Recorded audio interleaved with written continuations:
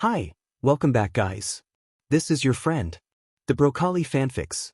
Back with amazing fanfiction. This is the series of What If Deku Becomes Uchiha Bloodline. Now before starting, please give this video a like and subscribe to the channel if you want more videos like this. Now let's get into the fanfic. Who would have thought that after death there is life? What was the word Hashirama used? Life is reused? Is that how he described it? Possibly. Nevertheless, this is absurd. There are metal wagons, pulled along by nothing, and people are wearing strange clothes. Heck, most of them look like some of Tobirama's more gruesome experiments. It takes a couple of minutes for Madara Uchiha to tune into the world. What is even scarier, most of these people have just trace amounts of chakra. A deep breath steadies him, and lets him assess his own state. He is dead, that's absolutely certain. Hadn't Hashirama just run him through with a sword? Again? Nevertheless, his chakra is completely replenished, and as far as he can tell his body is in a perfect condition. He is standing by a river, with some people passing on the bridge above head, and the bizarre metal wagons riding past. Maybe this is some sort of genjutsu? Then again, Hashirama has never been one to favor the underhanded tactics even if he knew them well. A sound of soft sobs reaches his ears, and once again Madara tunes into the non-physical world. Obscured by a shadow, just below the bridge is hiding a young woman. The Uchiha squints. There is something about her, something strange about her chakra. He tries clearing the genjutsu, but when that doesn't give, there isn't much else he can do. He is stuck. For now. A quick look around confirms that there is literally nothing to be done right now. He could certainly abandon the woman to her pain, but it's not like he can simply pop back into another world. Maybe he can get information in exchange for some help. He takes a step and feels the strange clothes on his body. Something that looks very vaguely like a red shirt and a pair of black pants are hardly what one would consider battle attire. Madara sighs once again. This is wild, even going by any standards he is used to, and a shinobi war gets you used to some pretty creepy stuff. Slowly he walks towards the woman. He can see now the green hair peeking out from behind a trash can. He keeps observing her chakra, seeing more and more details, how it fills her body, how it feels almost tangible. The amount would be considered rare even by the Senju standards. Why isn't this woman a formidable shinobi? The question prances in his mind as he steps into the shadow. It takes a short moment for his eyes to adjust to the darkness. Sitting with her knees pulled to her chest is a woman. She is young, probably not much younger than he is. She has beautiful flowing green hair and wears a white dress. Madara clears his throat, trying to draw her attention. The woman sobs quietly, and he moves to step in front of her, trying to garner a response. When that doesn't work, he decides directly addressing the problem might work. "Excuse me, my lady, but might you tell me where am I?" he asks in his sweetest tone. A pair of puffy, red, emerald eyes look up at him, and Madara's heart does something stupid, something utterly impossible. It flips. He hears static when the lady answers him softly, and his jaw goes slack when her melodic voice finally tears through the white noise. A tone so sweet and rhythmic he could die listening to it reaches his ears.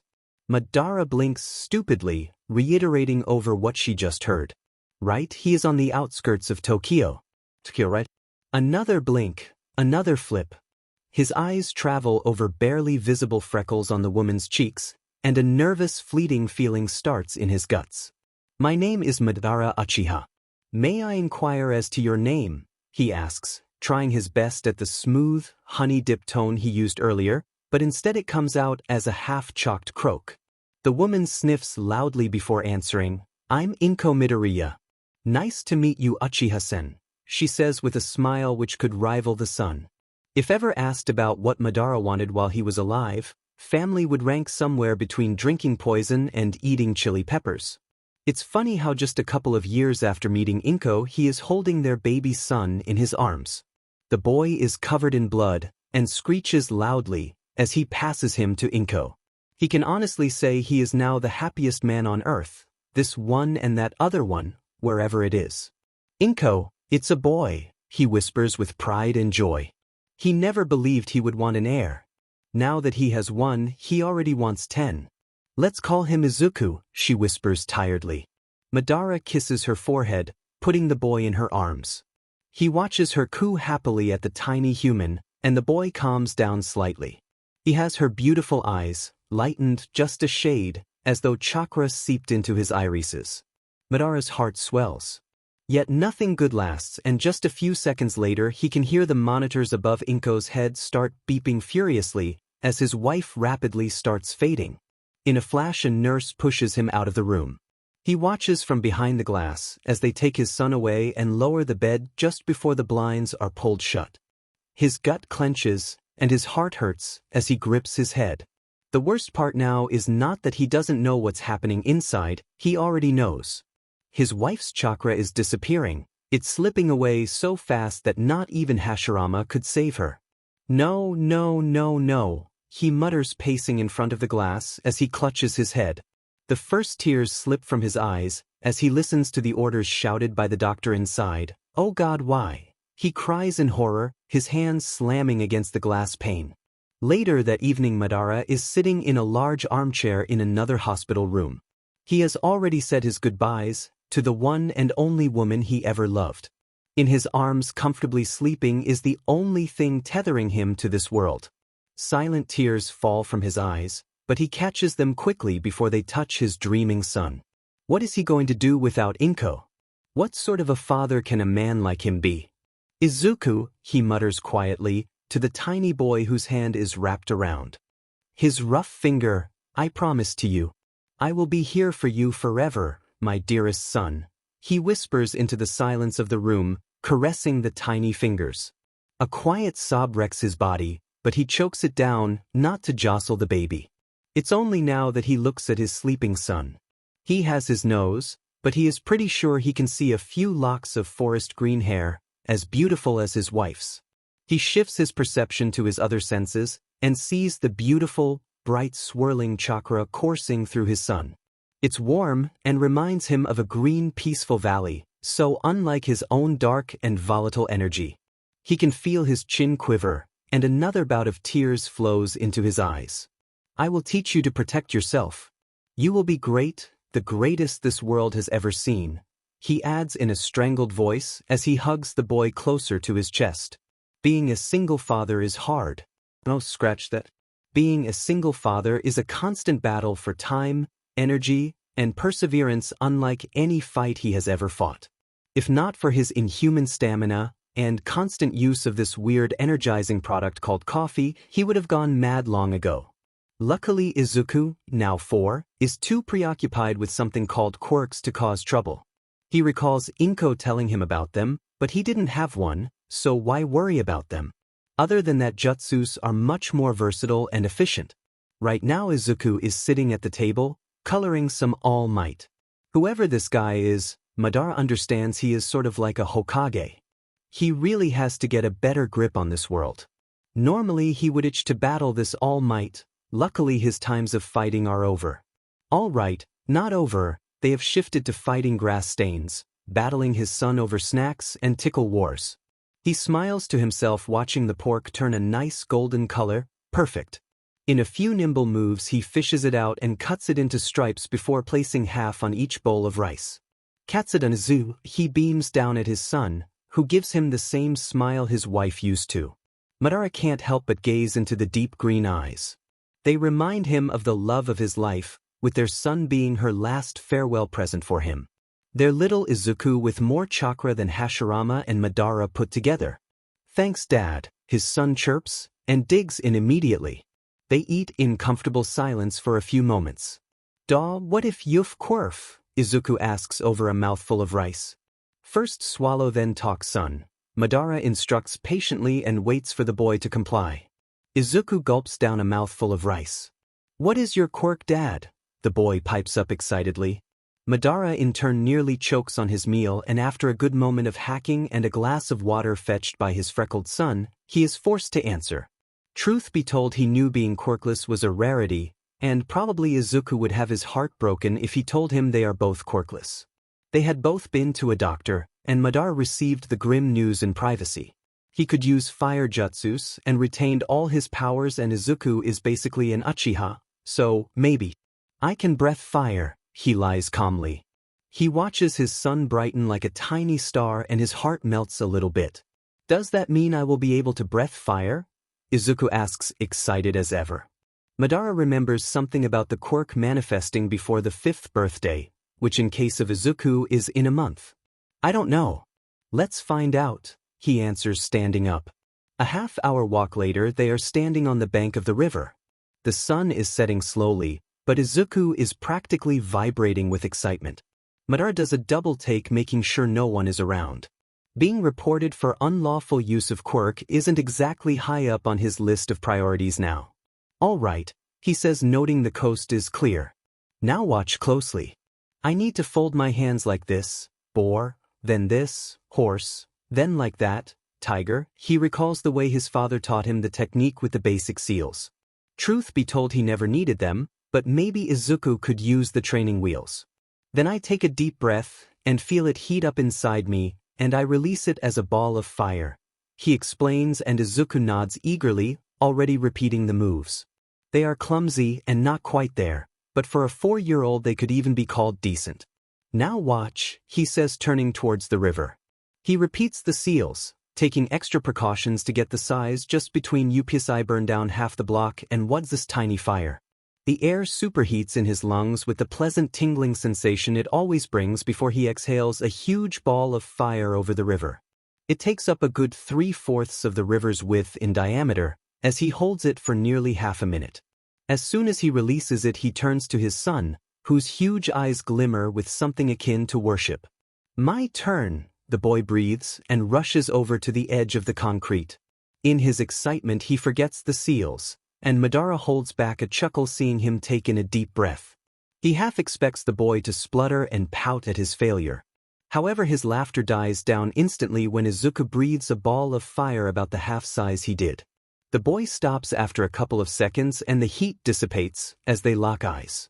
Dad, I have your quirk, Izuku whispers with awe.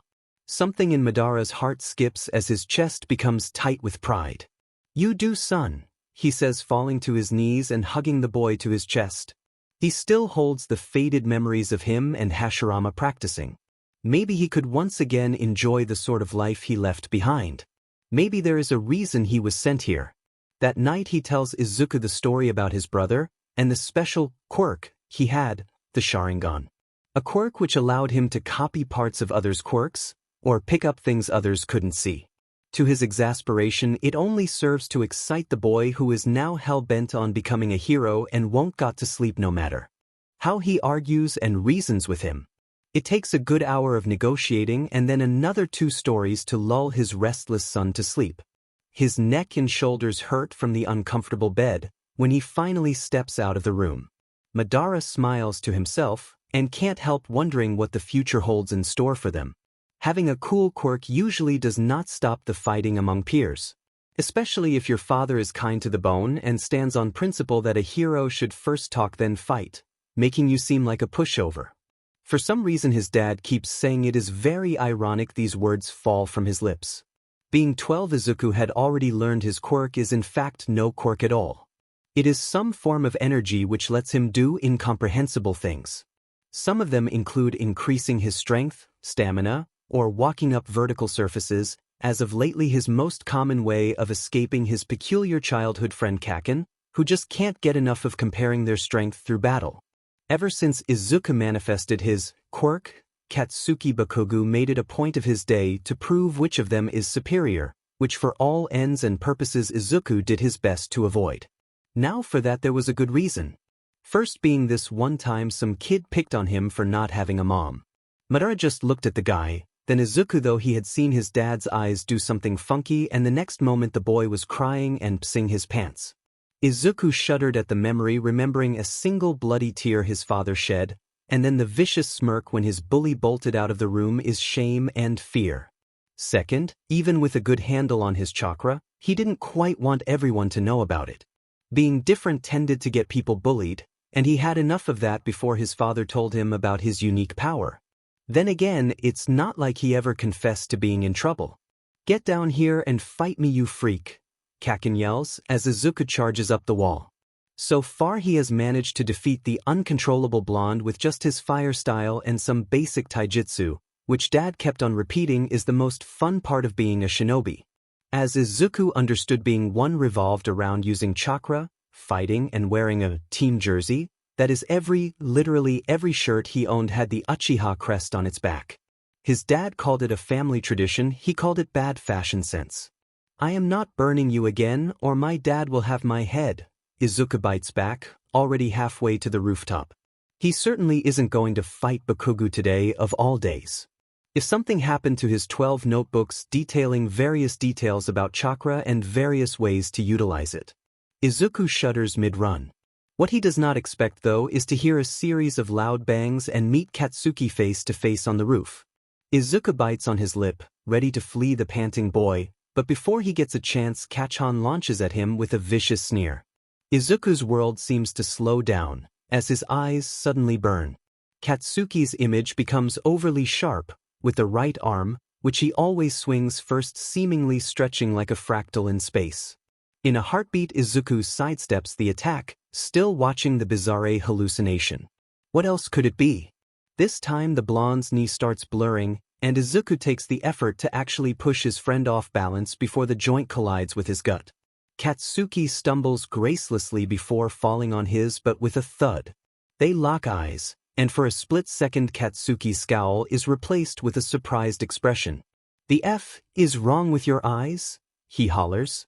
His eyes. Izuku pulls out his phone and quickly switches on the camera app. He looks at his reflection at the stark red orbs, quite similar to Bakugo's blood-red ones, but a shade lighter with a single drop at the very bottom.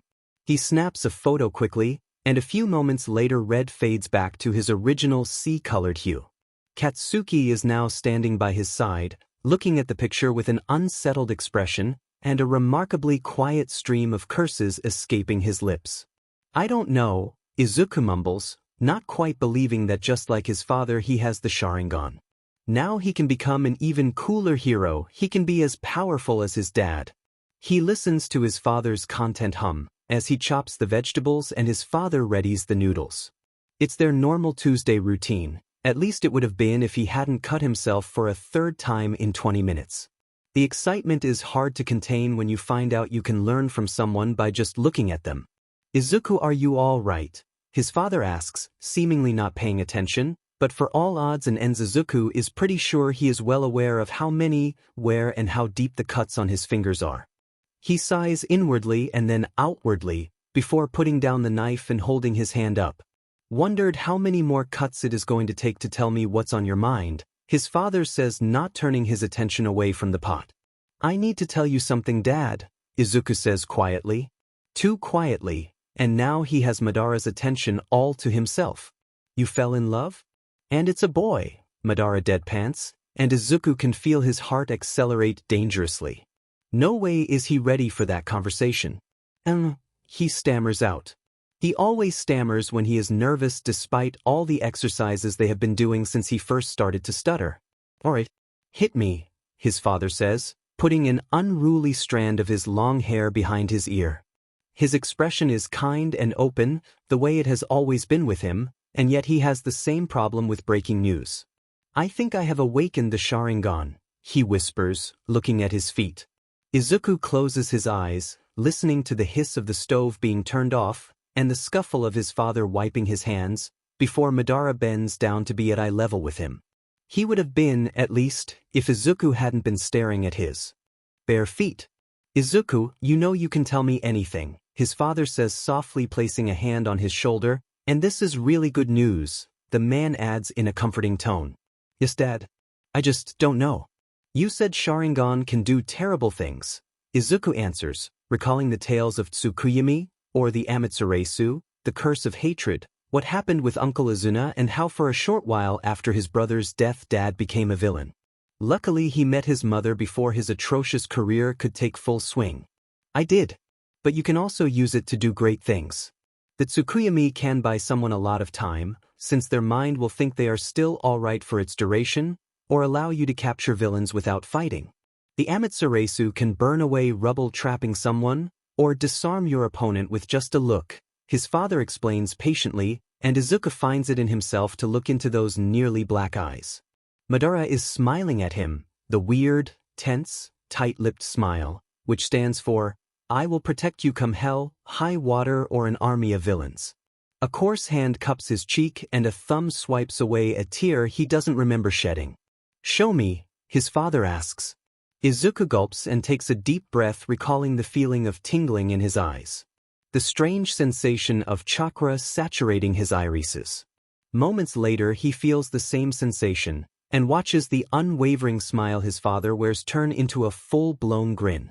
The man ruffles his hair roughly, and Izuku beams at him, relaxing into the familiar gesture, "I am proud of you, son. You are going to be a splendid hero." He hears the words, and they hit him straight in the heart. Izuku returns from school to see his father set up a row of wooden poles in the garden. They are too thick to grow tomatoes around, and much too large to use for any sort of training as far as he knows. The moment he enters the garden, his father smiles at him and waves him over. "See, Izuku, I am going to teach you one of our family specialties," Dad says, pointing proudly to the row of wooden pillars. Izuku blinks stupidly. He thought his dad's specialty is beef stew, not gardening, and certainly not woodcrafting. Madara quickly catches on to his confusion and explains, "Our family is great with throwing shuriken," and Izuku is baffled. As in ninja stars, he asks, wondering when exactly had his father been trained as a feudal-era assassin. Maybe he should actually make more trouble for the old man. "The correct term is shinobi," his father drawls, with a smirk. Izuku nods solemnly, making a mental note his dad may be mental. "And you can throw a shuriken?" he asks doubtfully, trying his best to check his father for fever in the meantime. Chakras he could understand, fire breathing he could understand, but this? "I guess you don't believe me," Madara scoffs, and Izuku is about ready to snicker and give up on his father's prank, no matter how elaborate and entertaining. But before he can turn around, his father throws three shuriken, hitting each of the trunks dead center. "Now that we have got that out of the way, you need to remember to flick your wrist. Today is shrimp tempura, so you better get to practicing, my little hero." Madara chimes and leaves him with his jaw hanging open, staring at the 3 pieces of metal neatly stuck into the trees. Upon returning late from work the next day, he finds his son practicing. Seems like this whole hero business is more important than he thought. He sits in the shadows, following the erratic movements his son makes when trying to get the stars to land closer to the center of the target. Izuku has mastered the great fireball to perfection by the time he was 5, and if that wasn't enough, he already possessed enough skill and knowledge to discuss some more advanced techniques and uses of chakra. Yet all of his jutsus weren't very hero-like. After all, during the Shinobi Wars he had mostly focused on death and destruction, not exactly the arsenal he would want for his son. Madara chews on his lip, thinking of a solution to this debacle. What if he tried teaching the boy genjutsu and the healing techniques though? He is going to need mice and fish and an aquarium. His feet scrape the pavement as he trudges through the dark underpass. School today was boring, excruciatingly even. All the training he could have gotten done in those 8 dreary hours. It's unthinkable. Besides, he had a surprise for his father, something he perfected during lunch thanks to a short phone call and yesterday's delicious dinner, followed by a discussion about chakra compatibility. Speaking of dinner, Dad said he had something absolutely delicious planned for today. If it was katsudon, Izuku is having a hard time imagining how he could perfect the dish further. The boy hungrily strokes his toned stomach. As of lately, he seemed to have insatiable appetite, much to his doting dad's delight. Thinking about it, Otosan could make a fortune if he opened a restaurant instead of being a private investigator. Then again, his father always loved the adrenaline rush coming from all those tough-to-crack cases which were too high-grade for the police and too low-profile for any decent hero to take, or at least that's what he said. As Izuku nears the end of the tunnel, he can smell something rotting. The stench is undoubtedly coming from the manhole a few meters away, and he speeds up to get out into the open air more quickly. Today is supposedly their day off. Nevertheless, he wants to try and goad his lazy dad into showing him what this genjutsu thing he was talking about for months now is for real. Izuku is deep in his thoughts when an overwhelming feeling of danger engulfs him. In a flash, he falls forward and rolls. His dad told him countless times that once the Sharingan awakens, such things can and will happen, and it's best to heed them. The moment he gets to his feet, the manhole behind him explodes with a loud clang. Smell fills the air, as a bizarre variant of sentient sludge flows from the hole. Izuku but quickly activates his Sharingan and watches the strange sludge monster look at him with disdain. It has eyes and lips, but they remind him of a child's poor attempt at human features. "You are a quick one, Shrimpy," it chides, pulling the remains of its huge green-brown body out of the gutter with a wet squelch. The stench makes Izuku's eyes water.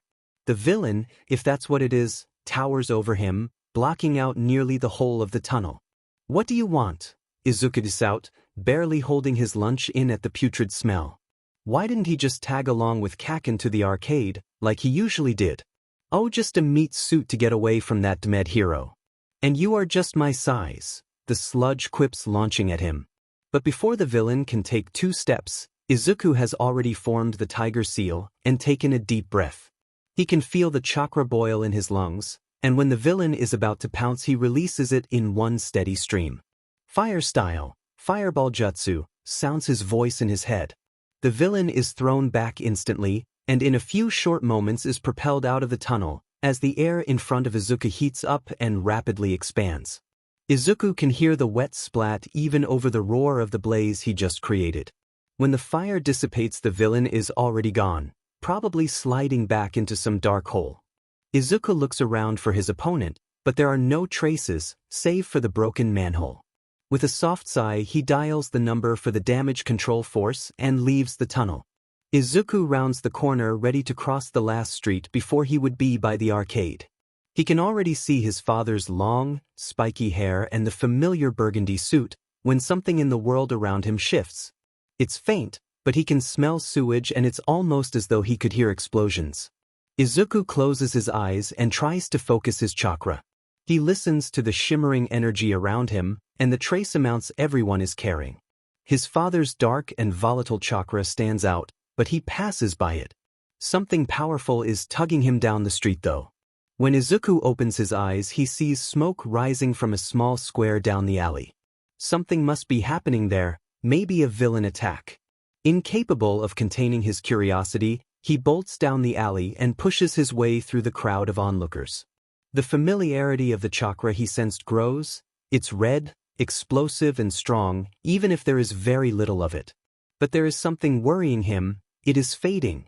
He elbows a man in the ribs and steps on a lady's foot to finally get to the front. A breeze wafts the terrible smell he recognizes from just minutes ago. Izuku's eyes take in the scene in front of him. The villain he defended himself from is now wreaking chaos on the small square.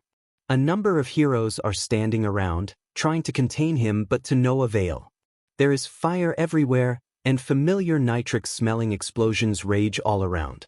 Izuku's heart clenches when he activates the Sharingan, and his hands start trembling when he realizes that this time the villain succeeded in taking a hostage. And then a pair of pleading, scared, blood-red eyes lock with his own. "Katsuki," Izuku's eyes widen open as he gasps. From the murky depths peeks out a clump of spiky blonde hair and a pair of frightened, pleading eyes. He can feel his gut clench as he shrugs of the backpack and reaches into the small satchel he carries at all times. The blood-red eyes catch his own green ones, and Izuku feels like he just started falling. The villain cackles and taunts the heroes as Kaken's chakra starts dwindling to nothing. Izuku watches the scene, taking in the horrifying truth. If he doesn't act, he will lose his best friend. He scrunches up his eyes, looking for anything he could do. Fire and lighting are out, could harm Kaken, he mutters. Judging by the heroes standing by, he is impervious to direct physical trauma. He adds seeing Death Goro and Kamui Woods. The chakra is nearly gone when Izuku charges forward. He isn't sure what exactly will happen when he attacks, but he is left with no choice. Sprinting, he fishes out 2 shuriken from the satchel hanging on his hip and throws them with the deadly precision the Uchiha clan takes pride in. 2 pieces of metal fly straight for the eyes of the monster. They rebound, but the villain cowers away, giving him just enough time for 3 seals. Ox, rabbit, monkey. This better work, he hopes, when he feels the power flowing in his left. His other hand locks tightly around Katsuki's shirt. "Move," He bellows at the teen, spluttering profanities. He tugs as hard as he can, and Katsuki releases a blast, setting him free of the villain grip. They stagger back as the noise and light coming from Izuku's hand escalates. "Oh, look, another hostage ripe for the taking," the villain laughs. Izuku knows that if no hero came to save Kaken, no one is going to intervene now. But he doesn't need a hero. The noise coming from his left blocks out the roar of fires the villain set with Katsuki's quirk, and the heroes yelling at them to get away. He can sense his friend crawling back to safety, but he isn't going to retreat. The Uchiha do not retreat. Izuku watches the villain launch a slimy tentacle in his direction. It's strange, it seems even slower than back in the tunnel. He slips around it easily and goes in for a counterattack. His red sneakers hit the pavement in 3 sure steps, and his hand sinks deep into the disgusting bog making up the villain. A wet cackle can be heard above, and Izuku smirks. For a moment the crackling of his lightning is muffled, obscured by the watery body, and he can hear the heroes yelling at him. They don't know yet he just won. Lighting release, Chidori, he whispers, as the chirping sound grows beyond comprehensible volumes. The song of 1,000 birds drowns out everything, and the bright light stings his eyes, as he watches the villain's body shake and convulse. Izuku pushes more chakra. He needs to end this. With his free hand he adds half of the ram seal, focusing his energy and picturing an explosive shape the lightning is to take. There is a blinding flash of light, and then the technique dies down.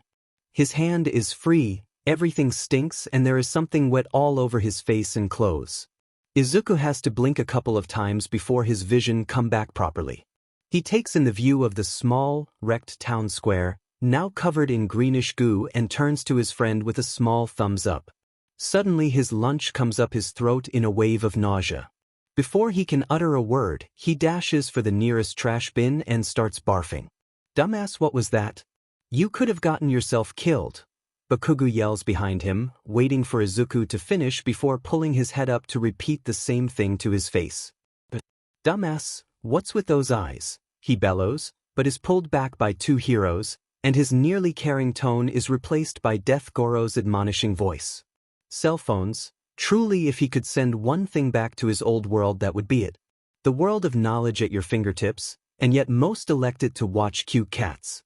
Madara could be sitting on his high horse, had it not been for the fact that he greatly enjoyed a certain Sleepless Kitten blog, where a certain young teenager posted an absurd amount of those sweet buggers. So that was what he was doing when he heard the sounds of an explosion coming from around the corner, and sensed his son's chakra with just a hint of lightning mixed in. Seems like Izuku was secretly up to some interesting training, and here he was thinking the boy needed supervision. Madara shrugs. It isn't that uncommon for villains to attack in early afternoon, and he is pretty sure his son can handle most of them, so not to worry. Besides, if he starts going searching for his son, he is going to lose 2 minutes of looking at a super sweet, fluffy Russian blue cuddling with his mom. What is a bit unsettling though is that he also felt his son's chakra flare up earlier. He could have sworn the boy was using fire style for something. Then again, it wouldn't be that unexpected that Katsuki-kun wanted to battle. The boy reminded him of how he was back in his golden days, hell-bent on proving his worth, proud, willing to fight anyone to get his way. Luckily, people change, and now he is an awesome dad. His ears pick up on birds chirping. It sounds like a whole flock is in some great distress, but there aren't even pigeons around. The distinct prickling feeling of lighting chakra grows together with the noise. Something is amiss. The amount of chakra isn't what he would use to deal with Katsuki, not by a long shot. Madara's eyes widen in shock at his negligence as he pockets his phone. In a split second he is already standing behind a large group of onlookers, craning their neck to get a better view.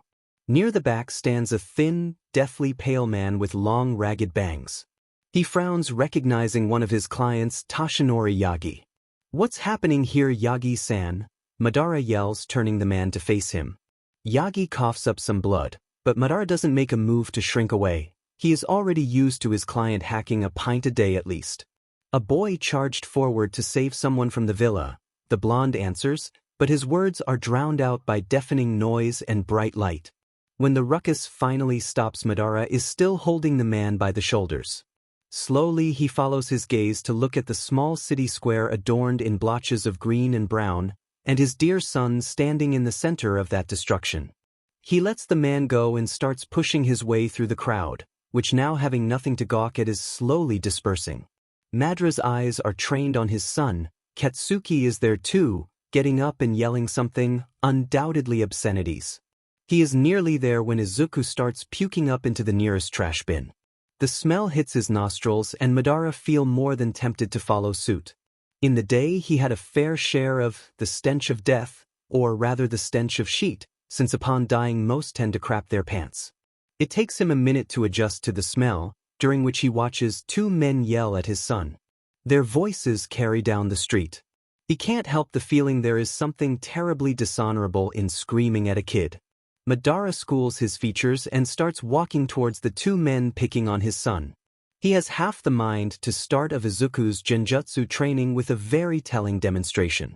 Uchiha Madara, bounty hunter, private investigator and father to this young gent here, he says in his sweetest tone, cutting off Death Goro mid-sentence. The man gives him a sad look, and it really takes a lot out of Madara not to goad the hero further just for the sake of a good fight. Do you know what your son did? The other hero spits. Some guy in a fireman costume. It's ridiculous looking, as though he just crawled out of the cereal box. Why must the gods put his patience to such vicious tests? If I did, would I need you too here? He shoots back in his sugary voice. He mentally berates himself for not being able to be civil with idiots, but he isn't going to apologize now. His son sends him an amused look, but quickly finds something interesting on the pavement under the glare. He sends his green-haired menace. Madara turns back to the heroes and tries giving them a smile. It comes out as a crooked parody, but he isn't going to try harder. He interfered with hero work. Endangered a civilian. Caused damages and used his quirk unlawfully. These are Death Goro starts counting of all the offenses his son has committed and Madara really has to hold back from laughing. A quick glance around the scene tells him more than the hero ever could, even if he did grow a bigger brain. He had already seen 7 pros, and there is evidence of only one villain. Izuku endangered a civilian. That meant there was a hostage situation. In conclusion, these two idiots got their ego busted by a 14-year-old and are now sad about it. So you are telling me he handled a hostage situation you two couldn't, came out unharmed, and you want him punished for your incompetence? He asks slowly and articulately, making sure the venom really sinks in. Izuku snorts, apparently finding something on the pavement extremely amusing. He looks at the two fuming heroes in turn, but neither says a word. Good. Izuku, come on. You got to take a shower before dinner, he chirps, switching back to his dad voice, as Izuku once very accurately put it. Madara can almost taste the anger coming off of Death Goro, and can't help but revel in it. Walking away from the crime scene, they pass by Bakugo, who is sitting in utter indignation and huffing bitterly as heroes coo over him. Bakugo sort of reminds him of himself, all anger, ambition, and yet somewhere deep inside a speck of caring and gentleness. Madara can't help but think that he must have been a really terrible person to be around. Maybe Hashirama did have a point after all. Bakugo in turn looks like a very angry rooster. The scowl on his face is so deep Madara is pretty sure someone could be buried in it. He contemplates releasing the boy from this torment, and looks down at his son for advice. The little shinobi side-eyes him and nods curtly, before pulling out his phone and snapping a picture discreetly. How lovely, his son has already mastered blackmail. Alright, this boy lives nearly next door to us, I can take this from here, he says to the gathering of heroes, who eye him very villainously for such a noble profession. In turn, Bakugo's lesson scowl can be read as gratitude or at least something close enough to be mistaken for it. The blonde quickly gets to his feet and walks past him before anyone can push any more calling cards into his hand. Madara can almost swear he heard a grunted thanks. Having collected both boys, he bids the heroes a quick goodbye before turning on his heel and leaving the scene. There is something nice and light filling his chest knowing that his son handled a villain all by himself. Hell, he even freed a hostage. He turns right towards the arcade, but a sudden wind blows the gut-wrenching smell of sewage towards him, and he equally quickly turns around. No arcade, tonight maybe they will have a movie night. For a few minutes they walk in silence. Both his son and his friend seem to be mulling something over. He is going to extract details over dinner anyway using a jutsu he perfected in the recent years, family style, dinner interrogation. Madara has to stifle a laugh as he imagines himself in full armor performing it on the battlefield. Hashirama would have probably paid good money to see him in an apron. Speaking of that oaf, he misses the BSD a little bit. They were friends after all, even if it was as crooked and screwed up as his son's friendship. Maybe it's something genetic after all, the screwed-up friendships, that is? Izuku, what's up with your eyes? Katsuki-kun breaks the silence, and Madara's ears perk up. What do you mean, Kaken? Izuku asks back innocently. If he hopes that his dear old dad isn't eavesdropping on their conversation, he is dead wrong. You have one more of these FING droplets on your iris. Like now you have if a 2-inch, Bakugo spills, and Madara can't suppress the smile spreading on his lips. 2 curses in over 10 words, Bakugo is making a genuine effort to stay on his good side. Then again, Izuku's Sharingan is developing. That just leaves one question. Son, how exactly did you deal with the villain? He asks, searching for a word better than dispose of, dispatch, or even obliterate. His curiosity gets the better of him, since it's still some time till dinner. I already met him earlier. Blasted him with a fireball, and now I chidoried him. Izuku answers, falling in step on his left. Madara nods, pretending to understand the second part, but ultimately his better judgment goes against it. Bakugo takes his right, apparently not very interested in the father-son moment. Chidoried? Madara queries with a slight frown. I used lighting release. The sound the jutsu makes reminds me of birds chirping, so I called it Chidori. Izuku mutters quietly enough for his friend not to hear. Madara side-eyes his son, and sees the slight burn in the center of his palm, and the 2 droplets of the yet-to-be-deactivated Sharingan slowly swirl in his eyes. He can't help the smile tugging at his lips as he ruffles his son's hair and admires the blush dusting the boy's cheeks. Impressive, he adds, and Izuku beams at him. Get up, sleeping beauty, or I am going to get Katsuki-kun in here to give you his explosive kiss. A way too eager voice chimes somewhere over him. Most likely his dad found the stash of coffee Izuku was desperately trying to hide for him. Also, the smell of bacon wafting into his room means that old man is cheating on the low-fat diet they agreed on. It's going to kill his heart. Someday. You cheated, Izuku grunts, rubbing at his eyes. Slowly he cracks one open to see that the sun is just peeking over the horizon. What time is it? He adds, feeling like this crack of dawn wake-up came earlier than his father has warned him yesterday evening. Yet before the old man can get a word out, the doors to his room burst open, and a familiar rhythm of stomping bare feet tells him that Bakugo Dirty Mouth Katsuki has come in accordance with his father's prophecy. Get up, you lazy piece of dash. Kaken winds up for what is undoubtedly a storm of curses fit for a sailor, not a teenager. Even if said teenager has major anger issues. Katsuki, Izuku hears dad cut the blonde off before he can get a swear in. You green-haired dash, Kaken pipes. Up again, with cold rage saturating his voice, and Izuku can't help but chuckle as he sits up. Bakugo, Madara's voice turn equally cold, and the blonde's breath hitches audibly. Izuku eyes his childhood friend, who looks like he just swallowed a jar of his father's pickled chili peppers. Get up, Bakugo bellows in his face, settling on the one sentence that does not contain the words sheet, but or some creative combination of them, before stomping out of the room. Better, Madara praises and follows, leaving Izuku to drag his lazy but out of bed and later his backpack down to the kitchen. The moment both boys told Madara they were going to be training to get into UA, the man couldn't hold back his joy. Said feeling led to him spouting a rather complex and downright inhuman regimen of training up in the mountains, with no TV, internet, phone, or heavens forbid a soft bed. The boys were going to train like the shinobi of his era did. All right, just like that minus the part where you kill your best friend's brother, father, or uncle. So that's where they were directed when he was speeding down the highway, nearly double the speed limit, and humming contently to some catchy tune, sometimes even singing along. Supposedly it was a new pop song about a boy who was hesitating to get married. Regarding that subject, Madara never hesitated, he would have fought Hashirama 100 times over to marry Inko again. However, despite his best efforts at a more humane driving style, the boys set in mild terror. Both of their chakras swirling with fear, slowly filling the car with very tangible dread. What was there to be afraid of really? He always managed to somehow pass the vehicles and fit in that sharp turn. Besides, he is using the Sharingan, there is no way he can crash. Nevertheless, both boys give a loud yelp and Katsuki covers his head with his hands when he narrowly misses tearing off the side of some truck. Katsuki-kun, maybe you would like to go to sleep for the duration of the trip, he says, looking into the rear mirror and seeing the intensely green color on the normally thrill-seeking teen.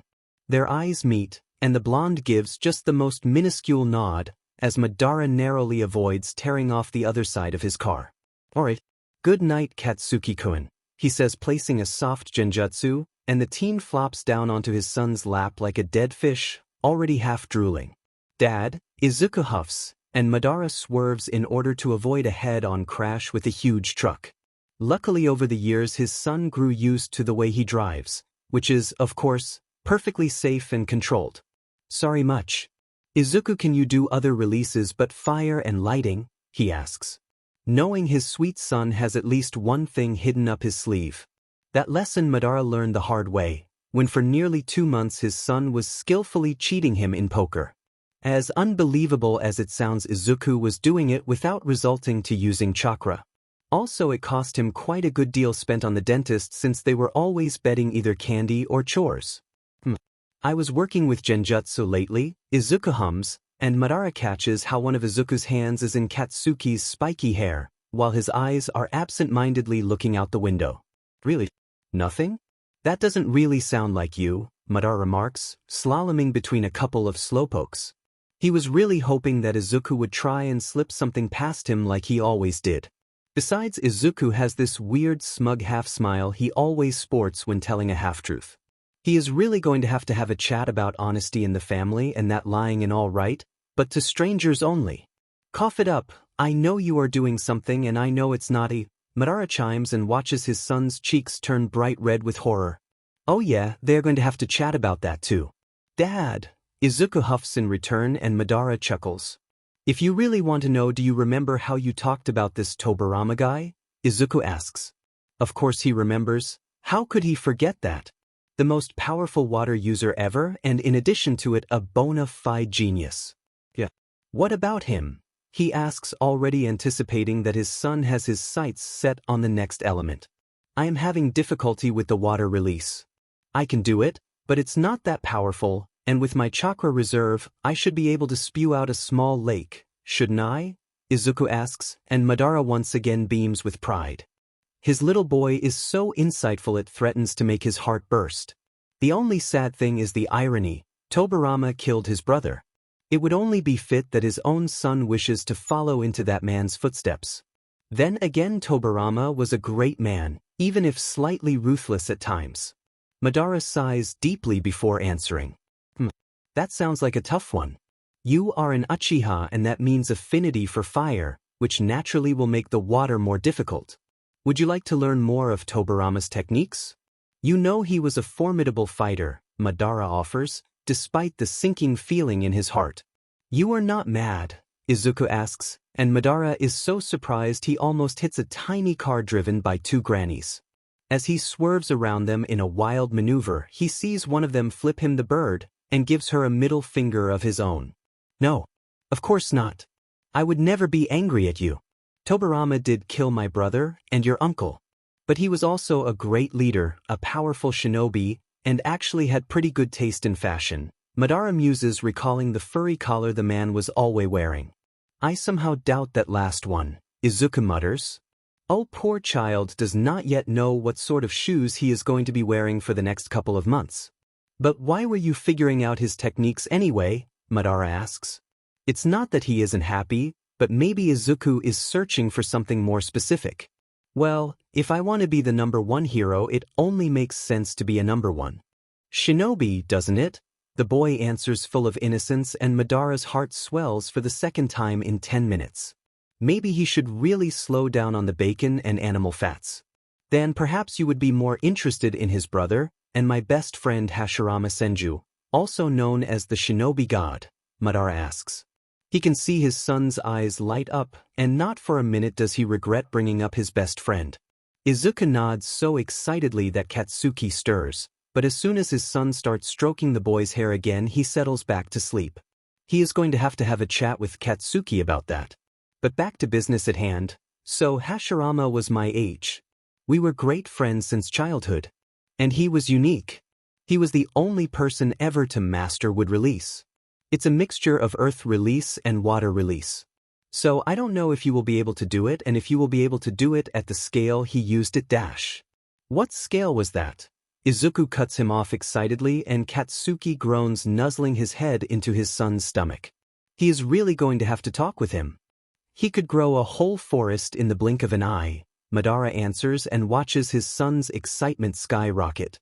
Karma is a cold beach, but apparently he is going to be nurturing his son's talents in a direction different than he had ever hoped or expected. Dad, can I try that? Izuku asks, nearly vibrating out of his seat, much to his sleeping friend's annoyance. Sure. But it's going to be tough to cram 2 elements in a span of a couple of months, you know? Also, its difficulty lies in the fact that the techniques require you to use your life force. He launches into the lecture. He can see his son's fingers itch for something to write and cuts of mid-sentence. You know, Izuku, when we come back I am going to get you a portable tape recorder. So you can take your notes more on the go, he says, and watches those beautiful eyes grow.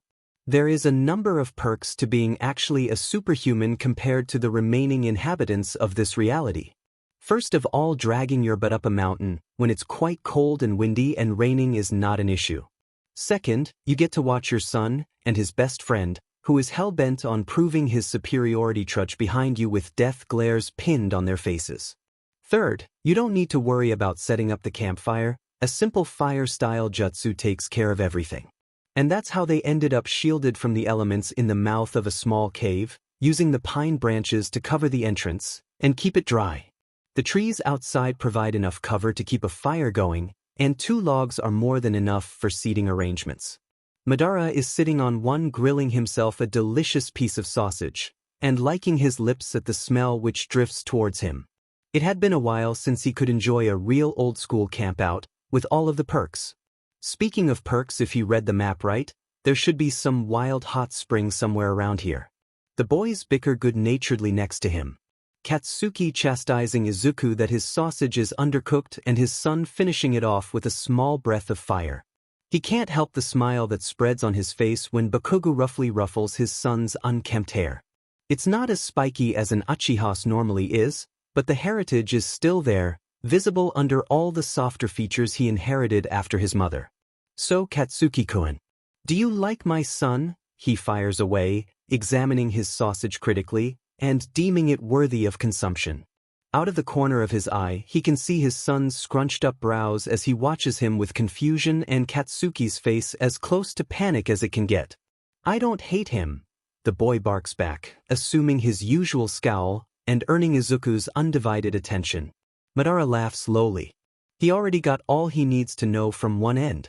Izuku, do you like kaken? He asks, lightly placing the sausage in the bun and adding ketchup on top. It's quite the invention, possible one of the best this world has to offer. Certainly in his top 10 anyway.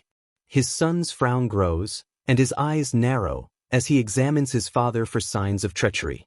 But it's Bakugo's reaction that makes the whole thing far more interesting. The boy is beet red, and trying to hide his face behind his hands. Oh, how delightful. Yeah, he is my best friend. His oblivious son beams, and Madara can't help but sigh and smile at him warmly. Now they both know that one of them knows something the other doesn't. After dinner, Izuku is tasked with putting the food up in the basket hanging away from the campsite. That leaves Madara plenty of opportunity to do some fathering for Katsuki-kun this time.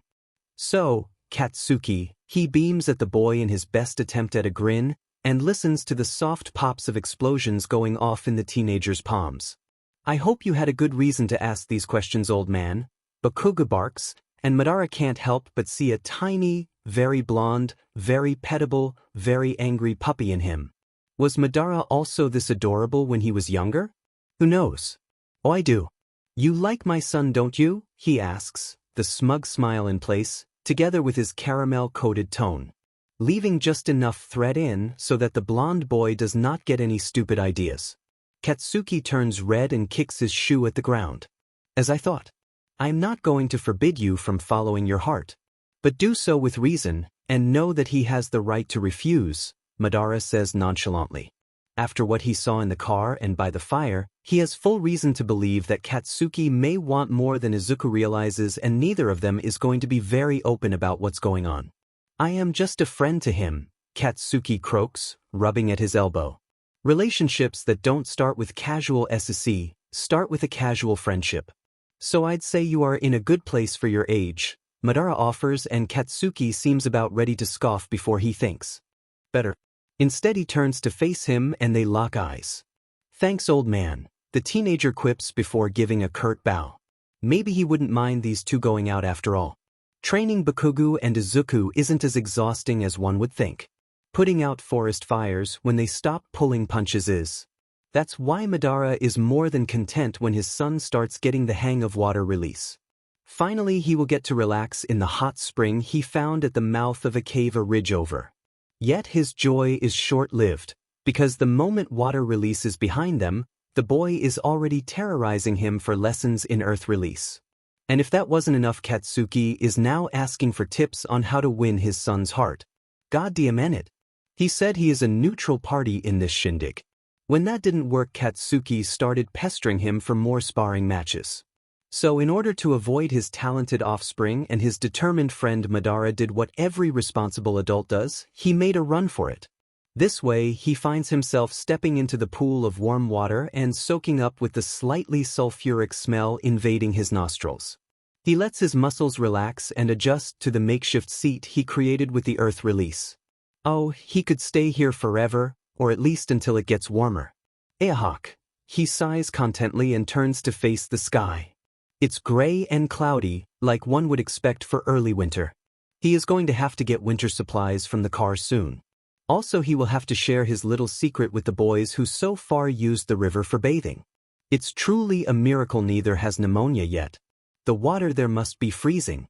Speaking of the deathly duo, he left two teenagers, one pining for another, the other completely innocent alone. A camp. Sheet. Madara barks, rushing out of the water and grabbing his clothes en route. He is halfway to camp when he realizes both went into the nearby town today, which equates a 5-kilometer walk, one way. And that means, oh, he is getting good, Madara laughs, folding his hands into the release seal. Suddenly his memory seems much clearer.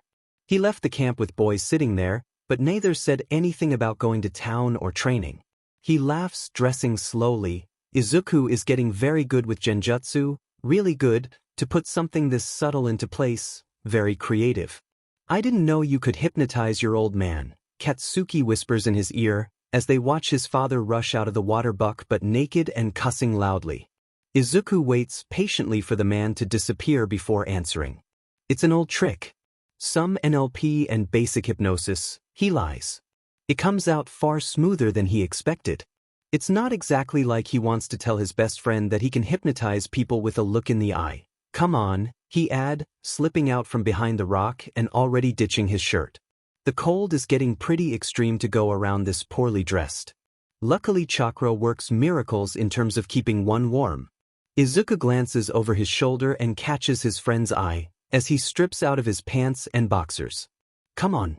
If you are that embarrassed, I will go in and turn around, dummy, he adds, knowing full well how to goad Kaken.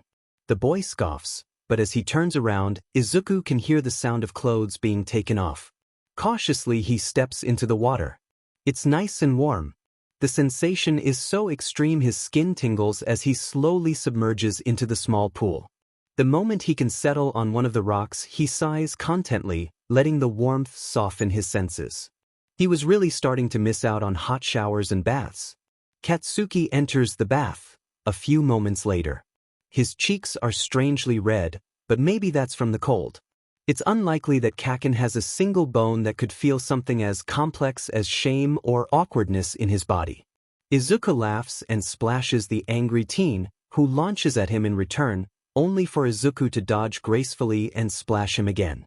Too slow, he taunts, before getting out of the water and sitting on one of the rocks by the side of the pool. The cold is terrible, so he lathers up his hair and body quickly, before fetching a bucket of warm water and rinsing himself down. His longer hair falls into his eyes, and Izuku splutters a couple of times before jumping back into the pool again, not noticing just how red Katsuki's face got. It's probably just the heat anyway. Alright, now focus, slow and easy. Imagine mixing your life force with your chakra, and forming life itself. Imagine the exact shape of the wood, piece by piece, splinter by splinter, down to the cellular level, Madara instructs, for the 50th time today. His son is holding the Dmed snake seal for possibly the 10th hour. Even Bakugo is done with his share of training for today and is now sitting, watching their fruitless efforts, while grilling a marshmallow over his own explosions. That's going to be one disgusting treat. Izuku strains again, but once again all he can manage is at best a tiny sapling, which meekly peeks out of the ground. It's better than Madara ever did using his natural abilities. Still, it doesn't exactly seem very threatening. All right, Izuku. Let's take 5-inch, he says, trying his best not to notice the frustrated face his son is nursing. A clamor of heavy boots reaches his ears, and moments later Bakugo storms past him to grip Izuku by the shoulders. Get a grip. You could do fire, lightning, water, and earth, he yells at the shorter boy before turning to Madara. And you old man, quit treating him like a moron. He has the baddest quirk I have ever heard of, he yells before shaking Izuku until the boy looks him the eye. Now funny eyes. I need a wall of wood around our campsite stat. He bellows and Madara doesn't know whether to be proud he didn't cuss, or that he got that determined look back on his son's face. Nevertheless, it seems like Izuku doesn't have what it takes to use the wood element. Wood release, circular wooden wall. Izuku yells, holding the snake seal in place, and Madara's jaw grows progressively more slack. One by one, thick rectangular slabs slide out of the ground to form a perfect circle around their campsite.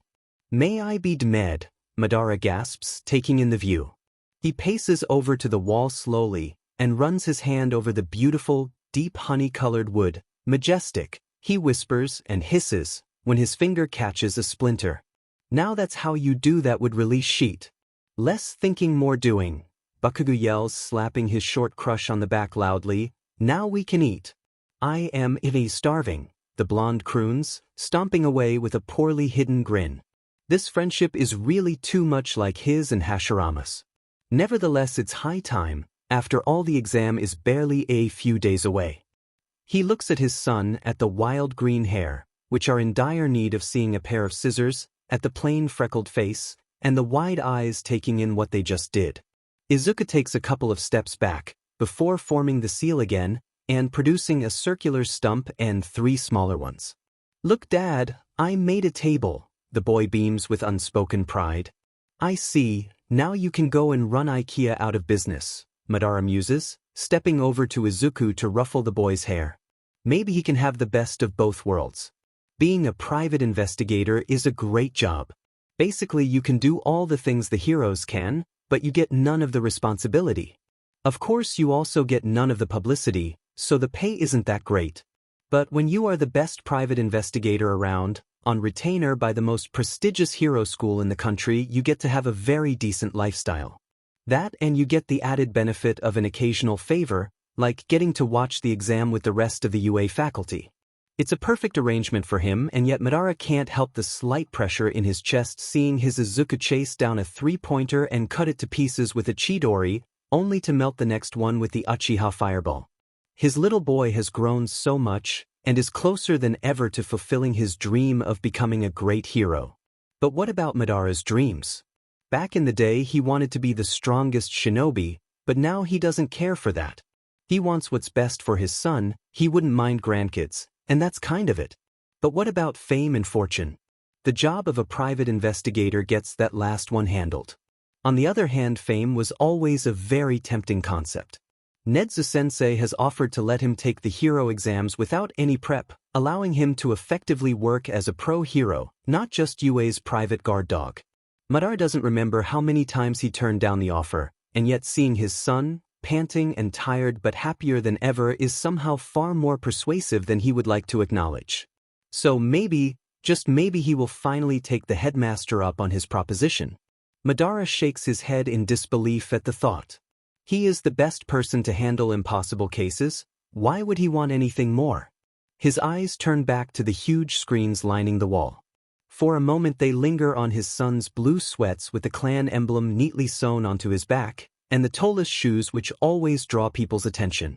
But a moment later he finds himself following a familiar, explosive blonde. It's no surprise he is somehow always maintaining the line of sight with his son. Madara chuckles, lightly remembering their last conversation. Izuku was out getting some snacks from the local convenience store, while Katsuki stomped into his office with purpose written all over his brain. Of course it turned out that purpose was to bug him again about how to best get Izuku to like him. It was also a particularly grueling day at work, so Madara snapped at the boy that he should defect from the village, become a rogue shinobi, and then do glorious battle lasting a whole day, thus thoroughly confusing the angry blonde, but getting him out of his hair in the process. Now, following Katsuki's movements on the high-resolution monitors, he can see the blood-red eyes darting to Izuku every few moments. Love changes a man, and ain't Madara himself the best example? Izuku clasps his hands into the tiger seal, and takes in a deep breath before releasing what seems like the 7th technique in that many minutes and turning a very interesting piece of machinery into metallic slush. His cheeks sting, undoubtedly burned from all the fire usage. Then again, his dad warned him to not overplay his hand. So he was sticking with what everyone already knew about his fire and his lighting, keeping his Sharingan unnoticeable by wearing darkened goggles. Sprinting down the street, he forms the monkey seal and cuts clean through a one-pointer which popped out of the back alley, before taking off the head of another with a well-timed roundhouse kick. Luckily, the grueling training in the mountains has prepared him for intense, long-lasting fights. Both Katsuki and his dad made Diamond well sure that he wasn't slacking of. Izuku keeps on charging down the side alleys when he feels the ground tremble. There are cries of panic, and Izuku can sense everyone's chakra go completely haywire. The ground shakes again, and without thinking he charges out towards the main street, only to witness something he was 100% not prepared for. A 15-story high behemoth, and a girl laying in its path. That's the 0-pointer. He mutters numbly, watching the huge machine, swat, and narrowly miss some of the students. The words of Present Mike reverberate in his mind, about how taking on the 0-pointer is a mute effort. It's not mute, it's downright impossible. The girl's leg seems trapped under the rubble, and as the mechanical behemoth slowly rolls towards her, the calls for panic grow more and more frantic. Yet a quick look around tells Izuku there is no one but him to help, and before he can think better, before the rational part of his brain can take the wheel, he starts sprinting towards the giant heap of gears and tumblers. As he runs, his brain works overtime to come up with a solution, but nothing other than removing the rock and getting the hell out of there sounds remotely reasonable. Seconds later he skids to a halt, and tries prying the rubble off of her leg, as she urges him to make a run for it. "Be quiet," he grunts, pulling with all his might. His hands slip and he staggers back, landing on his butt. "Stay calm," he tells her, seeing the panic bloom in her huge brown eyes and ignoring the reflection of the nearing machine of doom. They are in the middle of an empty road, and running is impossible. Feeling frustration and panic slowly boil to the surface, Izuku pulls of his goggles, and hears the girl gasp when she takes in the red of his eyes. "Stay calm," he says in a level tone, struggling to keep his own fear in check. "I will stop this thing," he says, looking her dead in the eye and not quite believing these words fall from his mouth.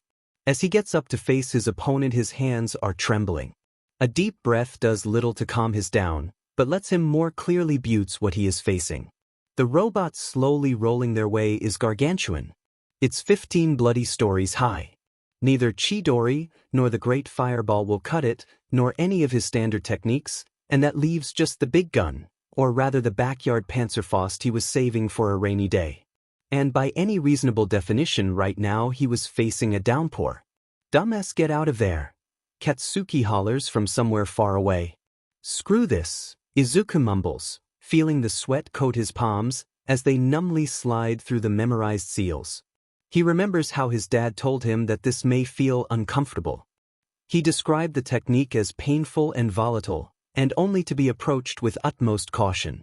But no amount of theory could prepare him for the roaring feeling of his chakra rushing through his body. It's like he himself is on fire, and every breath he takes is made of lead. I am Izuku Uchiha. Beware the power of my family's bloodline, he bellows, seeing the machine turn its red shining eyes on him. Do or die, his mind screams as his fingers finish the sixth seal. The burning sensation encases his throat as his lungs brim with molded chakra. Fire style, majestic fire destruction, he shouts and inhales the air greedily, letting it pool and scorch his insides. The robot raises its arm to swat him like an annoying fly, just as he releases the biggest technique he has ever used, the one every Uchiha before him, save for a select few, only dreamed of. The flame rushes forward, with a deafening roar, a cone of white-hot heat the size of a building engulfing everything in its path. The forces of destruction clash, sending powerful shockwaves of hot air down the streets. The blaze's force is strong enough to push the huge machine back, and Izuku keeps the pressure on, desperate to save the girl trapped behind him, be it the last thing he does. He takes a shaky step forward, his muscles screaming in agony, and feels his Sharingan fade out as he pours everything he has got into melting the enormous machine before him. This is bad. In a single gust, he pushes the remains of fire out in a rippling tide. The flames dwindle, and slowly clear to reveal a mangled and molten image of what was once a masterpiece of robotics. Izuku beams at a lopsided smile, feeling joy and pride overtake him, just before collapsing. His muscles feel as though someone stuck them in the freezer. His head is swimming as he turns over onto his back to watch the half-melted mechanical avatar of destruction lean dangerously over them and catch a lungful of air. His cheeks feel as though someone just literally fried them. And he did all of that just to be crushed. Being out of chakra SCKS, being out of chakra and being about to be crushed SCKS more. Izuku takes a deep breath, readying himself for the inevitable death, and listening to the slow creak of metal. It's only then that he feels a feather-light caress and suddenly his body loses all of its weight. He did hear about the white light and the tunnel, but weightlessness wasn't on the list, and why is the world above him moving? In a daze he looks up to see the girl he was supposed to save pull him, suspended in the air, out of the danger zone. She is half running, half limping. There is something admirable about her determination. But he can't get over the shame that he was supposed to be the cool one. Darn, he mutters under his breath before passing out. He doesn't really care for the remainder of the time he could have used on the test. It's not like he would have the strength after this stunt. There is something cold on his forehead, a compress, he notes, as his senses slowly start up again. He remembers the exertion of the practical exam and flinches when burn ointment is rubbed on his scorched cheeks. A quiet laugh reaches his ears, and he can feel a dab of the thick lotion on his nose, and then another louder snicker. Dad, Izuku croaks, surprised to find his throat a suitable living ground for Bedouins. How long was he out? Shoo. My little flamethrower, Otosan chuckles from above, and changes his compress. His muscles are still sore and stiff. He is never going to use that much chakra again, consequences be damned. This whole thing was a stupid idea. He should have simply put up some sort of a wall, or make a dome around them or something. Not funny, he mumbles as a glass is pushed into his hand. Izuku drinks greedily, coughing a couple of times when the water goes down the wrong hole. His father has his smug smirk, which always hints at Izuku doing something wrong, and that this something will come back to take a bite out of his butt. It is also a rule that his dad won't tell him what's up until the bite is actually taken, and the thing tries to take. One more. You are not telling me, he affirms. Ordinarily I wouldn't. But I will make an exception. You did something very brave and very stupid, but you saved that girl, his father says slowly, as though he wants every single word sinking in and committed to memory. Dad runs a coarse hand through his hair, his fingers lingering on some of the more singed bangs before pushing him back onto the bed. You were out for a whole day, he adds nonchalantly, answering the question Izuku wanted to ask. Also fire style, majestic fire destruction should be at least 10 times larger, his father adds flatly. Izuku looks up at his face and notes the tight-lipped smile of pride, but can't quite figure out if that's because he actually managed to pull off the attack, or because he saved that girl. "But I am proud of you, son," they say in unison, and Izuku laughs softly, while his father shoots him an amused look. "I hope that girl is okay." Izuku muses and his father perks up immediately. "Oh no, he has done it now. So when can I expect grandkids?" His father cuts in with a waggle of eyebrows before he can run any semblance of damage control. "After all, you did save her life. She should owe you something." "I am sorry, saving someone's life does not imply they will bear my offspring," Izuku shoots back. Lately his dad is all about grandkids. He is just 45, they have got time for that. Besides, after I saved her, she saved me. "So we are even," he quips, looking into his father's warm-natured eyes.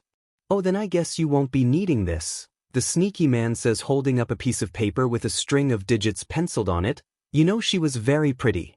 Maybe Bakugo will want to call her." Then again, he did call her round face, which as far I know is not all that good a pickup line.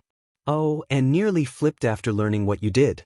Said he will, I quote, blow you a fingy new one," end quote. Izuku watches the smug smile dance on his father's lips and ponders his options. The girl seemed nice. He sort of hoped she would make it into UA. But if he did take that number, he would never hear the end of it. On the other hand, if he didn't, he would be missing out on potentially making a new friend. It's hard to meet new people when your best friend has the personality of a barrel of gunpowder, and this sounds like a real good option, if she managed to put up with Kakin over his unconscious body. Izuku huffs with annoyance. His dad tricked him again. "Fine, can I please have her number?" he asks, holding out his hand for the piece of paper. His father's expression lights up like a Christmas tree. This man is sometimes more of child than he ought to be. "Oh, I already punched it into your phone. Her name is Ochako Uraraka." Madara muses with that smug smile which has probably gotten him into more fights than the man cares to admit to. "You are unbearable," the green-haired boy scoffs, but it contains no venom, and soon enough his dad is laughing gleefully, joking about his genius. The carefree atmosphere persists for a couple of minutes. They talk about the faces the teachers pulled when Izuku unleashed his attack technique on the behemoth. Izuku watches Madara gesticulate wildly as he recounts just how large Eraserhead's eyes grew, or how Midnight yelled something about the power of youth. They have a good laugh until his father suddenly grows somber. "Listen, you must not exhaust your chakra completely or you will die. You came pretty darn close, and I don't know any healing techniques. All my youth I spent fighting, never bothered to learn to heal. So don't do anything too reckless, because I can't save you from that." His father's tone is very serious. Izuku can hear the unsaid message. "I don't want to lose you." Izuku gulps, learning the little bit of his dad's past, but that doesn't help the lump forming in his throat. His father's past is largely a mystery to him. They talk about it every now and then, but always about people Madara knew, never about the man himself, and when they do it's only in bits and pieces, as though Madara was ashamed of who he was. "Promise me you will be more careful from now on. In return, I will teach you to better control your chakra, so that this never ever happens again," his father demands. Izuku nods, complacent and tired. The exhaustion once again seeps into his body, and in no time at all he starts slipping back into the dreamless slumber. He is nearly under when he feels a slight kiss being planted on his cool forehead and the comforter being pulled all the way under his chin. "Sleep well, my son. May you have beautiful dreams." His father's soothing voice sounds in the room, just before the doors click shut. He drinks sporadically. Not because he doesn't enjoy the finer pleasures of life, but because it is not a habit a shinobi ought to cultivate. And yet, tonight Madara finds himself in a bar accompanied by a row of colorful shots of a barman's selection. He couldn't figure out what he would want to get wasted on, so settling on a little bit of everything seemed a very logical choice. He is through the fourth of 8 shots. It's bitter and strong, with a lemon aftertaste, and does nothing to stop him replaying the memories of the day for the umpteenth time. There are tears in his eyes when he remembers seeing his son collapse, and then barely get pulled out of there alive by that Uraraka. He recalls how he barreled down to the entrance to the mock city, and paced nervously until Recovery Girl told him to get a grip. It was possibly the scariest moment in his recent life. On better days, Madara Uchiha faced robbers, muggers, and drag dealers. On his worst, he would battle yakuza, drag dealers, murderers, and artists. But nothing compared to what he felt at the thought of losing his only son. Madara downs another drink. This one is blue, sweet, and tastes of oranges. It reminds him of the fact that he did not do a job good enough at preparing Izuku. He recalls the blinding horror that drove him through the streets in fractions of seconds, and to the side of two teenagers leaning over his barely breathing son. Izuku was so pale, he seemed hardly alive, and if not for that tiny reservoir of chakra he had sealed away shortly after the boy started exploring his powers, he would have been. That precaution saved the Izuku's life, and he put it back in place as soon as there was enough chakra to do so. Madara can only guess how scared Katsuki was. The boy told Uraraka she should have died rather than endanger others with her idiocy. He was vile and distraught, and he was nothing like the teen Madara knew. Normally Katsuki was just prickly and temperamental, but back then it felt like he was saying the truth, like he meant every word. Bakugo would have rather seen Uraraka run over by the behemoth than Izuku laying there deathly pale and motionless. But the girl was right, she saved Izuku's life. Madara sighs heavily, he knows what he has to do to rectify his mistakes. I will become a hero. I will protect my son, he mutters into the sixth drink, something red and smelling of strawberries. He will take the hero exam and build a renowned agency where Izuku can reach his full potential. He will help his son blossom into a true shinobi and the greatest hero this world has ever seen. From now on, this is his ninja way. The slick sound of the razor sliding across the leather belt is music to Madara's ears. It is his second favorite part of the morning, first being sharing breakfast with his sleepy son. As a proper father, he has some time ago noticed that Izuku is slowly but surely growing sideburns and a tiny green mustache to boot, and like every incomplete beard it looks horrifying. So it isn't much of a surprise to him when his little ball of sunshine walks into the bathroom that morning with an extremely serious face. Dad, Izuku acknowledges, while Madara inspects the edge of the razor critically. He could never quite grasp why anyone would use these one-time shaving machines, which maybe don't cost all that much, but get used up, hold no ritual, and are prone to getting yourself cut with. When he decides the blade is sharp enough, he answers, "Yes, son." It is their typical morning greeting, which is usually followed by Izuku trying to wake himself up by splashing his face in the other faucet. Shortly after they moved here, he arranged the bathroom to have two faucets. Some might argue it a waste of space, but if he is living in a house anyway, he might as well furnish it as he pleases. Besides, Izuku wouldn't complain about Madara blocking the bathroom that way. However, his son breaks the comfort of the routine with a question he really hoped the boy would ask for some time now. "Dad, I think I would like to learn how to shave. Can you teach me?"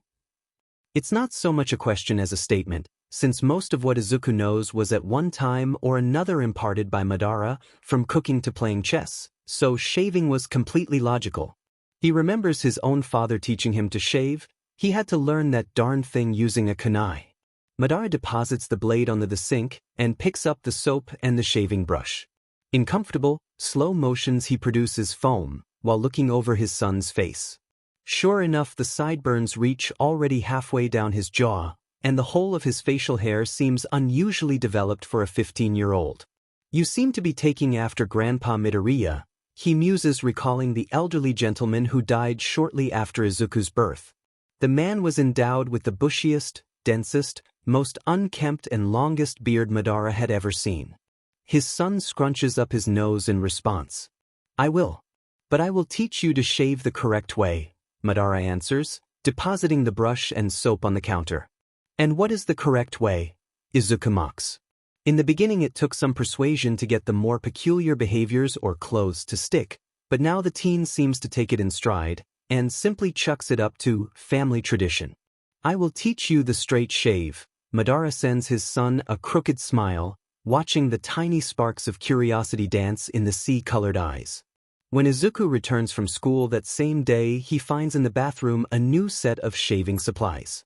Apparently his father made good on his promise to help out. He makes his way to his side to his washing basin and examines the items around it. There is his toothbrush and hairbrush, but the new things seem almost identical to his dad's, save for a few little details. The first thing that catches his eye is an almost fluffy, light brush. Izuku runs his thumb through the hair hesitantly. The handle is jet black, but made of wood, not plastic, giving the whole item an old-school feel. However, as soon as he picks it up, his eyes slide over a long, slim object, his very own razor. Izuku puts the brush back and picks up the blade with slight hesitation. He flicks it open with his thumb and examines the smooth blade. In the mirror polish, he can see his own green eye peering at him with curiosity, and just for the fun of it switches back to the Sharingan to watch the two droplets spin lazily across the red iris. The handle is made of dark, waxed wood, and the family's crest is embedded on the very bottom, giving the item just the slightest personalized hint. Izuku turns the blade around and notices two tiny letters etched into the steel right by the handle, Iyu. Izuku Uchiha, he whispers, examining the fancy cursive more closely. His dad really had to go above and beyond to get this so quickly. Either that or he had this in store for a number of years now. Most likely the latter. Otosan was always prepared even for the most unconditional of situations. How do you like the razor? His father's soft voice snaps Izuku out of the reverie, and he nearly lops his fingers off closing it, making his father snicker. When exactly did the man sneak up on him? It's beautiful, he chokes out, and sees the satisfied gleam in Madara's eyes. I am happy you like it. You will be the biggest badass on the block shaving like that. His father adds, giving him a thumbs up and making Izuku laugh. As far as first times go, this is by far the most stressful. Luckily, a proficient use of the Sharingan gives one learning such skills a lot of advantage. Nevertheless, to put a razor-sharp razor to one's skin is not exactly that relaxing. These thoughts accompany Izuku as his dad runs through the theory of shaving. That is, soften the skin and the hair, lather, sharpen, pull the skin, shave, use aftershave, look awesome. Izuku isn't quite sure about that last part. But with the suddenly sprouting beard, he looks like a DMN hybrid of a kid and Wolverine, so pretty much anything is better. Suddenly his father cuts off and they lock eyes. You worried about this? Madara asks simply, as though he just read his mind. A pair of dark eyes seem to drill holes into his soul, leaving him not much choice but to tell the truth. Sort of, Izuku mumbles and looks down at his bare feet. His dad was very excited about teaching him to shave and now he is spoiling it. Tell you what. How about you watch how I shave using the Sharingan? This will help you get at least some of the moves down, and then I will help you with those bushy sideburns. His dad encourages and pulls the bushy hair slightly. Last evening Izuku managed to get his hands on some of his grandpa's photos. With his miniature statue and beard tucked behind his belt, the elderly man looked like a dwarf. If that was anything to go by, he would be shaving daily in no time at all, and that meant he needed to get proficient quickly. How about that?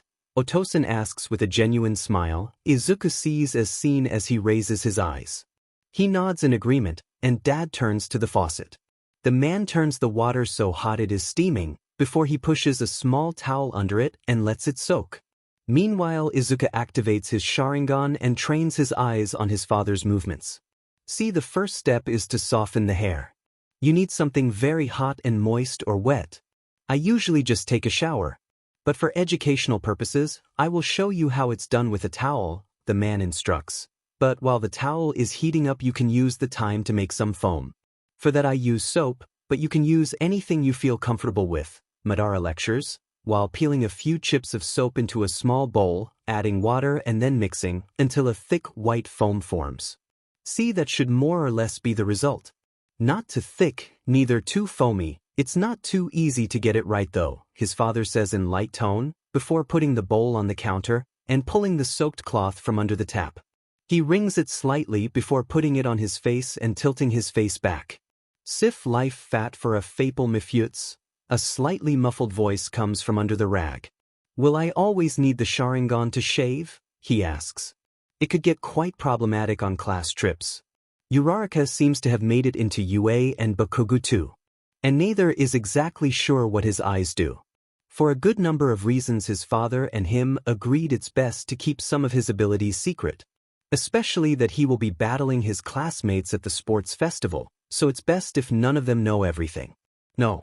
Football fist time. A muffled response comes from under the cloth, followed by a long, relaxed sigh. Izuku waits, patiently observing his father, who seems to rather enjoy himself despite the perspective of putting a blade to his own throat. Every time he sees his dad, he is a bit surprised though. The man is built like a hero, every muscle brims with strength and definition, and yet all of his body is covered in scars. Whatever his dad was doing before he had him must have been very dangerous or very reckless. That last part at least would explain who he got his own crazy ideas after. Nevertheless, isn't his dad just a bit lonely? He recalls he has never seen Otosan go on a date. Perhaps he should figure something out for his father, since he is going to be more busy with schoolwork and that would mean less time for dad. However, every time they talk it seems that Madara is still in love with his mom and can't move past her. Izuku frowns, mulling the thoughts over, and trying to come up with a way to bring the topic up during one of their dinners. The minutes pass and Madara pulls the cloth from his face, revealing a flush, but seemingly younger man. Izuku can see the thin line of stubble around his jaw, and hints of mustache, and to his surprise they don't make even a complete beard. Now that the hair has softened, you can lather up. Make sure not to smear the foam over your lips too, because the taste is horrid, Madara explains, and Izuku nods eagerly as he watches his dad spread the foam over his jaw and under his nose. Once that is done, you can sharpen the razor. I have this big leather belt for that, and that's the best method. But any leather belt will do really, even the one you wear to school. Izuku watches the slow moves of pulling the razor with the grain a couple of times and then his father gives it a simple blow, before positioning it just above his skin. Now the part that most novices omit is that you need to slightly pull your skin, make it taut, Madara says, using his fingers to stretch the skin up his temple. Never put the razor to the skin. It should glide straight away. Otherwise you will cut yourself, Otosan instructs, and gives a demonstration. The blade slides smoothly and with a couple of practice strokes he is done with his cheeks. Remember to rinse, so that no dirt accumulates on the razor, he says, and quickly deals with the sparse mustache and chin. Now the neck is the scary part, unless you remember that straight skin is easy to shave. So you can always turn your head, or look up, to make the job simpler. Madara finishes this part in a couple of broad strokes. For a perfect finish, apply aftershave and you are all done, he adds, wiping down the remaining foam around his ears and nose. Your turn, the man hums, beaming at his son, who has suddenly grown visibly pale. Madara watches Izuku copy his movements, and can't help having an epiphany. Today it is the first shave. Soon it is going to be the first kiss. Then a first girlfriend or boyfriend, though Madara wouldn't mind a girlfriend. Izuku shows surprisingly little inclination for either despite Katsuki's and now Ochako's pestering. Before he knows it, he will be nursing a grandson or granddaughter, while Izuku is off saving the world. Izuku's palms work, and Madara remembers the first time these tiny hands gripped his finger, or how he walked the boy to daycare, and a soft pressure forms in his chest.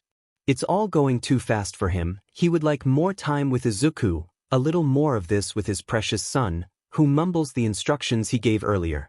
Something warm slips from his eye, and Madara wipes it away quickly, before Izuku can spot anything.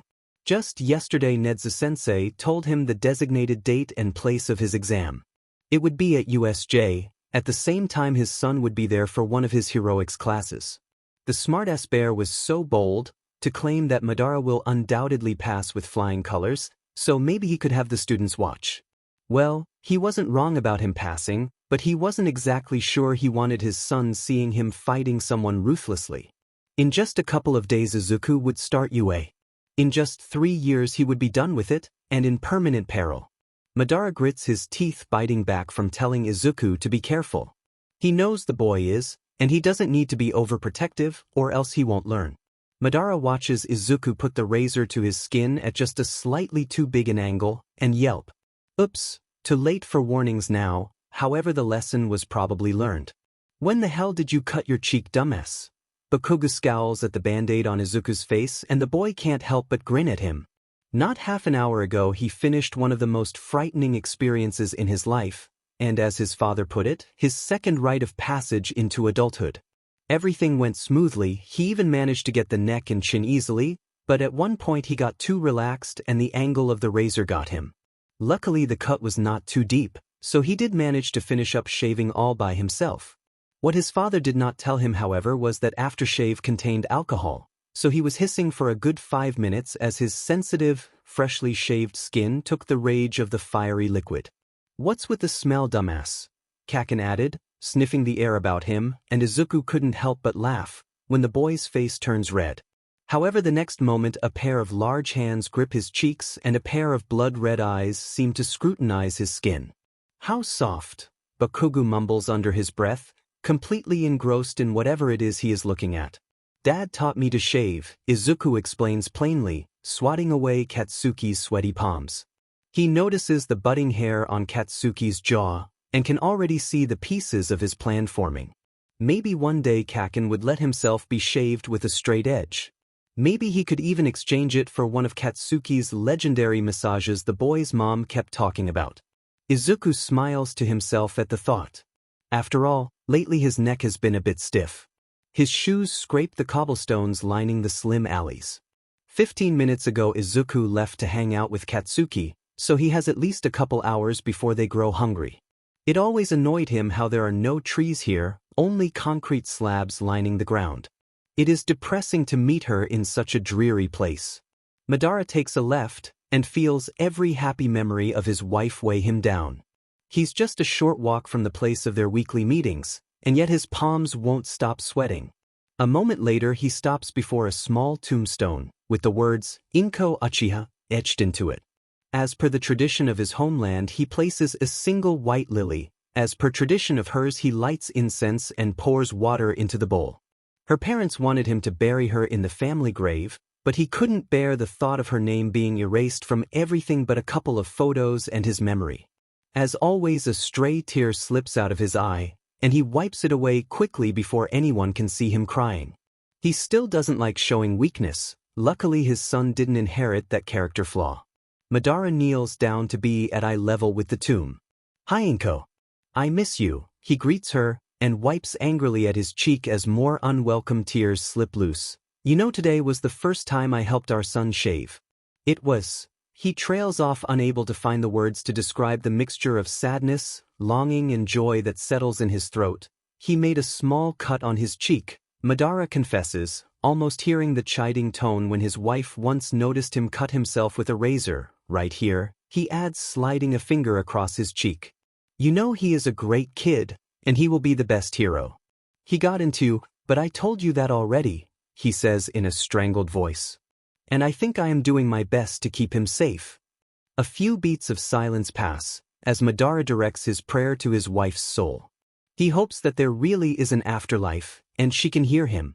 "Inko, remember when I told you about my decision to become a hero? You undoubtedly do. The date of the exam is already set. You'd be so happy, since you were always yanking my chain about how I should aim for the best," he says almost evenly, before the pressure building up in his throat finally gives way. Tears start flowing freely from his eyes, and Madara covers his mouth with his hand, muffling the escaping sobs.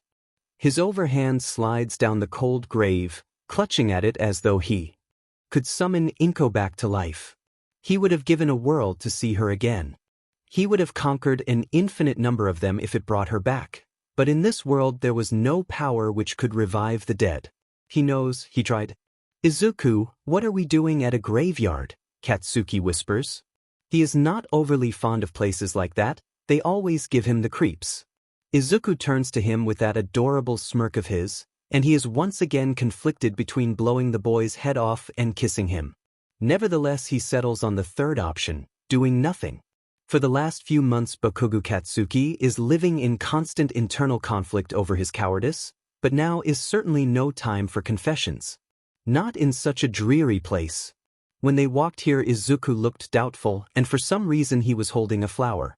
Maybe there is a deeper reason for which this green-haired brat is dragging him here. Izuku takes a left, and they walk a couple of minutes in silence. All of the graves look the same, apart from the one at the end of the row, which is made of pitch-black granite. A few moments later they stop right in front of it, and Katsuki sees the same crest Izuku is wearing on the back of his shirt every day. The green-haired boy kneels and adds his flower to the one already resting there. From where he is standing, Katsuki can't see his friend's face, but he is sure that the boy is crying. The worst part is he has absolutely no clue how to help. Katsuki's eyes slide over the tomb, and his heart drops when he reads, Inko Uchiha. He vaguely recalls the one time Izuku did mention his mother. They were very young, 5 or so. Izuku said that she was very far away and her name was Inko. How did he not put that together for so long? There is an uncomfortable feeling of guilt and anger pooling in his gut. He shouldn't be here at all. Katsuki makes to take a step back, but before he can, a firm hand clasps around his wrist and pulls him to his knees. He is now at eye level with Izuku, who for some reason doesn't let him go. Instead, the boy's eyes are fixed on the tombstone, streams of tears flowing down his cheeks, despite incessant wiping. "Hi, Mom," Izuku says quietly, and something inside Katsuki cracks again. He can feel tears stinging his eyes, but can't look away from the scene playing out in front of him. Only now does he realize that as rowdy and rude as his relationship with his parents is, he is truly lucky to have the both of them. "Mom, this is Katsuki, he is my best friend. I wanted you to meet him for some time now, but never quite got the courage to bring him here." Izuku's voice wavers and he can see the boy's chin quiver. If it had been anyone else he would call them pathetic, but he would never dare use that word now.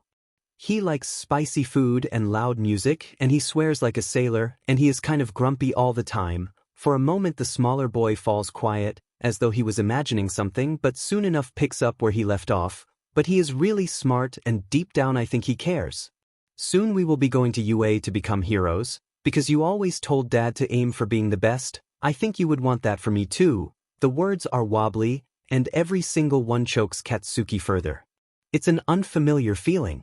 He ponders what someone normal would do. Would they hug Izuku, rub soothing circles into his back, tell him it is all right? How can he be this stupid? Katsuki feels the fingers of his free hand dig into the concrete slabs, as his frustration turns into fuming micro-explosions. "Kaken, would you like to say something? I know it's weird, but it's important to me," Izuku says, and Katsuki's heart stops. He doesn't know what he should say or do. He feels utterly lost, and it both terrifies and infuriates him. With his free hand he rubs at his eyes, before this stupid nerd can see the tears. He takes a couple of steadying breaths, letting his eyes clear, but the dull ache in his chest doesn't stop for some reason. Katsuki gulps loudly before turning to the stone once again. He doesn't know what the woman looked like, who she was. It's the one thing that Izuku never talked about, and he simply assumed that both him and his father were on terrible terms with her. "Hello, Uchiha-san. It's a pleasure to meet you. Izuku and we are going to be heroes," he blurts out in barely a whisper. He turns to look at Izuku again, and the boy is smiling softly through a river of tears streaming from his eyes. They spend a couple of minutes of silence, Izuku mumbling his prayer, and Katsuki fighting the pain settling in his chest. How could have he been this blind? Izuku is shaking like a leaf when they are walking to school. The good thing about his father's job as a private investigator is that the hours are very flexible. So against both his opinion and better judgment, Otosan decided to accompany Kaken and him. Now if only he could get rid of that weird cinnamon smell that has been invading his nostrils for the last couple of minutes. Katsuki is trailing closely by, grumbling about how being walked to school by an old man is an embarrassment. In turn, Izuku is nervously fidgeting with his tie pin. It is a miniature of their family crest, the same that is on his father's black tie. They actually wasted the majority of morning trying to get his tie-tying skills on track. Nevertheless, he feels nervous. He woke up extra early, and despite that failed miserably to get his hair in any semblance of order. Supposedly this is an Uchiha thing. That theory seems confirmed by the spiked, lengthy mane his own father sports. On top of that, he somehow forgot that wearing toeless shoes is not exactly normal. Mostly people wouldn't comment on that dubious tradition, but in middle school he met a couple of assholes who snarked about it. For some reason the next day they were nursing a number of purplish bruises covered by numerous burns, and scattered like bugs. Whenever they saw him around. How that came to be still remained a mystery to him. But he was digressing again. After he finished up with shaving, he had to triple-check that he packed everything, and then he couldn't even get a single piece of omelet down, no matter how mouth-watering its smell was. So now his stomach was rumbling while a delicious, obnoxious smell was driving him crazy. Izuku sneezes violently when the aroma of cinnamon grows in strength. Maybe this is some sort of allergy. When he was younger, he used to have some problems with pollen. Maybe they are acting up again. Eventually they make it to the gate. He says his goodbyes quickly and runs after Kaken, who, despite stomping past his dad with not much more than a "bye old man," is waiting for him patiently.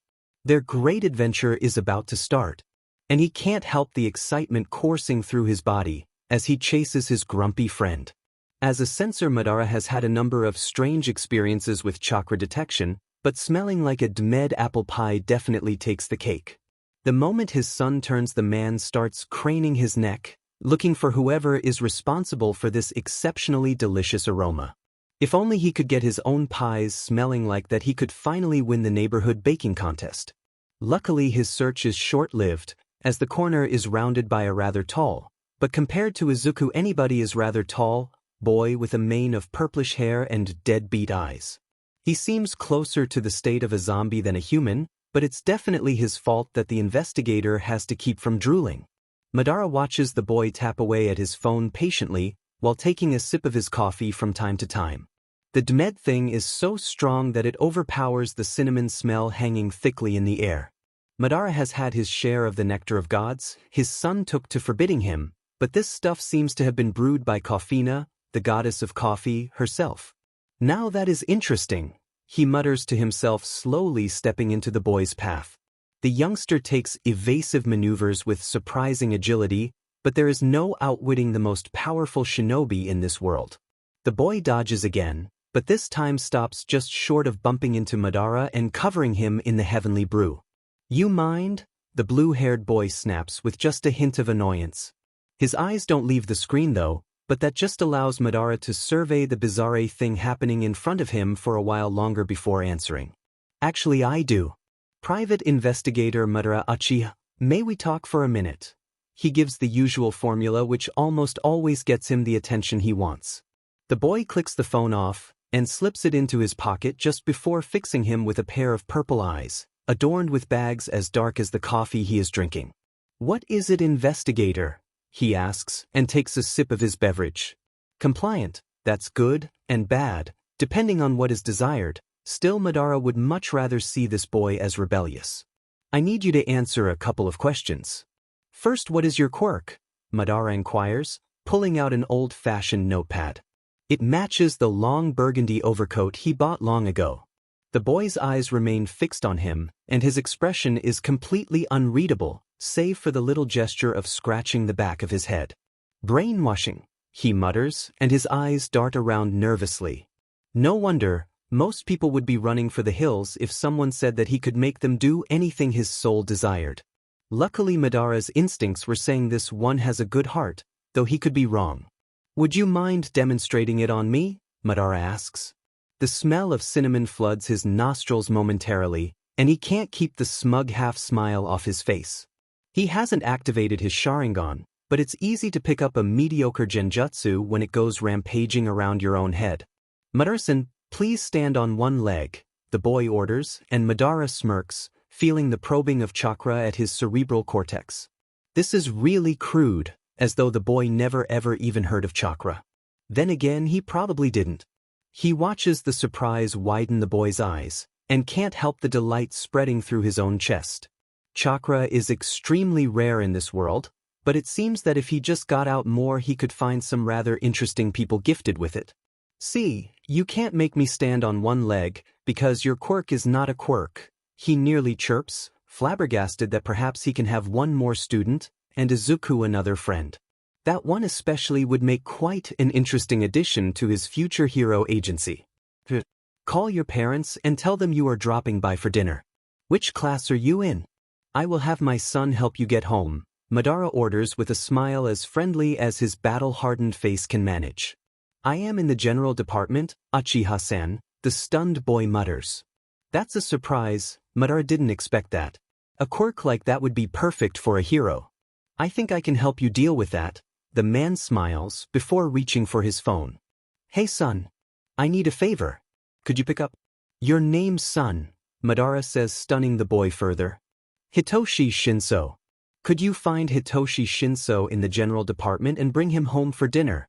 He queries, fully aware the lessons are minutes from starting. Dad, I might be busy. I don't know if I will make it, the sly bugger drawls.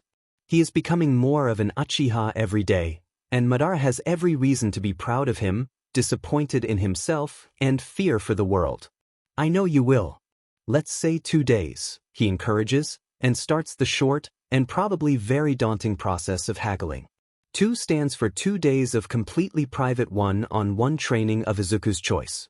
The sly bastard once used it to strong-arm him into a week-long vacation at the beach. A week, a quipped answer comes back, and Madara has half the mind to chew his son out for being greedy. He meets Shinsu's questioning gaze and holds up a finger while thinking up the best strategy to deal with his heir. 4 days. Final offer. Take it or leave it, you Dmed Uchiha, he growls into the receiver. He is cutting it kind of close, but he really needs Shinso for dinner.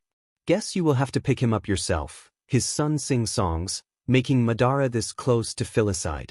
Fine, you pint-sized shinobi. 6 days. It's Hitoshi Shinso from the general department, tall, purplish hair, purple eyes, huge eye bags, and should smell as though he just took a bath in cinnamon. Have fun at school, I love you, he shoots back, before his son can actually wrestle a whole week away. Love you too. Pleasure doing business with you, Uchiha-san, Izuku chirps. The first 3 words really soften his heart every time he hears them.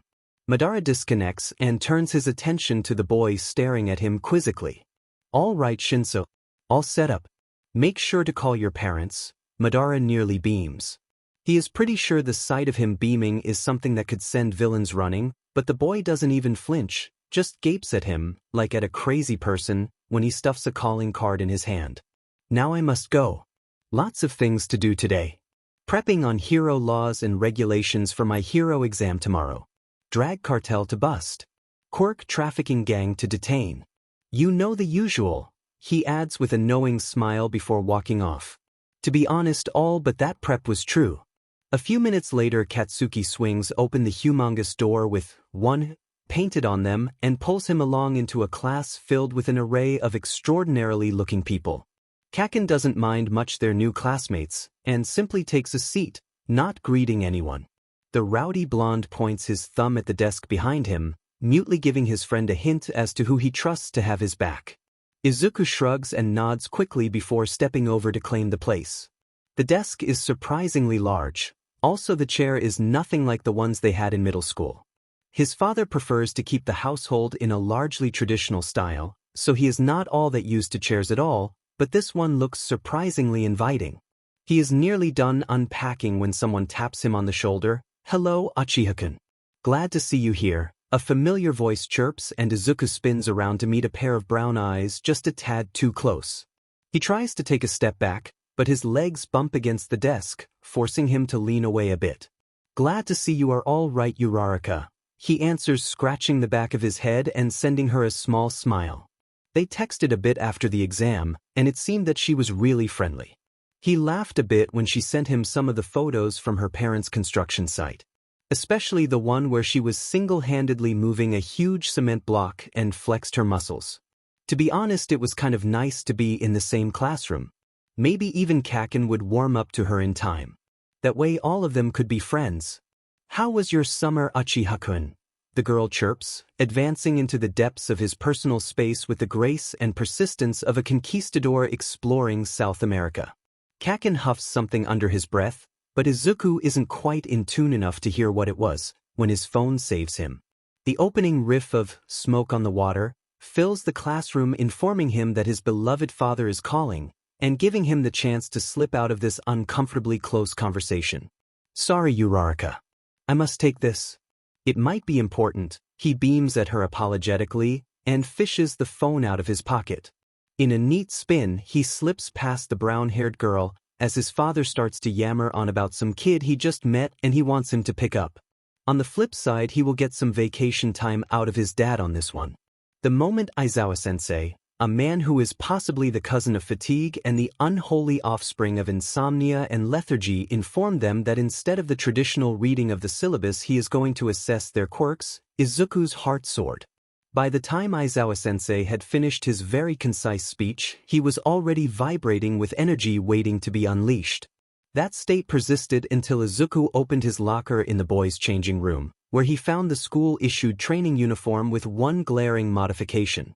On its back, instead of the UA crest, his suit had a giant emblem of his own house, the Uchiha fan. Right now he was only missing the impractical forehead protector his father once made for him when he was still quite little. With that he would look completely idiotic. The other students give him questioning looks, but a few excuses later they deem it perfectly possible that his father, who is employed by UA, managed to persuade someone at the support department to play a practical joke. Izuku Uchiha, step up to the plate, Aizawa-sensei drawls, and Izuku pushes through the crowd to the front. He watches the ball with some fancy technological gizmo attached soar and land, as the teacher tosses it lazily into the air. "Here, sir," he says facing him. The man throws him a ball, and Izuku catches it slightly awkwardly. "Throw it as far as you can," Aizawa-sensei instructs with that scrutinizing gaze that seems even more piercing than his father's Sharingan. The instruction seems simple, but it sparks a mental tally of techniques he can use.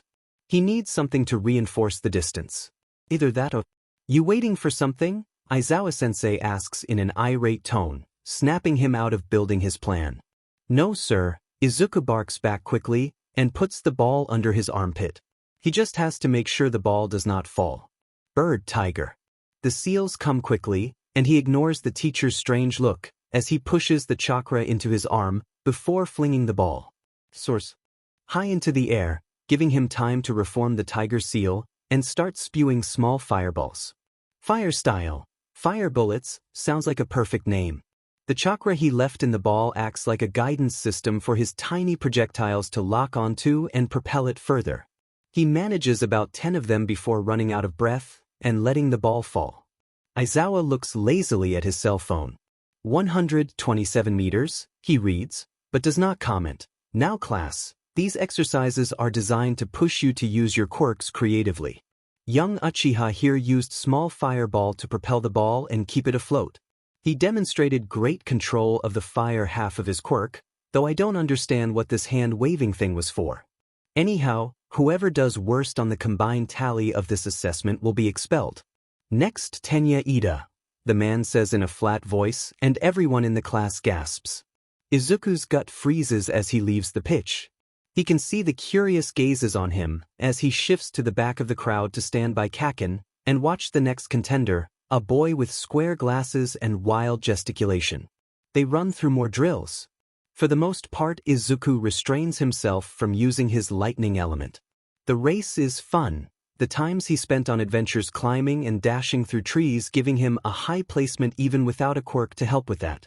Next comes the punching machine. Izuku watches the students run through the exercise, some achieving quite impressive scores. He is pretty certain that the machine measures how much pressure is put on 1 centimeter squared of the surface. That would mean that if he managed to focus his chakra into a single point, he could possibly win this contest and score a safe place.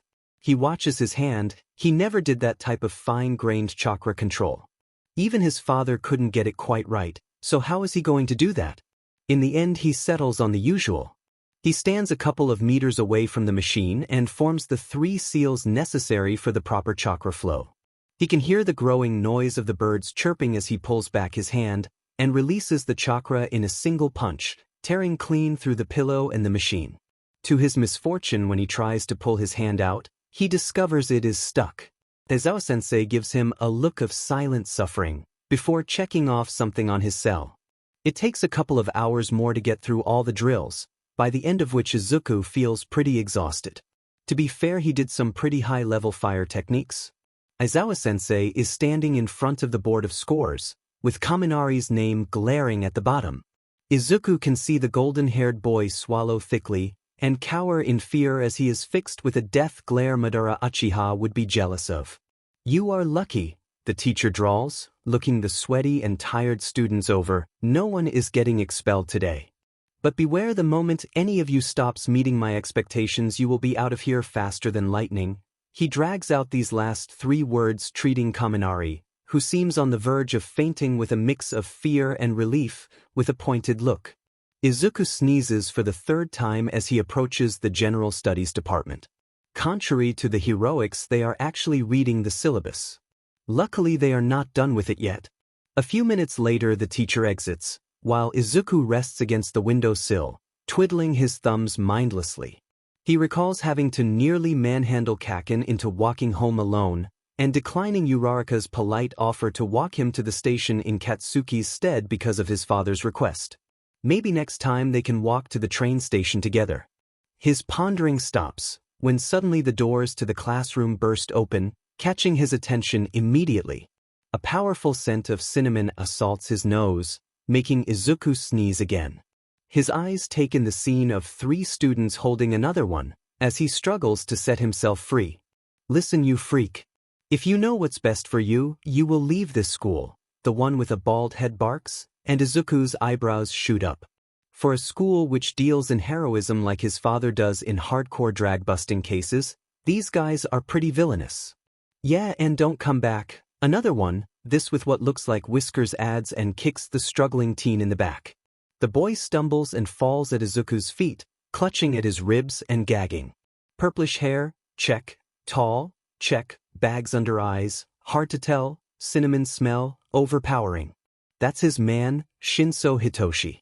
His father told him multiple times not to be a brat and fight at school. Luckily, he never said anything about playing mind tricks.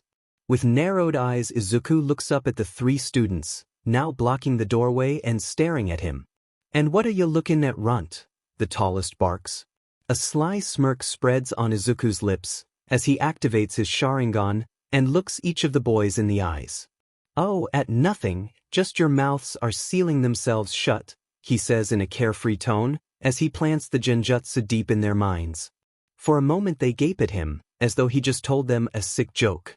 But when the first one collapses, clawing at his lips, disbelief is replaced with pure horror, as their ability to speak becomes void. A muted cough from under his feet brings him back to the real world in a snap. You must be Shinso. My name is Izuku Uchiha. I think you met my dad, Madara Uchiha. Care to join us for dinner? He beams at the bruised teen, extending his hand, as one by one the self-proclaimed vigilantes collapse in shock. Disbelief is painted on Shinsu's face when his purple eyes meet Izuku's red ones, but he lets the smaller boy help him to his feet nonetheless. I had that handled, Shinso mutters, rubbing at the back of his neck. Dad wasn't lying about the eye bags. They really take the "I am just a bit tired" look to a whole new level. Oh, them? Izuku asks innocently, leaning to the side to make sure all 3 are properly passed out. One of them even said himself with fear, a fitful punishment. I just thought you could use the backup. He beams at his new friend, so wildly his eyes close. Perhaps it's for the best he doesn't notice the faint blush spreading on Shinsu's cheeks. Shinso is pleasant to be around, especially after Izuku grows used to the thick cloud of cinnamon smell his blue-haired companion emits. Now, if only he could somehow break the silence which has befallen his bruised companion. So why did they pick on you? He queries, beaming a warm smile at Shinso and meeting the lilac orbs head-on. There is something hypnotizing to the tired gaze, and for just a moment he gets lost in it. Before he realizes it, he is standing on the tips of his toes with his fingers running through a tangle of surprisingly soft purplish hair. Blushing, Izuku pulls his hand back to clutch it to his chest, as though he just got burnt. With flushed cheeks, he watches a tiny smirk dance on Shinsu's. Pretty much for that. It sometimes happens, the tall teenager explains, unperturbed by the sudden touch. Izuku narrows his eyes and tries to recall what exactly happened. He felt a strange probing force go rampant in his head, and before he could resist he was already ruffling Shinsu's hair. It was familiar, but as far as he knew there was no one else capable of this. His father, mother, and him were unique. A small pout forms on his lips as he ponders the possibilities, missing out on the gaze full of adoration directed his way. It's all right, Shinsu-kun. I guess you just don't have that much control over your quirk. He smiles, looking up, and pulls his exhausted companion along. If earlier Dad saw what he had just seen, maybe this would be more fun than he ever expected. Your dad said that's not exactly a quirk, Shinso says, and out of the corner of his eye Izuku can see the boy scratching at his nape again. Maybe it's some sort of a nervous habit, or maybe his neck is just stiff. In the latter, maybe he should give Shinso a hint about Katsuki's magic hands. Actually, Izuku has yet to experience those. Still, what Shinso just said did make sense. Mind control, it does sound like some pretty heavy genjutsu, and Shinso seems to do that unconsciously. Not he might be right, you know, he throws into the air. If he could get Shinso to use his quirk on him, then perhaps he could figure this out for sure. What do you mean? Shinso asks, scrunching up his brows. The frown brings a little life into his tired face, and Izuku can't help but smile at the diversity of people he is befriending.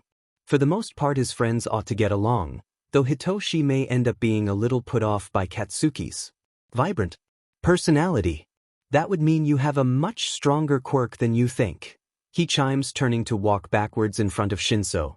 A pair of lilac eyes fix him with a puzzled gaze. This will be one awkward dinner. Hey Shinso, could you use your quirk on me? I want to check a theory of mine. Izuku pipes up, readying himself to break whatever type of genjutsu he is about to face. Fine. Do you like hugs, Uchiha-kun? The tired-looking teen asks, and Izuku can't help his eyebrows soaring. That's one weird question, but maybe it is a prerequisite of sort for his quirk to trigger, so he plays along.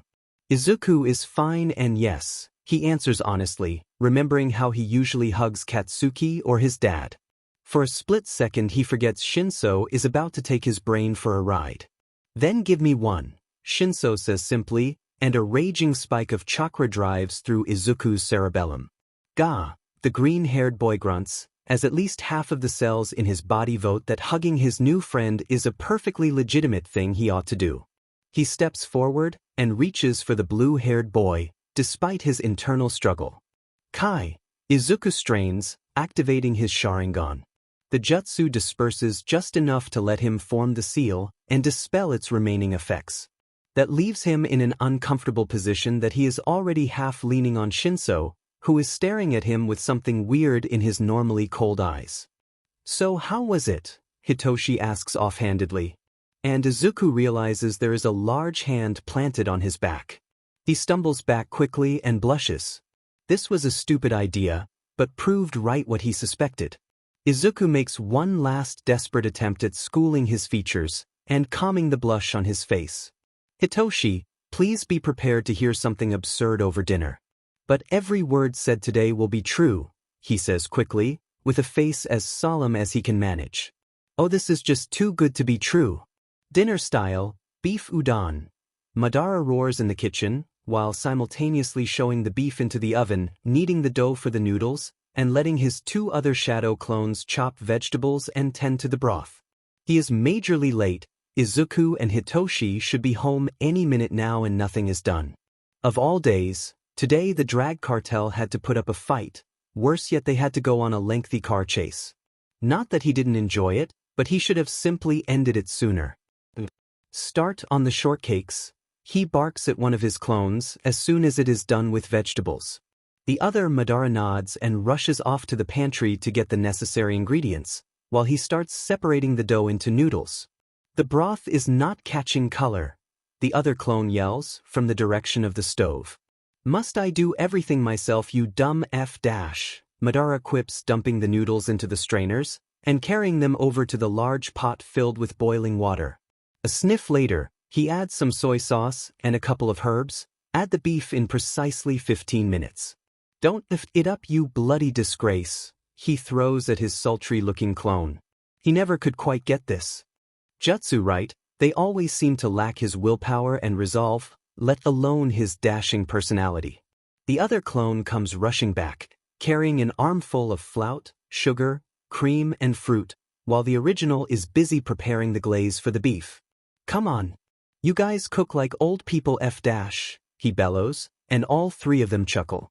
It's a wonder Izuku hasn't yet figured out that he is using shadow clones on more than one occasion. They come in handy when you have a huge house, kid, and meals to take care of. Though in Izuku's younger years he could still be stretched pretty thin at times even with 4 extra hands. Then again, no man is truly prepared for fatherhood. "Hurry it the F up," he hollers, seeing that his son is due to make it back home in 5 minutes, and pretty much nothing is ready.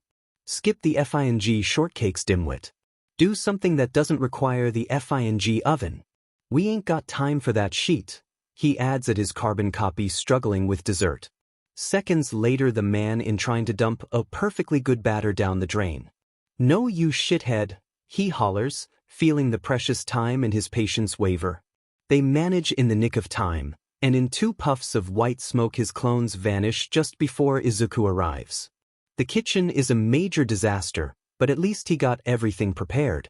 Beef udon and strawberry rolled velvet cake. Still, it looks like a 5th shinobi war just took place in this part of the household. "Bloody hell," Madara mutters, pulling his favorite kiss the cook apron over his head and shaking the remaining flour out of his spiky hair. A few seconds later, the front door clicks open. "Hello, Dad, I am home." His son's cheerful voice echoes in their living room and spreading warmth in his body. "Welcome home," he calls, emerging from the kitchen while wiping his hands. He can't help the smile pulling at the corners of his lips, seeing his son pull Shinso into the mudroom. "Pardon the intrusion," Hitoshi calls in a somewhat gravely voice. Madara can't help frowning when he sees a couple of bruises on the boy's jaw. "You are not intruding." "Welcome home," he answers, while the boys slip out of their shoes. He watches Hitoshi's dismayed expression as he takes in the largely traditional household. That of course does not mean that Madara doesn't have a TV or a laptop stashed around somewhere.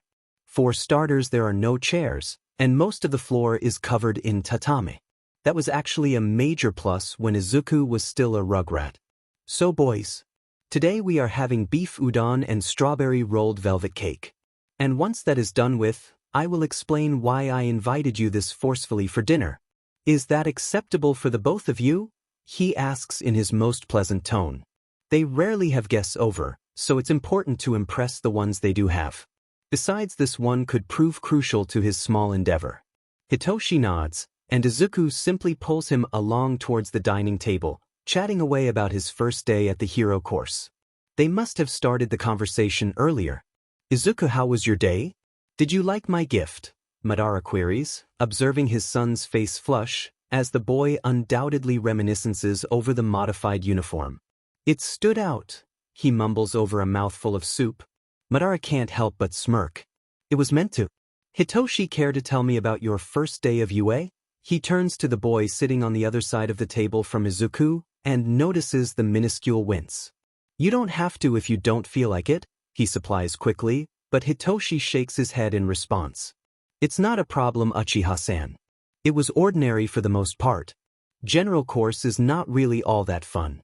At the end of the day, I just ran into a couple of people who, though my quirk was more fit for a villain," the blue-haired teen says flatly.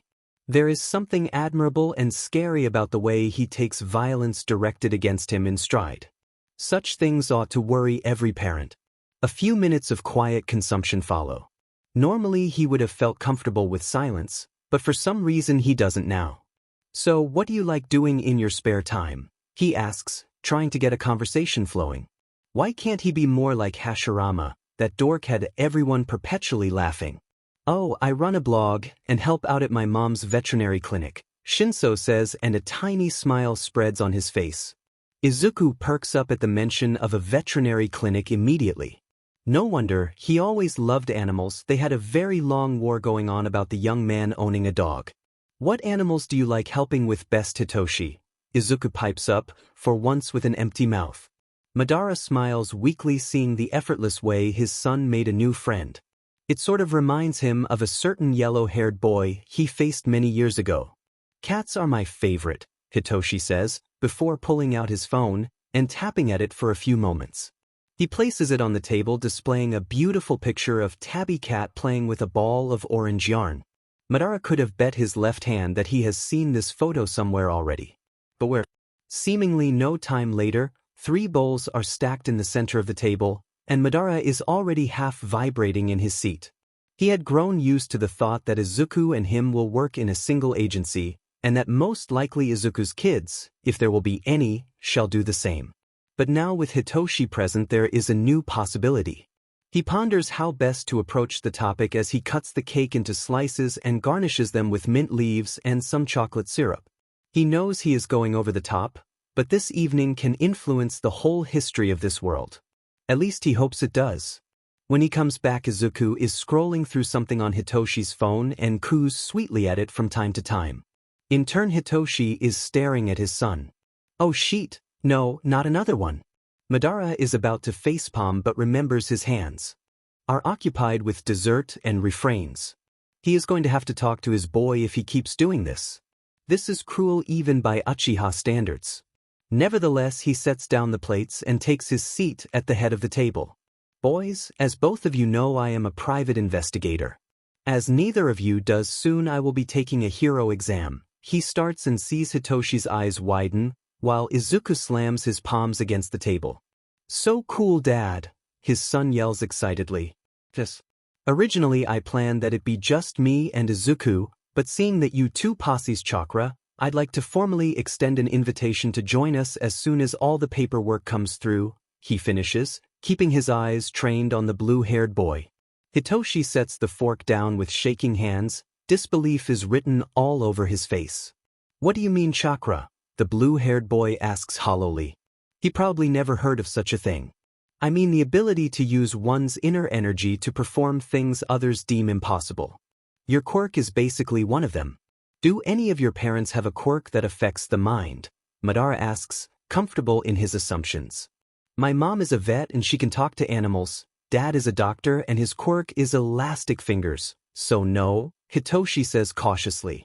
Madara senses the defense Shinso is mounting, probably not believing in what he just heard. There is a simple way around that if necessary. So I'd like to formally offer you an internship. The written part of my exam is tomorrow. The practical test is the day after. After I pass, you can even get this promise on paper. But there is one condition: you will train with me. Every day, after school you will come here and spend 2 or 3 hours honing your ability to control chakra. Madara says seriously, this is possibly his most important argument, and without this condition Shinso is going to be of no use. Now it's just the question of whether the boy would rather remain stuck or move forward. He locks eyes with the blue-haired teen. Hitoshi's gaze is completely unreadable. Madara fears the day he is going to play poker against Shinso. I read up on you, Uchiha-san. You are said to be the most dangerous private investigator in Japan. Why do you want to become a hero if you are already famous and rich?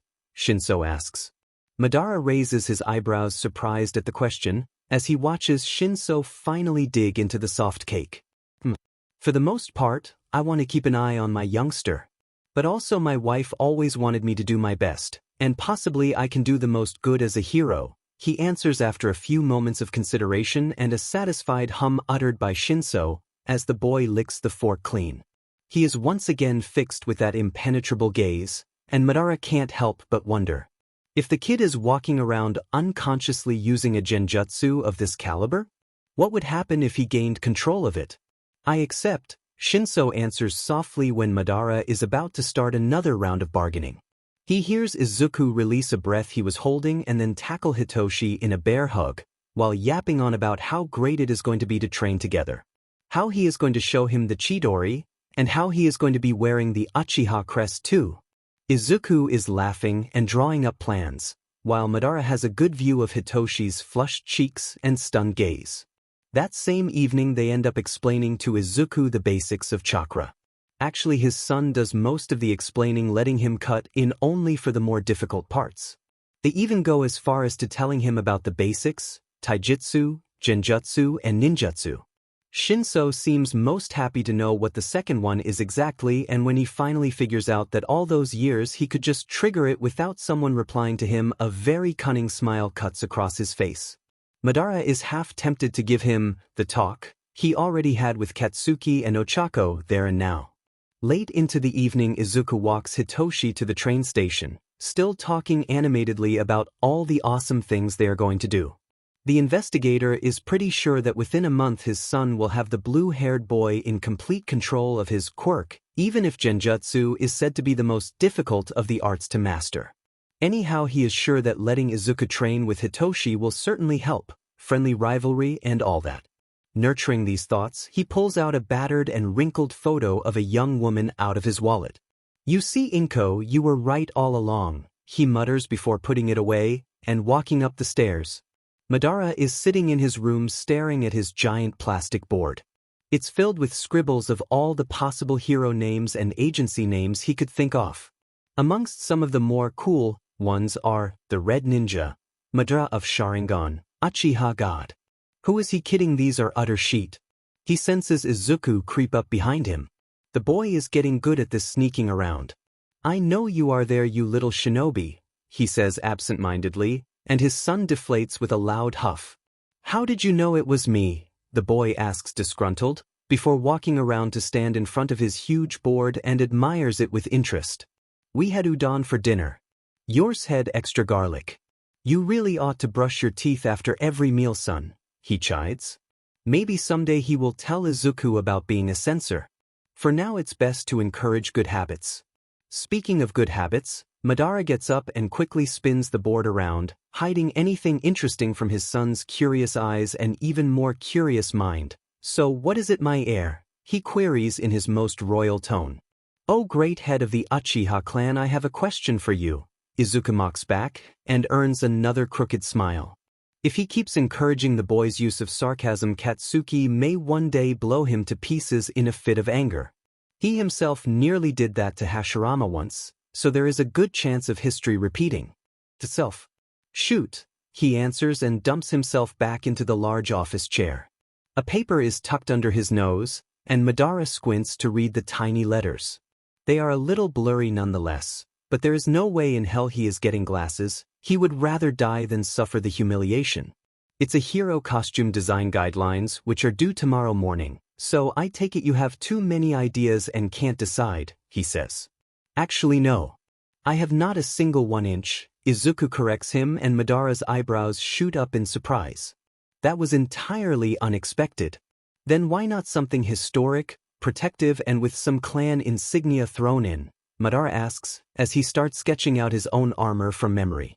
Izuku looks a bit skeptically over his arm, especially at the half-open military boots, which given modern fashion make no sense. "So you want me to wear a full-plate armor with sandals?" the boy asks, not even trying to hide his doubts. "The armor is perfect for hero work. It protects your vital organs and gives you ease of movement. Of course you will have to get used to it, and you must not forget the gunbai." Madara chatters away, drawing the military fan as best as he can remember it. "Dad, I don't have issues with the armor, I actually kinda like it. It's the sandals."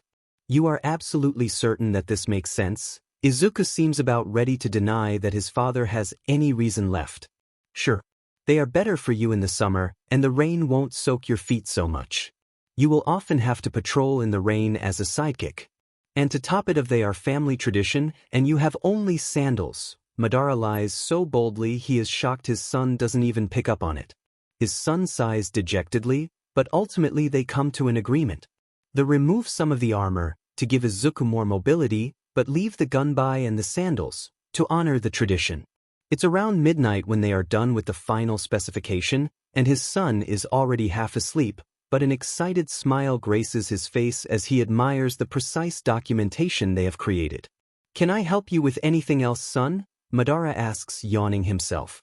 "Yeah, Dad, I was wondering what will your hero name be?" Izuku asks, with tiny stars dancing in his eyes, as he clutches at the paper, nearly rumpling it. Madara chuckles. How had he not expected the question? "I don't know yet, son. I might just make a last-minute decision based on somebody else's judgment," he jokes. "Well, you might want something historic and traditional," his son mocks before slipping out the room. "Good night, Dad," Izuku calls before shutting the door. Madara laughs at his son's antics, before remembering a certain conversation which has taken place ages ago. He was talking to a man with long, straight black hair and a very dynamic personality while they were overlooking the construction of their new home. "I think you ought to be the Hokage of Konoha." Madara mumbles the words Hashirama has said back then, and his eyes widen in shock. In a flash he pulls the exam application form out of his desk and fills in the last 2 missing spaces. Applicant's hero name, Hokage. Applicant's hero agency name. Kanahagakur chapter text. Walking home felt like a dream. No, that's not right. It felt like waking up from a dream, from a bleeding nightmare. His life turned into the moment he learned about his quirk. Could it be that simple? A dry laugh escaped Shinso as he stared at the palm of his hand. Chakra. He muttered the word which changed everything. Izuku had said that if he too mastered the control of his chakra he could be a great hero, and with Uchiha-san giving him the chance at training, his dream could finally come true. He could finally show all those people doubting and mocking him. The train jolted slightly, coming to a stop, just to let in a group of rowdy delinquents. Shinsu's gut clenched when he recognized them as the guys who made it their life's mission to teach the villain kid a lesson in middle school. They were standing on the other end of the train, so Shinso ducked his head and glued his eyes to his shoes, sweating and praying that they don't notice him. He sat completely motionless through his trip home, only to nearly bolt out the doors the moment they opened. As luck would have it, so did they. His feet carried him down the poorly lit platform in the cool evening, towards one of the side exits. If he could just get to the alleys. But, "You villain boy," the Kazimoto spat, the leader of the villain kid adjustment squad, making Hitoshi turn numbly to see the group of thugs staring him down. This had played this out hundreds of times. If he replies, he gets a beating. If he doesn't, he gets a worse one. Hitoshi swallowed thickly, remembering all the black eyes and bruised ribs. "But I didn't know you accepted villains now. Or are you there as a punching bag?" the tall blonde boy with tiny eyes drawled, stepping forward. Shinso bit down on his lip, taking a step back. He has no way of outrunning them, even if he tries, not here at least. If only he could use his quirk. But there is no way they would answer any of his questions. "This is your power," Izuku told him on their way to the station, but how is this his power if he can't control it? A sudden punch knocks him off his feet, sending pain flaring through his already bruised jaw. "You are the one in control. Rule over it," Izuku said to him with that beautiful blinding smile, before they parted ways. A kick to his ribs pushes tears into Hitoshi's eyes, leaving him breathless and forcing him to curl into a tight ball. Trying to regain his bearings, he watches his oppressors circle him like hungry vultures in the flickering lights. "Gah!" Hitoshi grunts when Kazimoto kicks him in the back, and paint shooting through his back short-circuits his brain, forcing him to slam his eyes shut. He wants out. He has never wanted to get away from everyone this badly. "This is your power?" He hears the faintest of whispers, just before another kick to gut forces the contents of the recent dinner out of him. At least now they give him a few minutes of reprieve, as he lies there motionless, in a puddle of his own puke, and with tears slipping out of his eyes. It's humiliating. Hitoshi would have been angry, if he was one to get angry. He heaves miserably, trying to fill his burning lungs with air despite every part of his body aching. Look at Mr. Villain there, laying in his own puke and crying like a kid. "That's how you deal with them boys," Kazimoto hoots, his shoes coming closer as he riles himself up for another kick. "This is your power," Hitoshi remembers, gritting his teeth and swallowing down the remaining bile in his mouth. "This is my power," he croaks, and a firm hand grips his hair. A strong JRK pulls him to his knees, and fingers twist long purple strands to keep him from escaping. Instinctively his hands fly up to try to peel his assaulter's grip off, but Kazimoto has an iron hold. "What did you say, villain? You ain't giving up yet?" Kazimoto jeers in his battered face, but Hitoshi hears none of it. "Stand back," he desperately hollers, pushing everything he remembers about how his quirk ought to feel like into the words. And then by some blind miracle he feels the familiar click and the easiness of control as his opponent's eyes glaze over inches away from his own lilac ones. A tiny one-sided smirk stretches Hitoshi's lips as understanding of Uchiha's words dawns on him. Hitoshi crosses the threshold of the Shinso household, nursing his ribs and trying his best not to faint with exhaustion. His jaw hurts like hell, his side is no better off, and tomorrow morning he is probably going to have to use a whole tube of concealer. It's sheer luck that his parents aren't home yet. He barely toes his shoes off. When did they kick him in the leg? And yet a dry chuckle escapes his sore chest, remembering the lesson he gave them. There is still the sour aftertaste of vomit in his mouth, but he is too tired to care. Slowly he trudges up the steps to his room, feeling more and more spots light up with pain. Closing the door, he slips out of his clothes and collapses into a dreamless slumber. Falling asleep, he can't stop smiling. The next morning his parents find Shinso still sleeping soundly, despite 3 alarms ringing from various clocks all around the room. "Why is the old fart walking us to UA again?" Katsuki grumbles by Izuku's side. He is probably wishing that they could make their way to school like they did in middle school. For some reason Kaken seemed to enjoy those immensely. Maybe he simply liked having some background noise Izuku would usually provide. The blonde's hands are jammed deep into his pocket, and for a second Izuku fears his explosive quirk might set his pants on fire. Otosin is taking his written part of the hero exam today. Izuku answers, puffing out his chest in pride, and making the man walking a few paces behind them chuckle. Dad is wearing his best clothes today, an ironed black shirt, maroon suit, and customarily sandals. Together with his long hair and fingerless gloves, the result looks comical, but then Otosin never had any fashion sense. Despite this mishap, Izuku couldn't have been more proud to be walking in his father's company this beautiful morning. "What the F, do you mean a hero exam?" Bakugo yells. Apparently he was not expecting that for some reason. To be honest, Izuku was also quite surprised by his father's abrupt decision. And yet it fit perfectly. His dad always pestered him to shoot for the moon. High time he started doing the same thing. "I know. Isn't that great?" Izuku beams at his explosive friend, whose scowl deepens impressively. "I just learned yesterday." He still hasn't even revealed his hero name. "I am so excited," Izuku confesses with a little bounce in his step. He watches Katsuki look over his shoulder as though he still had trouble believing. "What the F dash?" Kaken mutters. For some reason all color has drained from his face. The moment they arrive at school, something utterly bizarre happens. Ochako and Kirishima-kun, the boy with spiky red hair, pull Kaken aside, asking Izuku not to threat, as they need him for a while. Being the ever-perceptive type, the green-haired ball of sunshine does not worry. After all, whatever they need from Kaken, he sure can handle it. That leaves him with not much to do, other than observe the class. Unsurprisingly, most of the students have already broken up into little cliques, and chat among themselves amicably. However, there is one exception to this. Sitting near the back window is a boy with 2 colored hair, half is deep red, while the other is white as snow.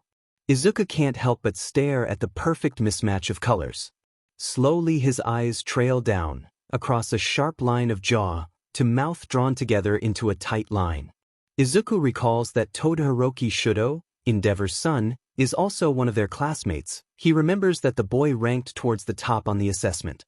He was strong, even powerful, so why was he sitting there so grimly, staring out the window instead of enjoying some company? In a couple of steps, Izuku finds himself in front of Todoroki's desk, tilting his neck and trying to get the boy's attention. He is about to give up on that quest when a pair of equally mismatched eyes turn on him. It's startling, but upon deeper thought not very surprising. His right is gray, while his left is blue, contrasting with the visible burn mark covering nearly a quarter of what some girls must think of as a very handsome face. "Hi, I am Izuku Uchiha," Izuku says, flashing Todoroki a smile. He was never one to stick to formalities, so he simply continues, "But you can call me Izuku," he adds, extending his hand. For a moment Todoroki fixes him with a vexed look, but soon enough their hands meet. Shudo's palm is cold, as though he just touched a block of ice. But while the contact lasts a bit longer than appropriate for a handshake, Izuku doesn't feel the unwelcome sting of chill biting into his flesh. Shuto Todoroki, the mismatched boy, introduces himself quietly, retracting his hand. A strange silence ensues, as one appraises the other. "My quirk also deals with fire. So I'd go introduce myself. Also I want to become the #1 hero," Izuku chirps, pointing a thumb at himself and puffing out his chest. There is something which reminds him of a distrustful animal emanating from Todoroki. Shudo's gaze seems to harden, but soon lets up. "I will be the #1, he mutters, turning, seemingly disinterested, to the window. "Then I hope we can be rivals," Izuku answers with a wide grin, drawing the other boy's attention again. But Kogu-kun, I do hope we can be civil about this. As you being his childhood friend and all, I hope you can understand that I will date Izuku. Round-face Beach blabs and Katsuki can feel his eyelid twitch. Why that? So I would appreciate you not butting in, she snaps with a pointed look. Now that is too effing much. Listen here, Roundface. I am going to date Izuku and you get that in your stupid head, he barks, keeping his voice just within unacceptable ranges. I have already talked with his father. And as long as Izuku wants to, he can go out with me. You probably never even met Uchiha-san, he argues, and folds his arms across his chest triumphantly. Now he has the upper hand. Actually, I did talk to him. And he said that as long as Izuku wants to, he is allowed to go out with me too. She bites back, tiny fists bouncing by her sides. They glare at one another for a moment, Kirishima standing meekly to the side, as a certain purple-haired teen rounds the corner. The tension gets to the point where Katsuki is ready to turn her butt into the Japanese space program, when suddenly they are interrupted. Is this Class 1A? A tired-looking, tall guy asks. He has eye bags so majestic that one could think last time he slept was in kindergarten. Katsuki can think of only one name to call him. Ya eye bags? What you want? He barks, not gracing him with another look, as his eyes are busy drilling holes in Round-Face's skull. Just to talk to Izuku. He is in this class, isn't he? The tired-looking teen asks innocently, and Katsuki is ready to upgrade his designs for WereKoalaPL rocket to expect a crew of one purple-haired nuisance. His face twists into a menacing scowl, and his hands start fuming, when Kirishima peeps very quietly. I sort of want to date Izuku too. So you like cold soba? Maybe we could grab it sometimes? Izuku smiles at his interlocutor, while scratching the back of his neck. Just then a loud explosion shakes the classroom. Sorry about that, I might have to check on my friend. We will talk later, the green-haired boy asks, giving Todoroki a short wave before speeding away. He doesn't see Shudo waving back with a dumb, stricken expression on his face. How had that happened is still beyond Endeavor's son. Next moment Izuku bursts out the door to see the red-haired boy in their class, Kirishima. He remembers the loud introduction yesterday, fight off Katsuki, who seems to be angrier than a kicked nest of hornets. There are incoherent threats of purging, maiming and exploding poor Ijuru streaming out of the blonde's lips, while Ochako and Hitoshi watch the scene with glee. Stop, Izuku yells, but apparently there is only one possibility of assuaging Katsuki at this point, Kirishima's demise. Kaken, stop, he says, pulling at the boy's arm. But for some reason, upon entering his berserk rage, the blonde seems to have more power than Popeye on spinach. Kaken, look at me, he hollers, with just enough force to draw the enraged blonde's attention. Izuku wastes no precious time, seeing as Kirishima is close to death by detonation, and activates his Sharingan, instantly adding a low-level sleeping genjutsu on top. For a moment Katsuki seems to fight him on it, but next second he plops down like a dead fish on top of Kirishima, who releases a loud huff from the sudden added weight. Izuku blinks his Sharingan away before anyone can see anything. That was a close call. Are you all right? Izuku asks the redhead, peeking over his collapsed friend. Ijuru pushes Katsuki off of himself, and a large shark smile graces his face as he sits up. Cool. Izuku mutters, seeing the pointy teeth in all their razor-sharp glory, and squatting to get a better.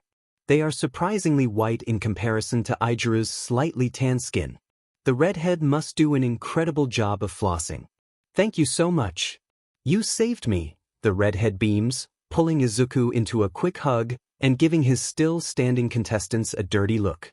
The green-haired boy hugs back, before letting himself be released, to sit back on his heels. Luckily Ijuru didn't notice his Sharingan, or he would have a lot of explaining to do. I don't know what you did there, but you saved my life.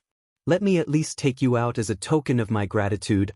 Ijuru smiles even wider. If that is at all possible, he is even showing his molars. It would have been creepy if Ijuru wasn't so nice. Izuku looks down at his knees, pondering the idea. Well, it's always nice to be treated, and Ijuru seems decent, so he could be fun to hang around. Sure, but I would have to check with Shudo. We agreed to grab soba sometime, he answers, scratching the back of his head. It seems as though Ijuru's face fell for a second, but the redhead quickly recovers his blinding smile. "No problem, Izuku," the taller boy chirps, putting a hand on his shoulder and giving it a gentle squeeze. "Thanks again for saving me," he adds with another radiant grin, before getting up and pulling Izuku to his feet. The green-haired boy remains oblivious to the fuming Ochako, whose look alone could probably spear Kirishima's heart, and Hitoshi's cold glare, who suddenly very much wishes to genjutsu the muscled idiot into jumping out the window. The test was a breeze. In fact, Madara finished it nearly half an hour before time was up. To his misfortune, the proctor of his exam turned out to be no one else but a young, incredibly flirtatious woman.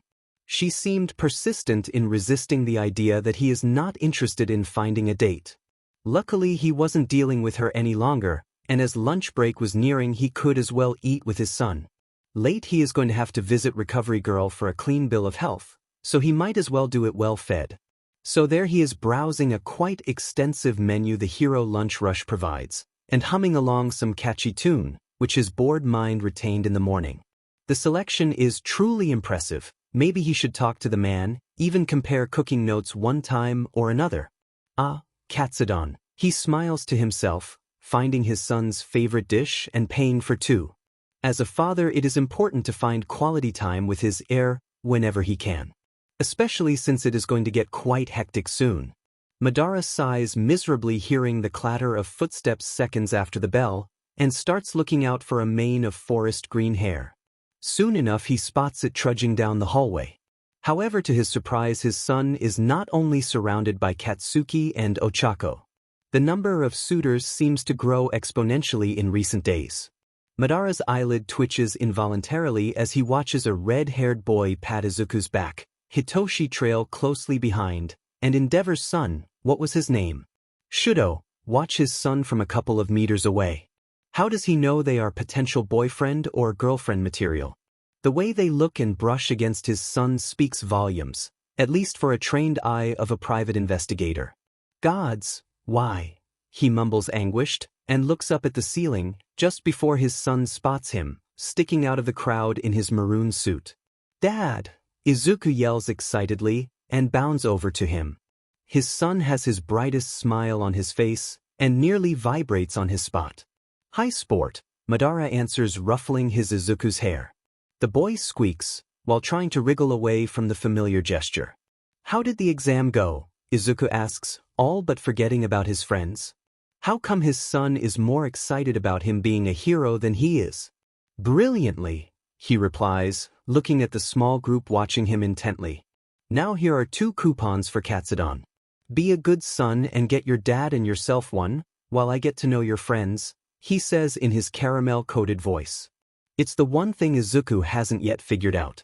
The nicer he is, the uglier it is going to get the second his son disappears from sight. His little boy scampers off to get in line, and as soon as he is out of earshot, Madara addressed the group now looking at him with a mixture of horror, satisfaction, and interest. "Let me make a few things clear. I don't care who you are. You hurt him, I hurt you. So do understand the implications of breaking his heart. He has to go out with you because he wants to, not because of your pressure. Other than that, there are no rules." He barks the instructions out quickly, feeling like some sort of twisted master of the game. "Also, I will be giving out no hints. You go and figure him out," he adds before turning on his heel, plastering on a tight-lipped smile, and catching up to his son who already saved him a table. Izuku is waving at him excitedly, certainly oblivious to just how sought after he will be during lunch PRDIS the next couple of days, weeks, or maybe even months. Sometime during his son's heroics class, Madara sat in the chair with his head bent, feeling the horror of the elderly hero's words wash over him again and again. Just seconds ago, the words he dreaded, the ones he most feared, left her lips. "You need reading glasses," the short, lovely granny said, utterly shattering Madara's world. Her beady eyes met his dark ones.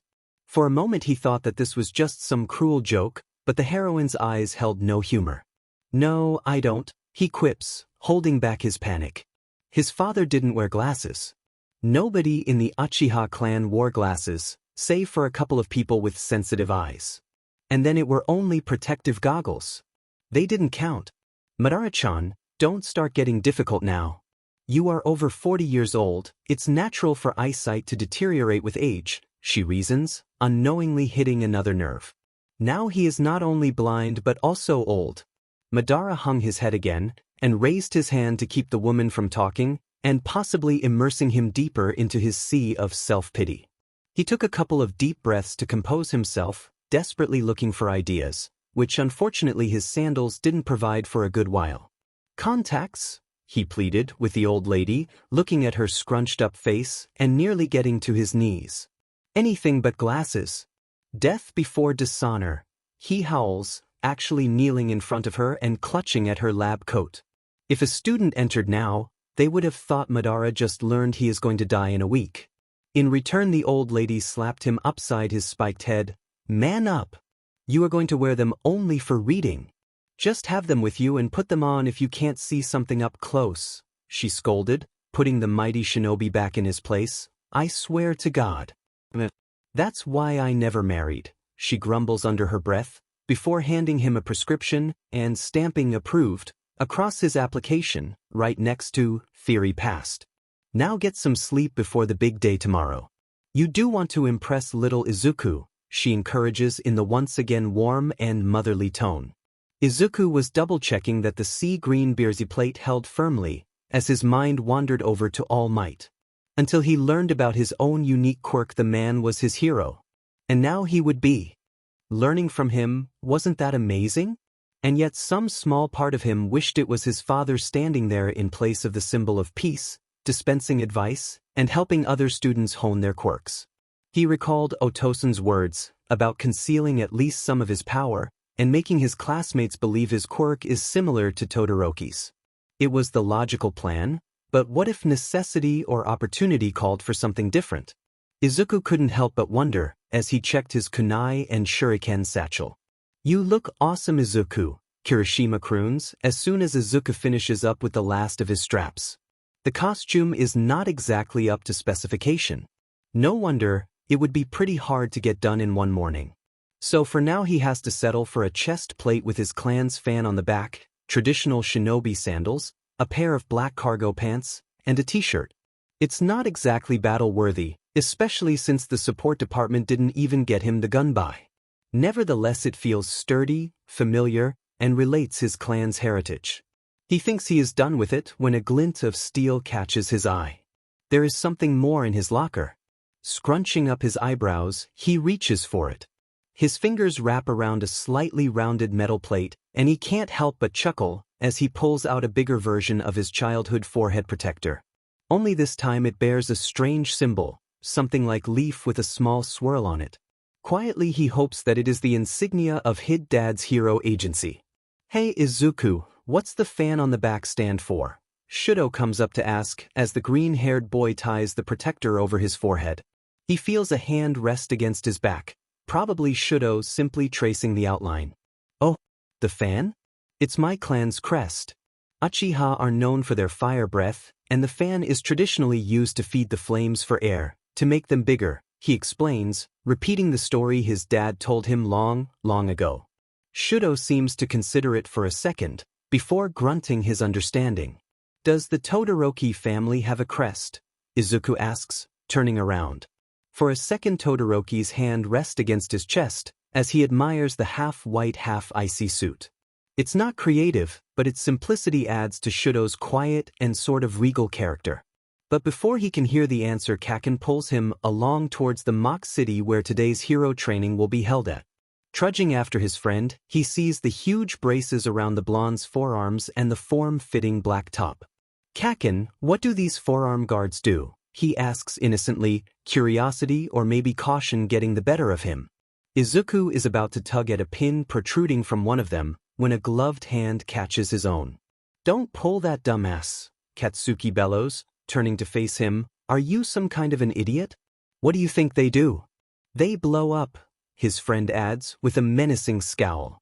They are so close he can actually smell the mapo tofu on his best friend's breath. Maybe that's why Kaken is a tiny bit flushed. His class has some pretty awesome hero costumes. Even Mineta, who keeps on salivating over the girls, looks not that bad. They are standing in a group while All Might runs them through the exercise about to take place. A bomb is placed in the building and the students will be divided into teams of 2. One team will defend the bomb, playing the villains, the other will try to secure it, the heroes. Sounds straightforward enough. As the teams are being drawn, Izuku ponders who he would rather work with. Certainly it would be nice to have someone who could supply his weaker sides, or at least the ones he can't show yet. Next match. Izuku Uchiha and Masaru Ojiro as villains versus Todoroki Shuto and Mineta Minoru as heroes. The number 1 hero booms and Izuku's blood starts rushing. Masaru, tell me, how does Mineta-kun strike you? The green-haired boy asks, while pulling a string across the 5th doorway in just 2 minutes. The monkey man has watched Uchiha-kun set up a number of various and devious traps all around the stairwell and down the hall which led to where they would be guarding the bomb. Most were pretty obvious and quite dangerous for a school exercise. He is a grade 8 disgusting pervert, Masaru deadpants, folding his hands across his chest. What could the short boy be going for? His tail hangs lazily from his shoulder as he assessed their probability of success. Todoroki's quirk was magnificent but if Uchiha-kun could match it then they stood a fair fight. Girls or boys? Izuku-kun asks straight to the point, making him flinch.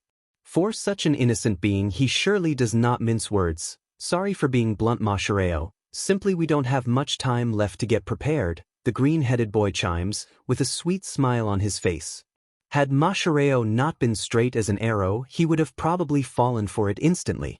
Girls, he answers curtly, while the Uchiha makes his way past him, neatly stepping over the barely visible lines stretched somewhere in the middle of the corridor where no one would expect it.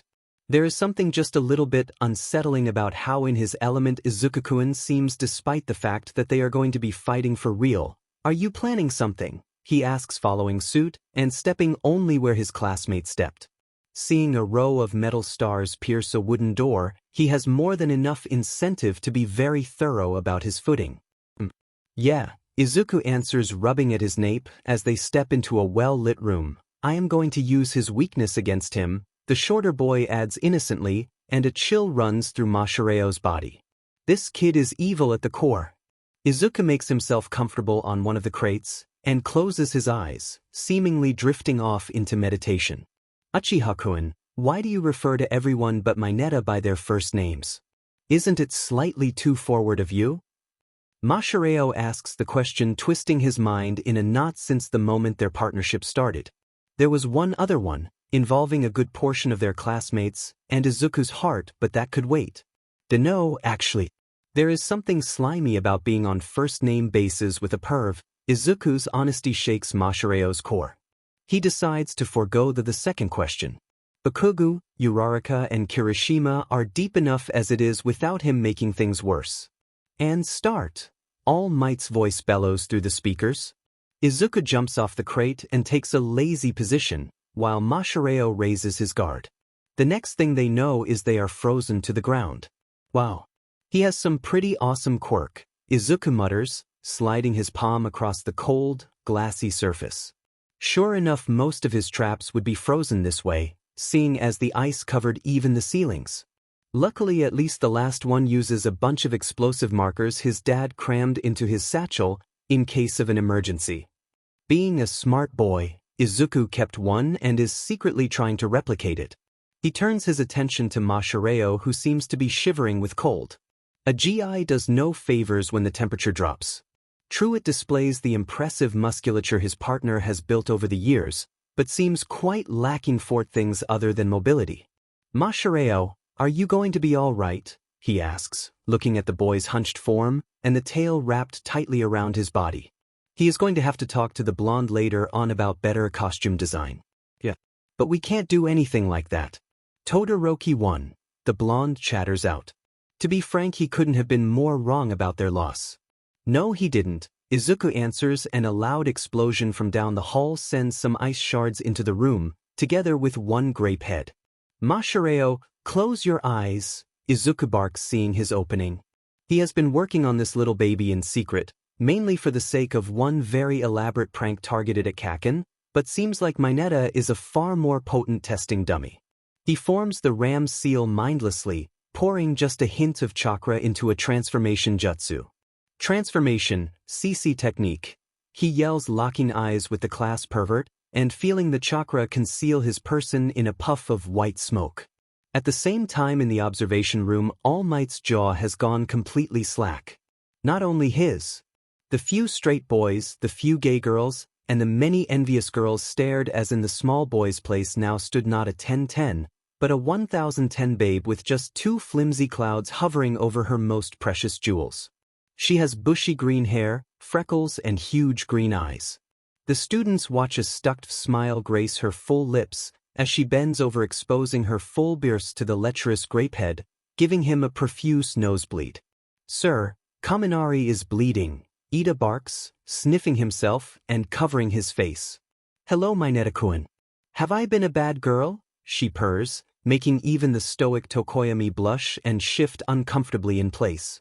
Mineta, in turn, is completely dumbstruck. His brain took a leave of absence when faced with a beauty so potent that the capillaries in his nose bust, knocking him back and out in a fountain of spurted blood. "God damn," Ciro sighs, his eyes bulging out at the screen, wishing this was recorded in HD. "You are kidding me," Maschereo roars, trying his best to look anywhere but at those Demon honkers, and this beautiful, round, perfect butt. He is honorable, proper, well-behaved, and in control of his urges. Yet, the longer he stands there, trying to deny himself, the more blood rushes south. Flustered and frustrated, he starts a very determined recitation of the powers of two, just before hearing a soft puff. "Well, that worked well. Izuku, clothed, thank God," says, leaning over Mineta, whose twitching hands and incoherent mumbling resemble a sudden onset of paralysis accompanied by utter mental breakdown.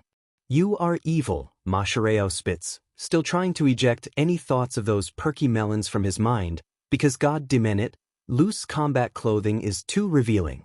He is adding a cup to this uniform, damn it. "I know. I think it's in the genes," Izuku chirps, smiling radiantly at him, just before another person crossed the doors. "Hello, Shuto," Izuku muses, pulling free of the ice.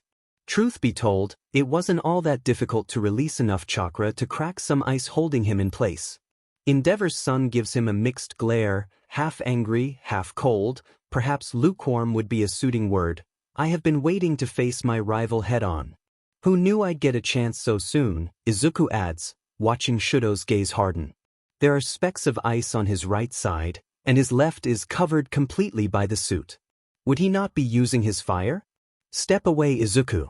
I don't want to hurt you," Shuto snaps, taking a step forward, and a wave of ice rushes at the small shinobi. "Tiger. Fire style, blaze," Izuku thinks, releasing a cone-shaped surge of white-hot flame. He thought this one up especially for Shuto. Having to evaporate ice requires higher temperature, so the chakra must be more compressed.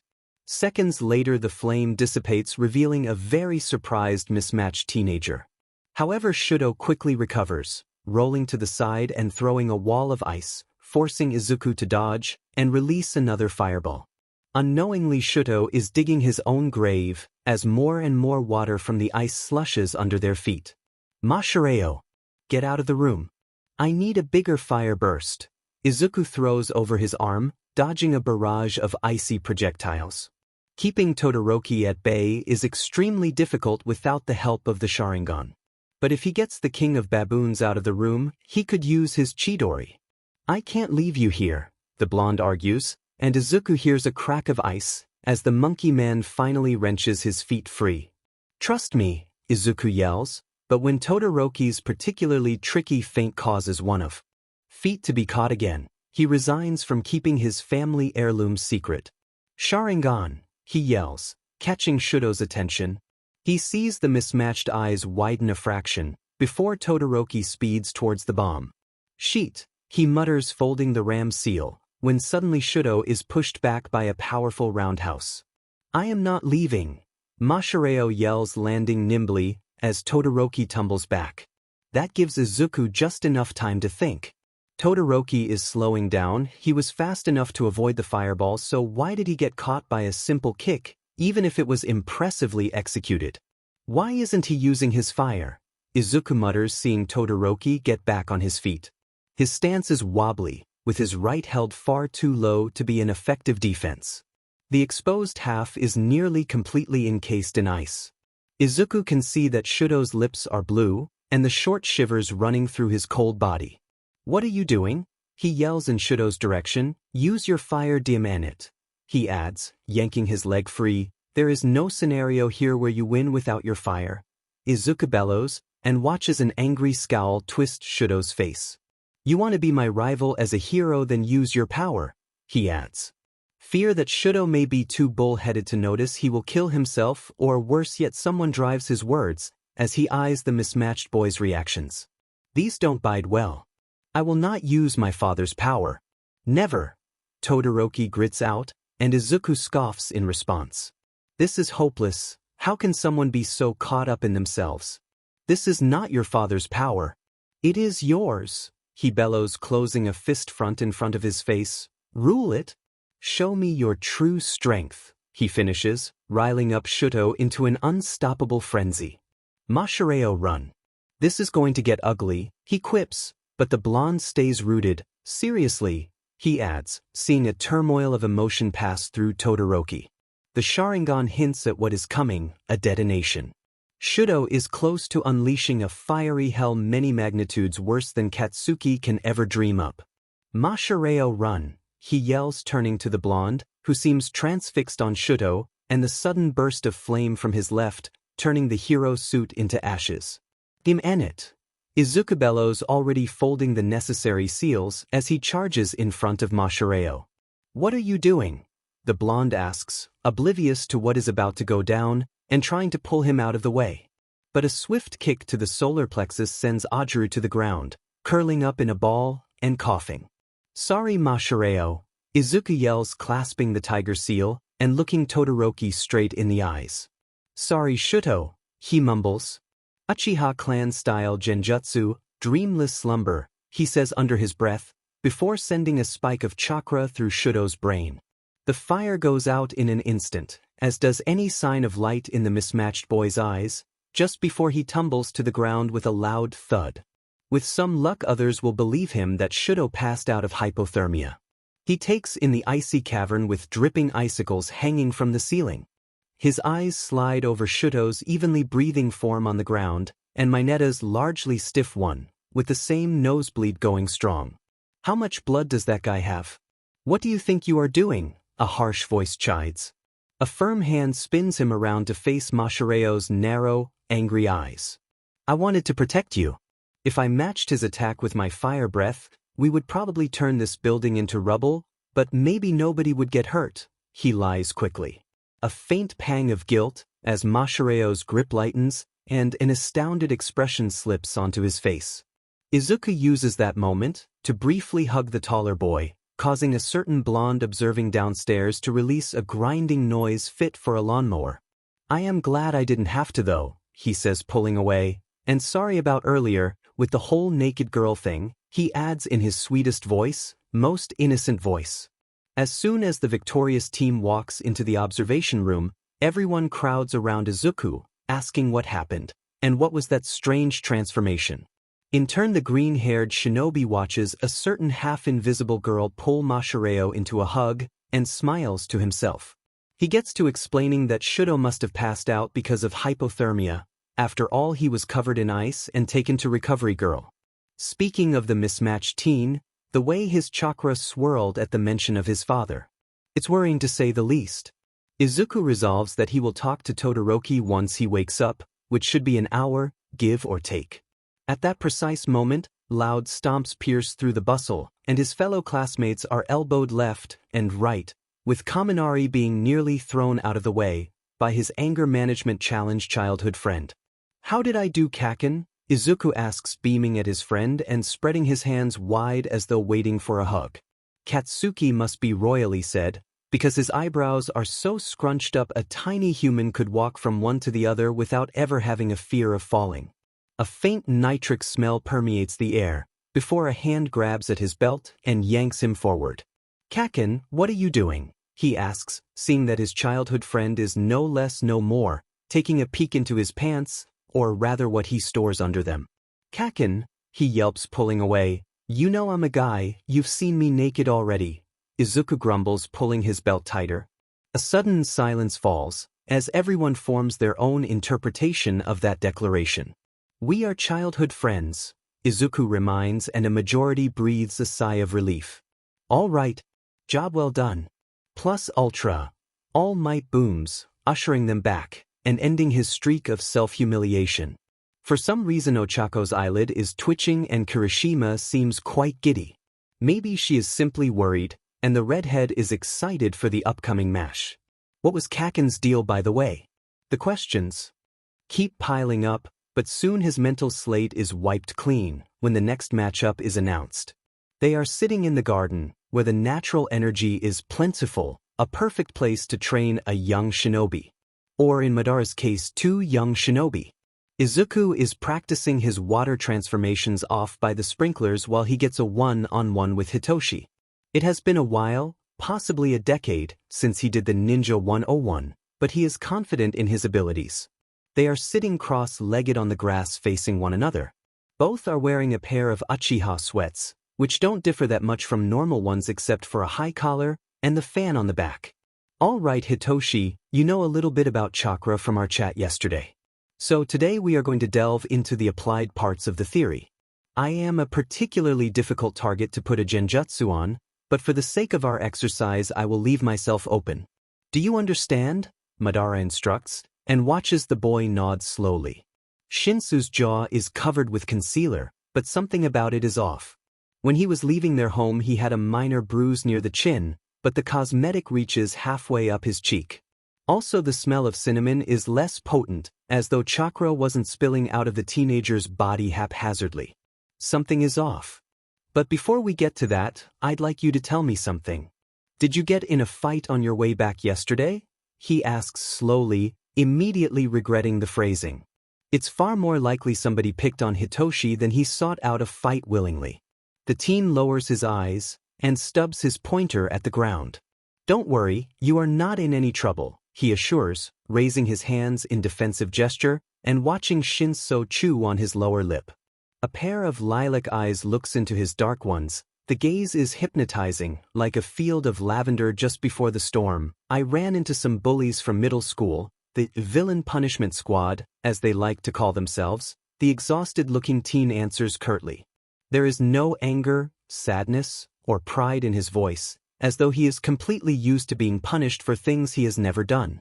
Would you like me to handle the issue? Madara asks politely, even though internally he is already boiling.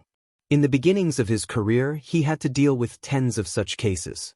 Every time it was the same pattern, some bull-headed, charismatic imbecile with a half-butted quirk who would amount only to living in his parents' basement wanted to prove his worth by picking on someone who wouldn't or couldn't fight back. It wouldn't have been that bad, but this time they picked on someone who not only didn't deserve it, but had the potential to surpass most of the pros. Hitoshi looks at him dumbfounded. Did he not expect such a straightforward offer from his teacher? I sort of scared them. I used my quirk, but it triggered without their answer. I think they will leave me alone now, Shinso offers, pulling out a blade of grass. Now it's Madara's turn to be dumbfounded. The kid went from 0 to shinobi after 1 lesson, a theoretical at that? What is he dealing with 2 prodigies now? He shakes his head, dislodging the delight and fear before answering, so you used genjutsu? Well, if anything happens, do tell. So back to topic. Genjutsu is about placing false images in one's mind. Normally it is visual, requires eye contact.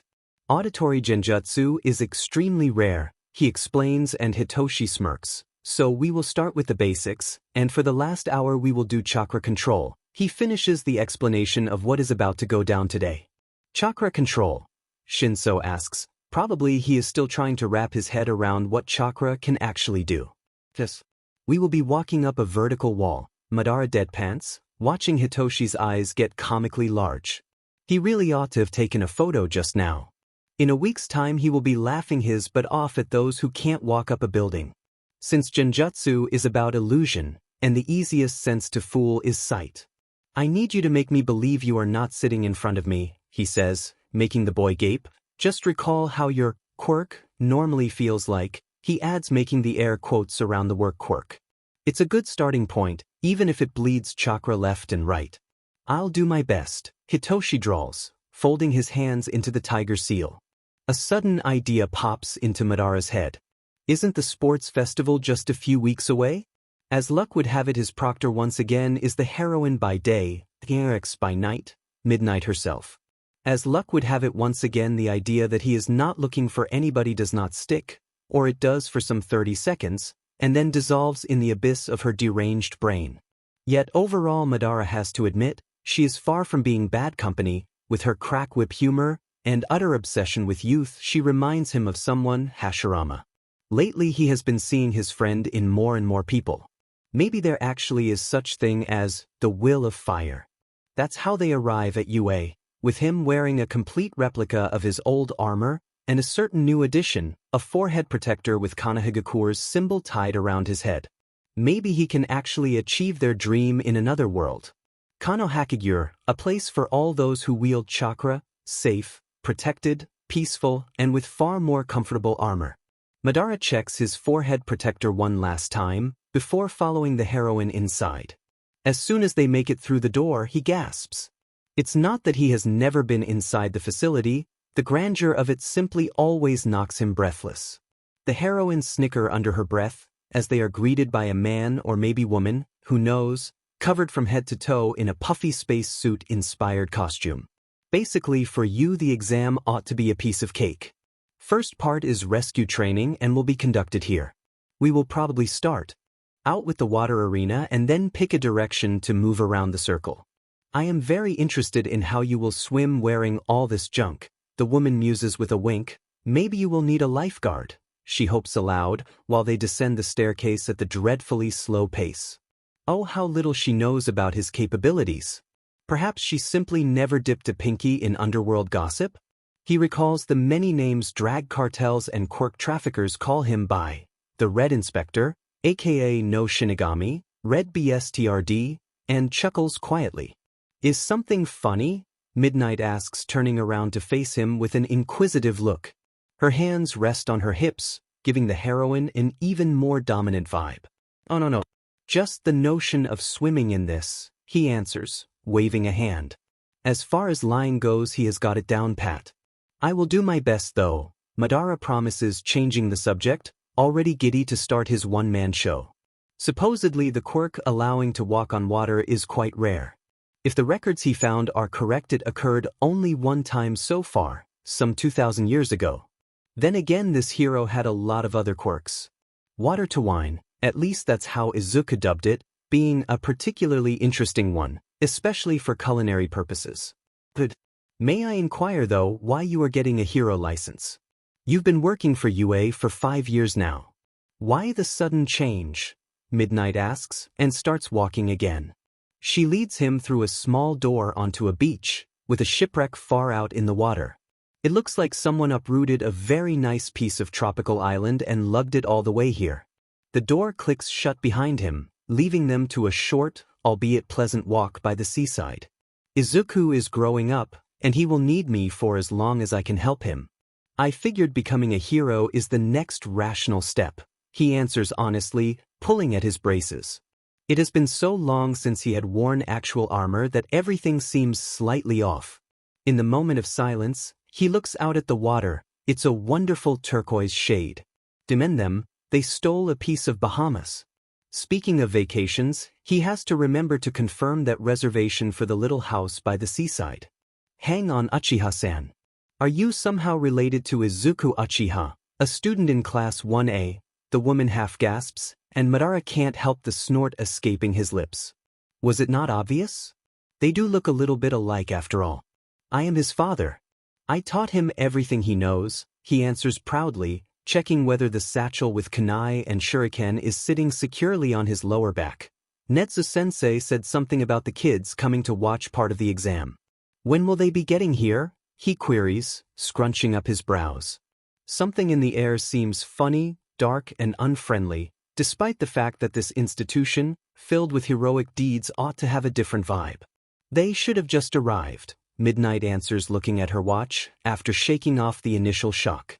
Just then a cannonade of tiny black holes opens right before their eyes. The characters slipping out of them and falling into the water seem fishy, crabby, some even somewhat sharky.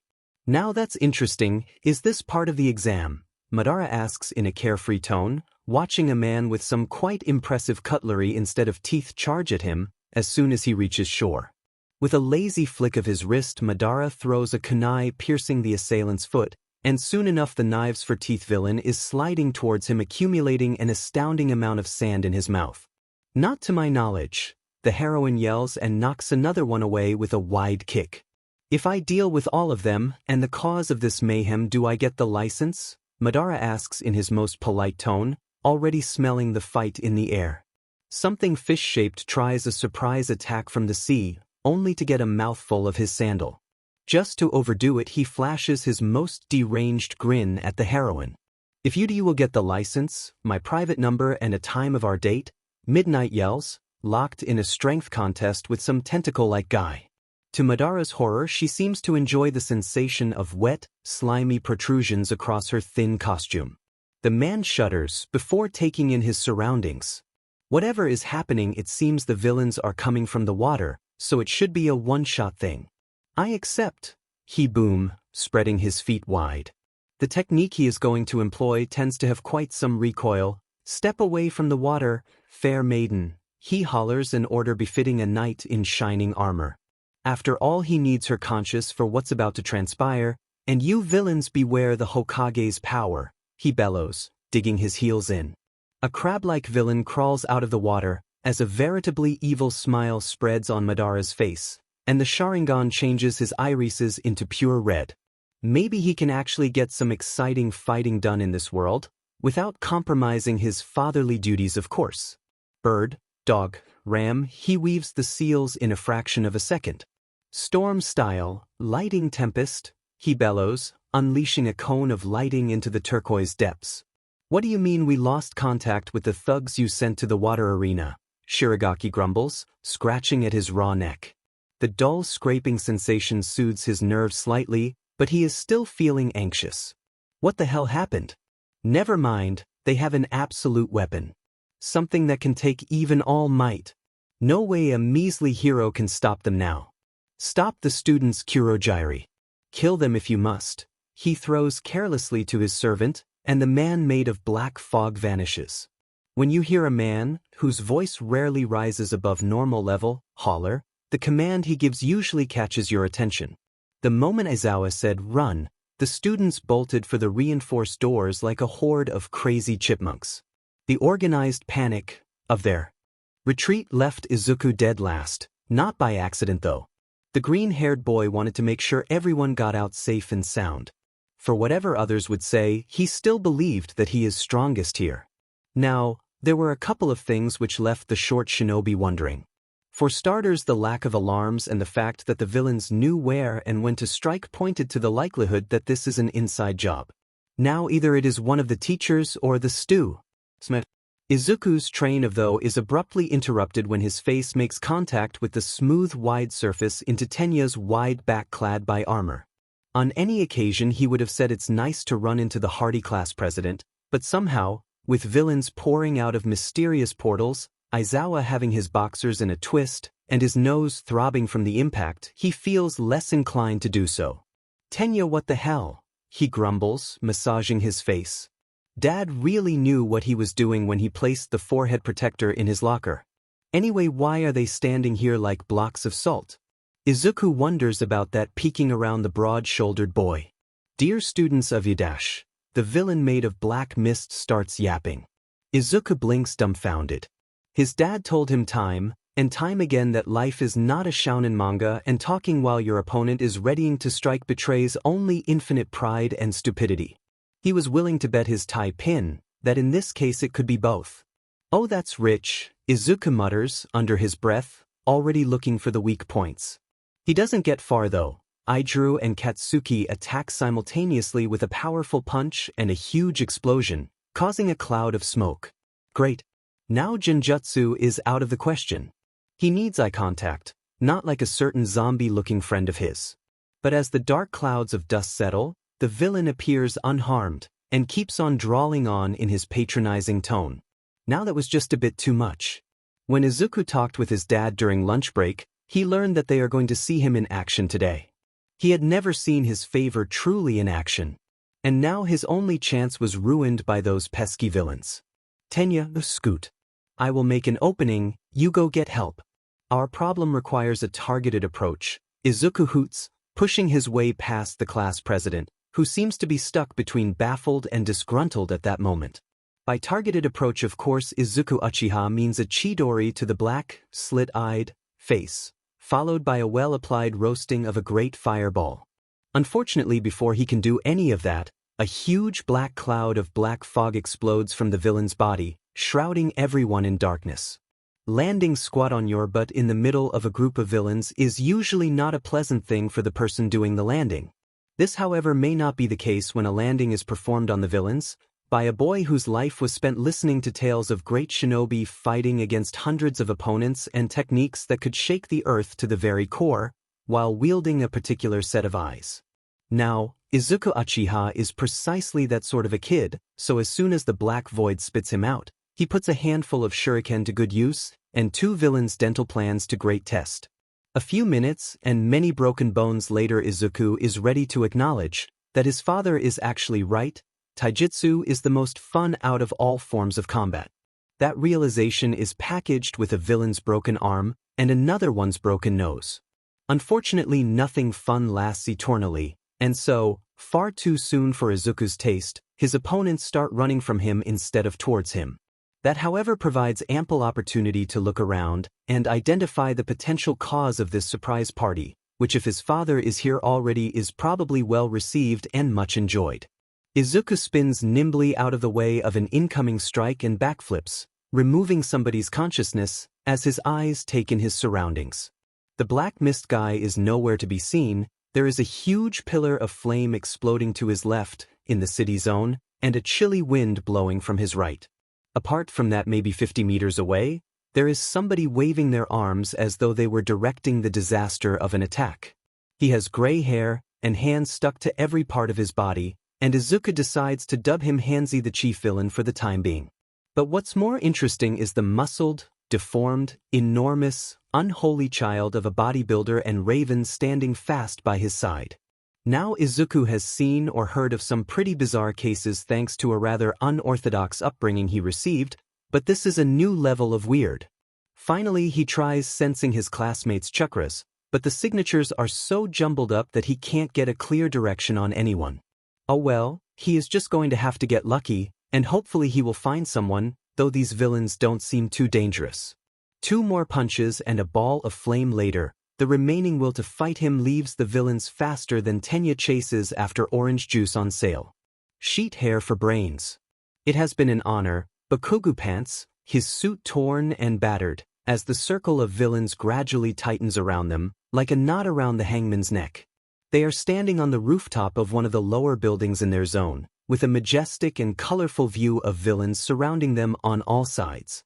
Fighting their way out of the structure, that was easy, but when they came face to face with the massive resistance up top, a bitter chuckle escapes Bakugo's lips as his eyes trail across the numerous active quirks, razor-sharp knives, fists, bared teeth, and shapeless instruments of misery ready to sink into their flesh.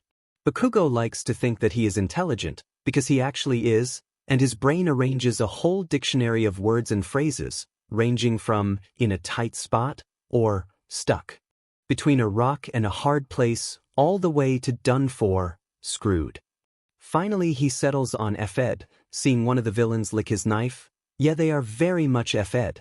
"Shut up, Baku, we can make it," Kirishima pants next to him. It would be worrying that the idiot probably believes it in any other situation. Right now Katsuki would sell a piece of his liver for that much optimism. Thinking about it, they could take 50, but this regiment drawing closer is at least 100 strong. Even if he got the 2 of them into the air, they would most likely be intercepted and plummet to their deaths. If they try to break through, they will be blindsided, flanked, and gutted. Even Kirishima must have a weak point, which will be the end of him if the villains find it. And Katsuki is certain they will. "We are F-Ed Ijuru," Bakugo barks, and a chorus of low, heinous laughter answers them. Telling the truth doesn't do much good, and like hell is he going to give up? Ready to die, kids, someone hisses from the crowd, and Katsuki raises his hands. If he is going to go, he will take as many fuckers with him as he can. Come and get it, shitheads, he hollers, digging his heels into the ground and pressing his back against Kirishima's for support. Time to f someone up. The villains come crushing at them like a wave of the angry sea. Don't fire. A deep voice thunders straight from above them. Katsuki's head jerks upwards to see the most impossible sight he could have witnessed. Falling from the sky like a red, armored missile is the maker of bentos, the wiper of noses, great teacher, strict father, the unburnt, the shinobi, Madara Uchiha. The F-, Katsuki breathes a set of very fitting last words, and immediately shuts down any semblance of a spark in his hands. One thing he learned in the unholy training camp in the mountains, when it comes to fighting, an Uchiha never does things half-butted. The other thing he learned, don't stand in Madara Uchiha's way. Fire style, pillar of ash, Madara yells. A thick cloud of grayish smoke envelopes them, cutting of everything, just before a firm arm wraps around his middle. The stench of sulfur and nitric compounds invades his eyes and nose, wrangling tears out of him. Muffled sounds of broken faces and cries of panic and fury reach his ears, as his head starts swimming. And suddenly, with a jerk, the ground is gone, the thick, sludgy mixture replaced with air the next instant. What the F-? He quips, panting, trying to sound angry, but failing miserably. He realizes they are soaring through the air, with him tucked away under Izuku's father's arm. Kirishima is coughing violently under Uchiha-san's other arm. A wave of relief washes over Bakugo, as he understands what has just happened. Fear the Hokage villains, the man proclaims mid-air. Why the F did he pick such a dumbest name? Katsuki ponders, feeling the rush of air on his dirty face. Moments later, with a loud thud, they land on the next building, and their savior drops them like 2 sacks of potatoes. You got heavy, Katsuki, the man smirks at him, and a pair of red eyes fixes him with a stern look. Fire style, detonation, Madara hoots, looking away and folding his hands in one of this funny ways he had seen Izuku practice. For a moment nothing happens, and the thick gray fog explodes into a pillar of blinding flame, leaving Bakugo to realize 3 things. He has just witnessed a pro at work. Izuku has the same quirk as that pro. He has much to learn. He watches the blazing column rage amongst the buildings, before finally dwindling away. It's only then that he feels Kirishima's fingers digging into his arms. The redhead is shaking him slightly, as though he had trouble believing they just got out alive. With a sweep of his spiky hair, Madara Uchiha turns to face them. His presence is intimidating, but somehow warm. You did well, Katsuki. Now go find my son. I have to check on other students. I hope this was the bulk of their force, the man orders. Katsuki blinks, and when his eyes open, Madara Uchiha is replaced by a puff of white smoke. What had he just seen? Something bitter and hot stirs in his chest. Despite all the training, not only did he not manage to protect anyone, he was the one who needed protection. Koda, many thanks for participating in this mad banquet of violence, Tokoyami says, taking a step back, watching the villains slip out of the side alleys. The 2 of them put up a good fight, but now they have nowhere left to retreat. All there is left is the last stand. His back bumps into the wall behind them. Alas, darkness, old friend. I have come home to roost. He makes the faintest attempt at humor, seeing the multitude of glowing eyes and glistening knives. Kuda makes a snort next to him. It's encouraging to think that your last words are well received. Even if they put up a powerful defense, at some point the villains will break through. And when that happens, they will be pinned, literally, to the wall. Tokoyami thinks all is lost, when the first villain, a very vivid combination of a hyena and mortal, launches at them with a mad cackle. In an instant, Dark Shadow is released, ready to defend his master to their last breath. But before their attacks can collide, a rush of air similar to a falling bomb reaches his ears. On pure instinct, he pulls back, as the whistle of the compressed air grows in force. He wants to keep his eyes locked on the opponents, but in case this is impeding doom, he looks up to savor it in full. But the view is something beyond his comprehension. Falling from the sky is a man, his hair black as ebony, skin fair as the snow, eyes. Well, Tokoyami can't see his eyes, but something tells him they are red as blood. A split second later, the wingless angel lands in front of the hyena, filling the alleyway with the echo of cracking concrete. Tokoyami can see the bizarre historical armor, sandals, and now, with the man looking over his shoulder, a single shining red eye. The villain is standing just out of the reach of the man's hands. "Who the F do you think you are?" the hyena man barks, in broken Japanese, his vocal cords barely capable of uttering human sounds. The red eyes shifts away from them as their guardian angel directs all his attention to the rude man standing in front of him. In a flash, though the villain is flying down the street, the man standing lazily, as though he barely moved. "You all right, boys?" the stranger asks as the violent winds tear at his hair, revealing a familiar crest etched into his armor's back. He doesn't turn to face them, but his voice is clear despite the rain. "We require assistance, good sir," Tokoyami answers surely. "Who is the man of mystery, the wingless protector?"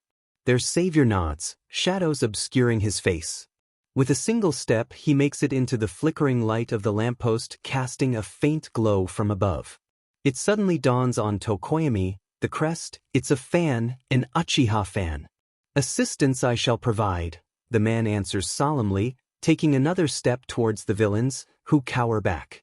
"Thee who shalt run, taste the fury of the Hokage," the man exclaims.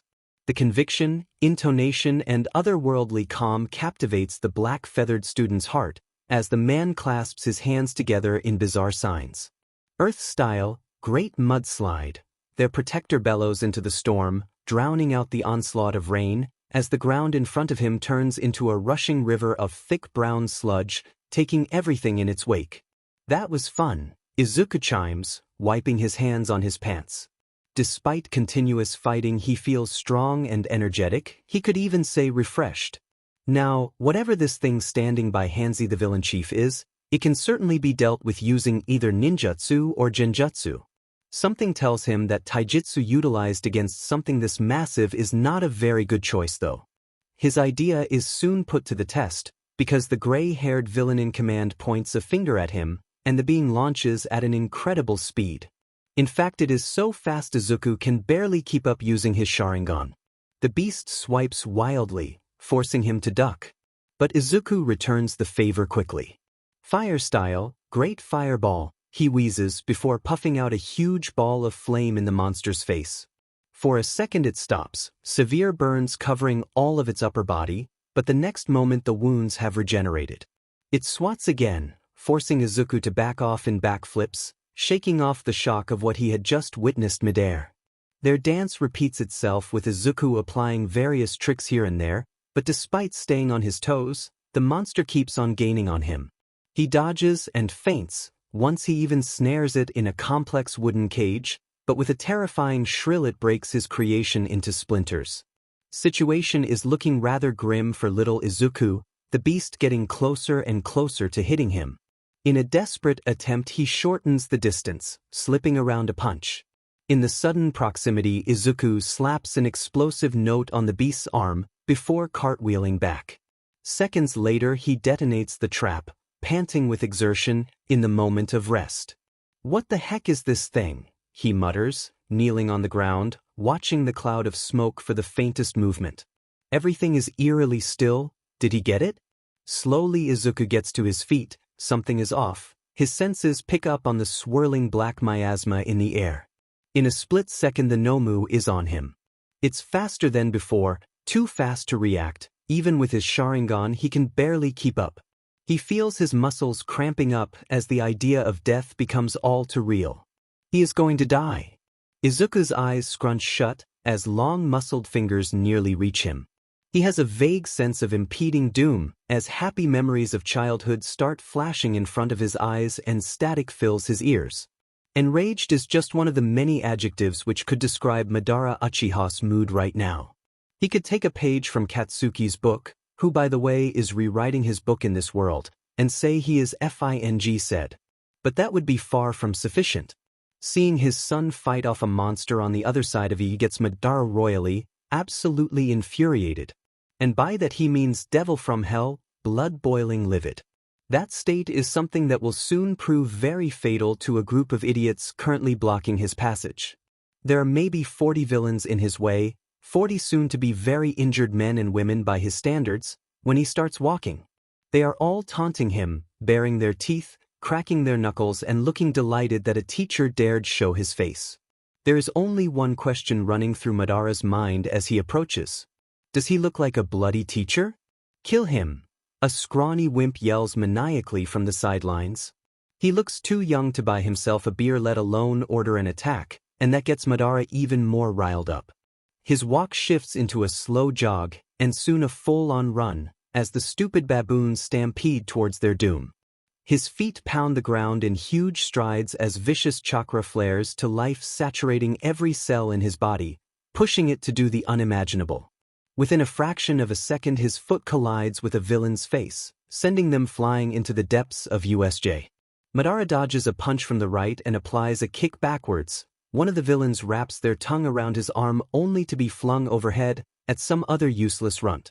Somebody tries hitting him with a baseball bat. The strike is impressive, well-timed and strong, but the metal weapon ends up in the fucker's mouth anyway, rendering the work of even the most capable orthodontist mute. Bit by bit he tears through the unorganized throng of useless pawns. Their fighting level and villainy are aggravating to be truthful. With a nimble spin, Madara applies a softened version of the explosive tag and gets rid of the right flank. Somebody tries grabbing him from the underground, as two villains try ensnaring him is some form of a cobweb simultaneously. It's not very surprising, if anything it's mundane. He grabs the man underground by the hands and tosses him into the air before spin-kicking the spider villains away. His eyes skim over to where his son is again. The creature he is fighting is inhumanly fast. It's a miracle that the boy is still on his feet and unhurt. But his son's struggle is apparent and frightening.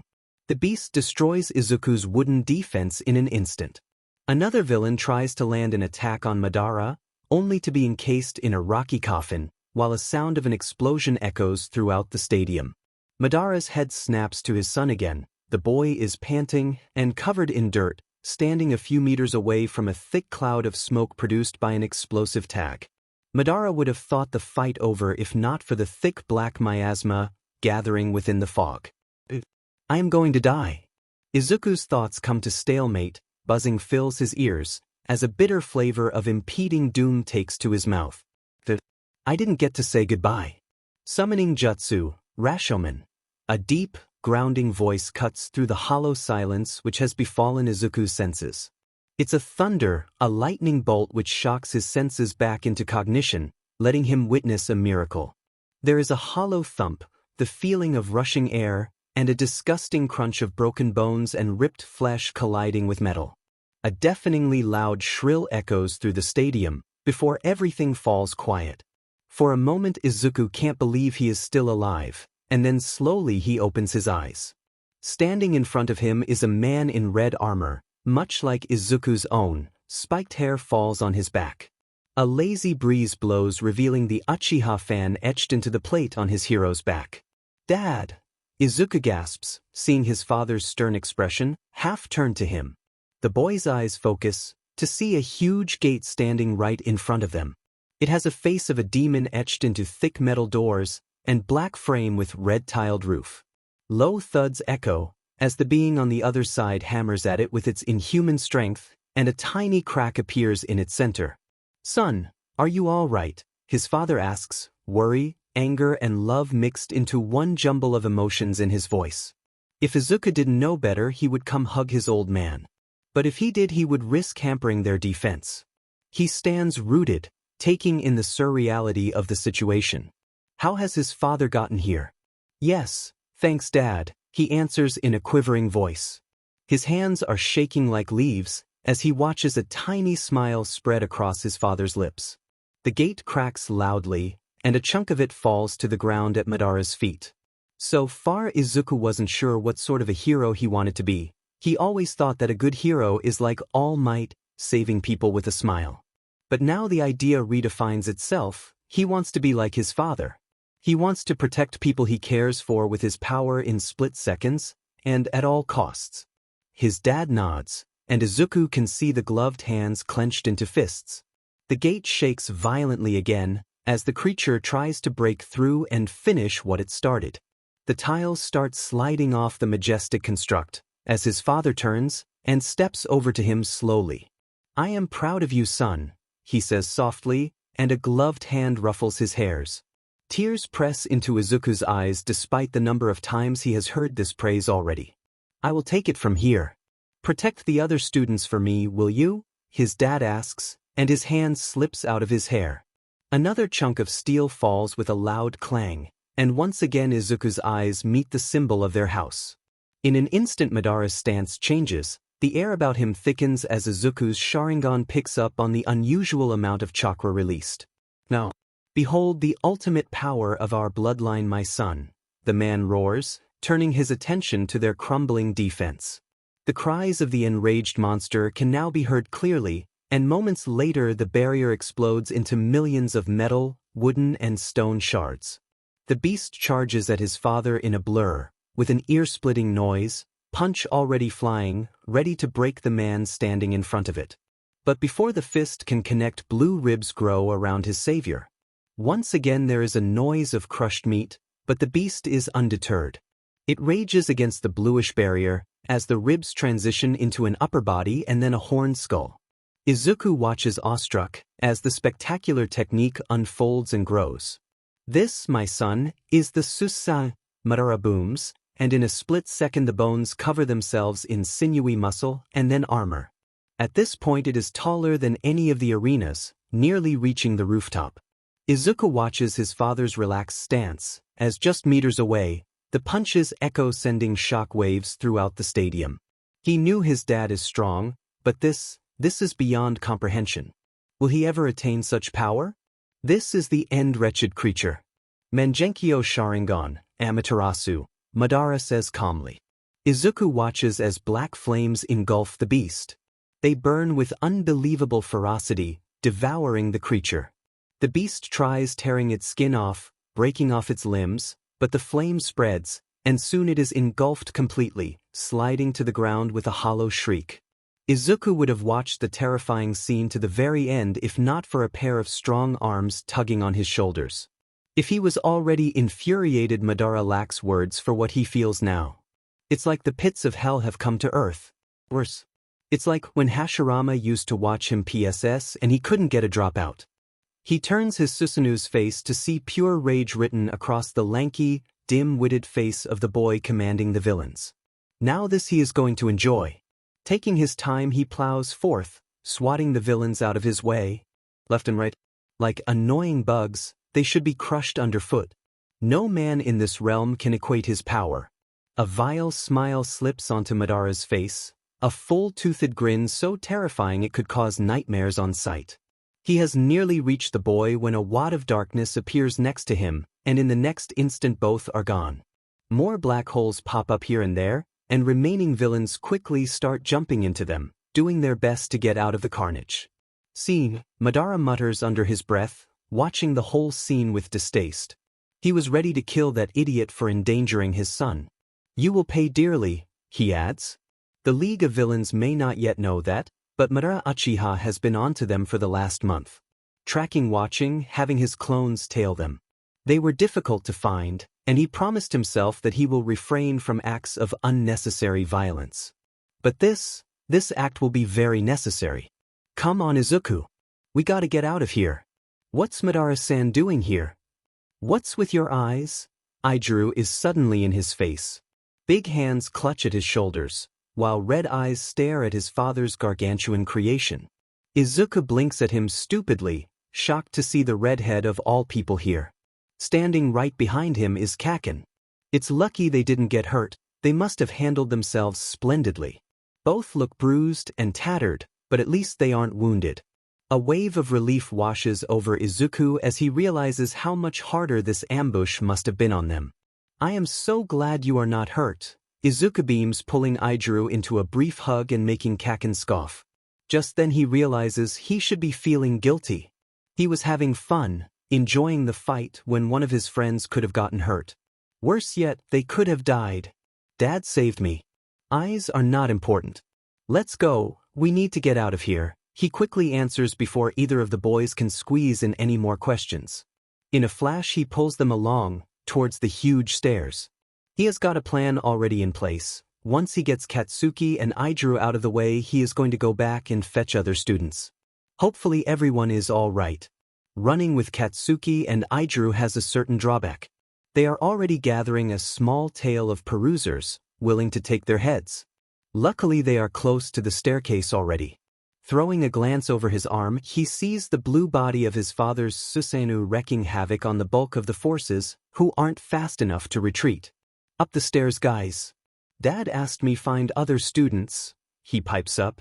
He watches the incredulous expression form on Izuku's face, but before the redhead can say anything, Kaken gives him a quick nod and pulls Kirishima along towards safety. The group of villains stop in a semicircle around him, watching him cautiously. There is but a handful of them. Get the kid, he is our ticket out of this. A black-skinned lady with a face straight out of Mordor's hottest plastic surgeon barks. They got grit, he has to give them that. It is at that moment that Izuku gets a certain very crazy idea. A sly grin spreads on his lips as he watches the villains inch closer, unwilling to attack in earnest. Tiger. His hands fold the seals so fast that they turn into a blur. Fire style, wall of flame. He barks, before taking in a huge breath and cutting the villains off. The moment he finishes the technique, the doors to USJ are blown off their hinges with a single punch. A good dinner and a shortened training session with their neighborhood brainwasher do miracles for Madara's nerves. And they really needed that miracle. The results of the USJ debacle were unfavorable for his stress levels.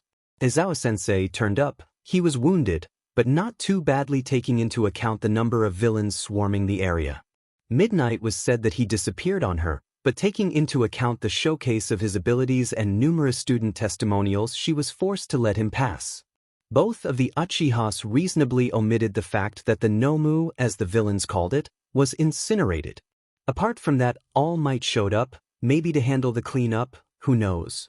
So overall it was good. That though doesn't mean he is not said, and not going to burn this league of villains into the ground. However, rather softened by the delicious roast he cooked up today, the aggressive shinobi gives into his nicer side. Standing in front of the thick metal doors in a dingy underground parking lot, he wonders what would Hashirama do. He tracked this place as the main location of all operations for the League of Villains.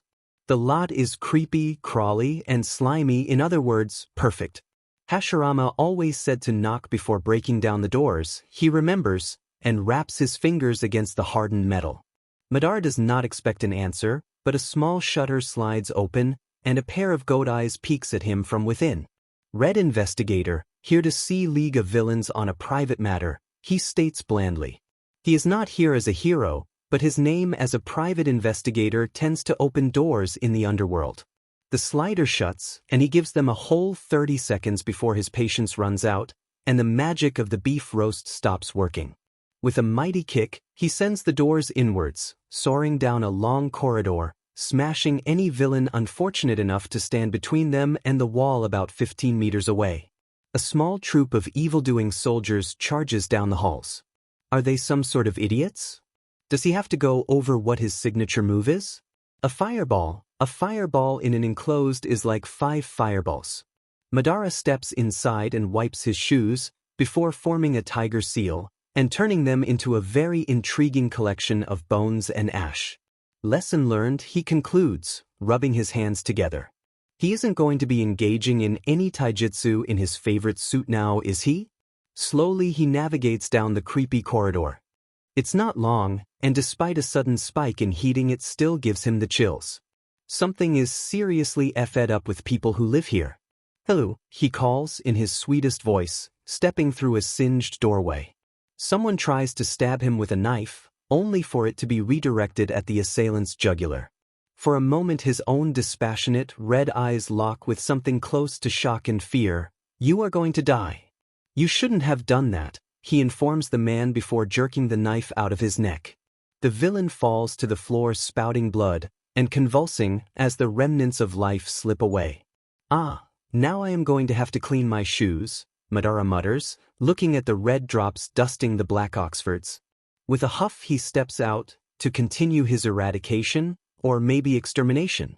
Finally he reaches the last room. It's situated behind a turn, and surprisingly the fire hasn't reached it. A soft light seeps through the crack under the door. It's warm and inviting, and with some luck the upper echelon of the League of Villains will be there. At this point Madara is ready to acknowledge that his rage has cooled down a bit, and perhaps they can come to an understanding.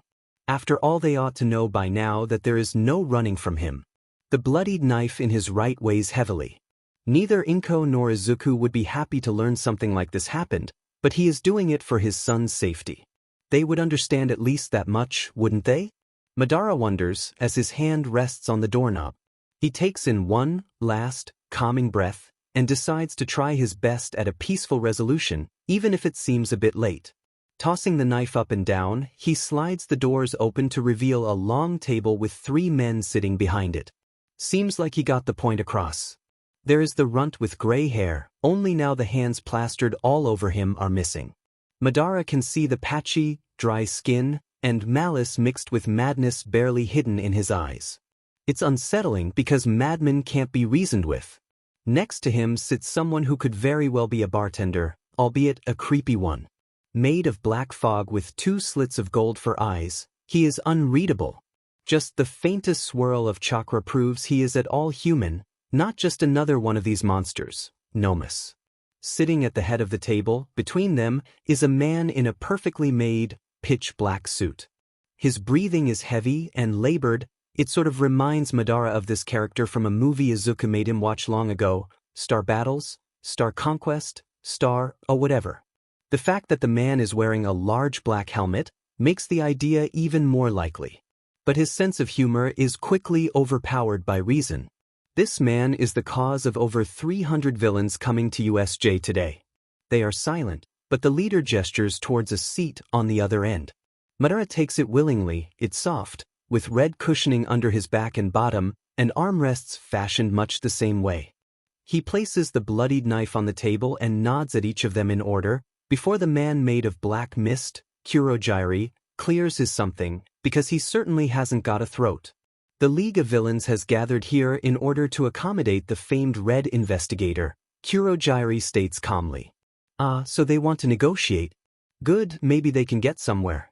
May we ask what is the matter of this meeting, the Black Mist adds. Do these fuckers have problems with their hippocampus? Madara raises an eyebrow lazily in response, but as the silence lengthens he finally deems them incapable of logical thought. You have attacked a school facility. A school I work for, a school children attend, a school my son attends, he states calmly. His heart isn't racing, nor his palms sweating. He has brokered with the second Tsuchikage. Compared to him these men are nothing. The teenager, now without hands plastered all over him, smirks, and gives a low chuckle. The man in the helmet nods in understanding. Now, in my understanding, a handful of students, 1 hero examinee and 2 pro heroes have taken down some 300 villains and a superweapon of sorts you commanded. I am stating this because I notice your deduction skills lacking. He bites, and watches a scowl form on the teenager's face. Oh no, just a little more goading and this kid is going to go ballistic. As chance would have it, Madara loses his ability to control his tongue at that moment. You seem to seek reassurance that UA will be off limits to villain activity, as will the students, a scratchy voice rasps from underneath the helmet. If anything, he seeks the League's utter destruction, but in the nature of a peaceful negotiation such terms are acceptable. What do you mean off limits? The teenager barks petulantly. Kurogyri seems to click his tongue at that. That's satisfactory. If anyone affiliated with your organization trespasses on these terms, I will terminate your structures, Madara says blankly, and rises to his feet. His rage simmered down. With the treaty in place there is no further risks and these idiots know their place. It's under his boot, ready to be squashed.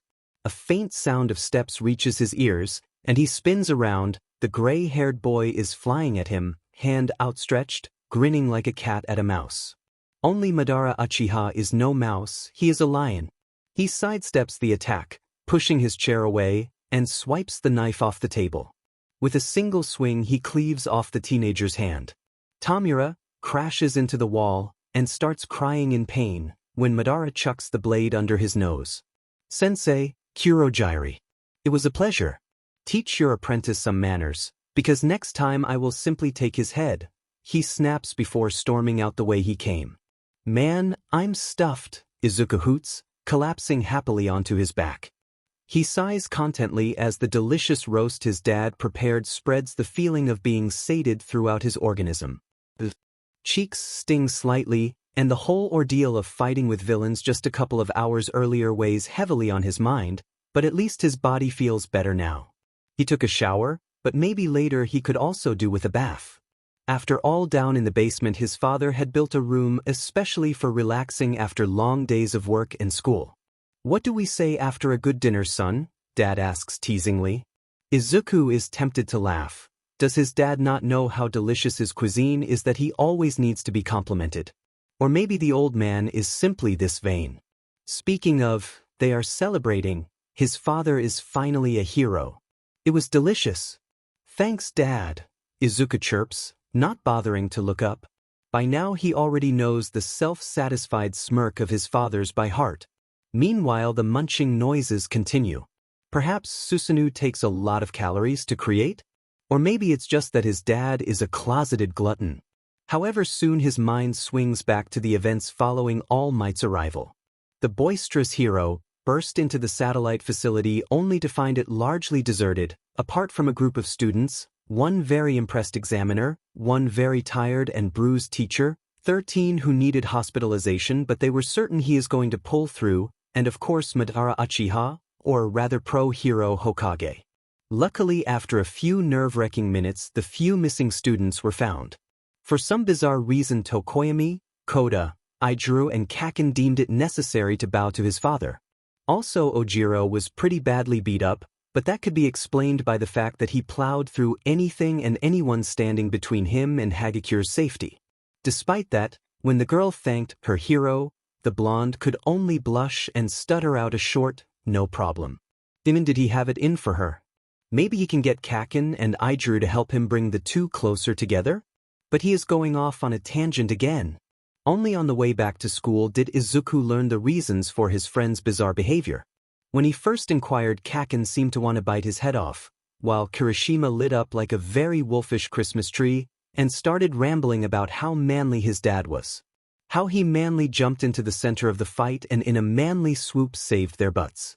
At that, Kaken's teeth grounding together started drowning out the remainder of the story. Surprisingly, Tokoyami said pretty much the same thing, albeit better worded. How did it go? A man, clad in armor red as blood, with hair dark as ebony, and skin white as snow protected their young lives from being snuffed out before their due.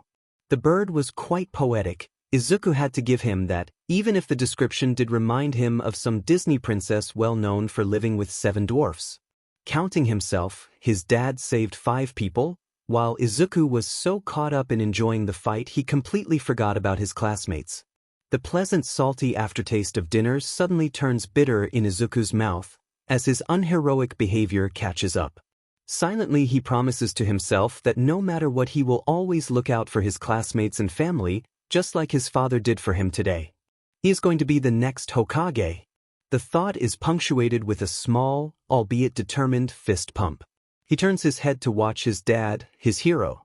The man is unperturbed, and apparently all the fighting caused him to build up quite an appetite, as he is devouring his third, copious helping.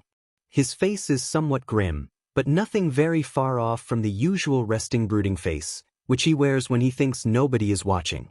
Some of his spiky mane is falling over his right eye, obscuring it. Experimentally, Izuku covers his own with his hand. How does his dad function like that? Maybe he should get him some hairpins. He could ask Ochako about that. She seems to know a bit about fashion. Then again, there is the fact that as far as clothing goes, his father has no sense. You are going to get fat if you eat that much? Izuku hums, and giggles seeing how abruptly his dad stops chewing. He is shot a very menacing glare, but it has none of the bite behind it, making the grown man look more like a petulant child. After a few moments his father swallows, and sticks his tongue out, just like a child would. I am hurrying up, because I have got an errand to run, the man explains, and brushes a stray, spiky strand out of his eyes.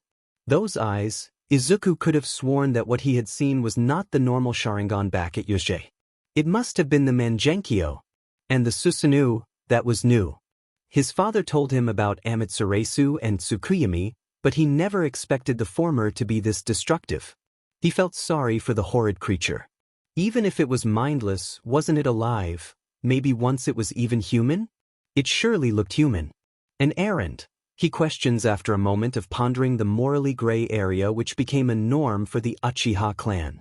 What sort of an errand could his father be running at this hour? Beside Hitoshi would be coming any minute now, who would be training him? Because the current jutsu Izuku planned on employing was afternoon-style, eternal slumberfest, and he was pretty sure Hitoshi wouldn't be apt for joining in on that no matter how warm he looked. Oh, I have to meet someone to discuss hero agency paperwork with? His father waves him off and restarts stuffing his face. Of course, hero agency. Where would it be? Why hasn't Dad told him its name yet?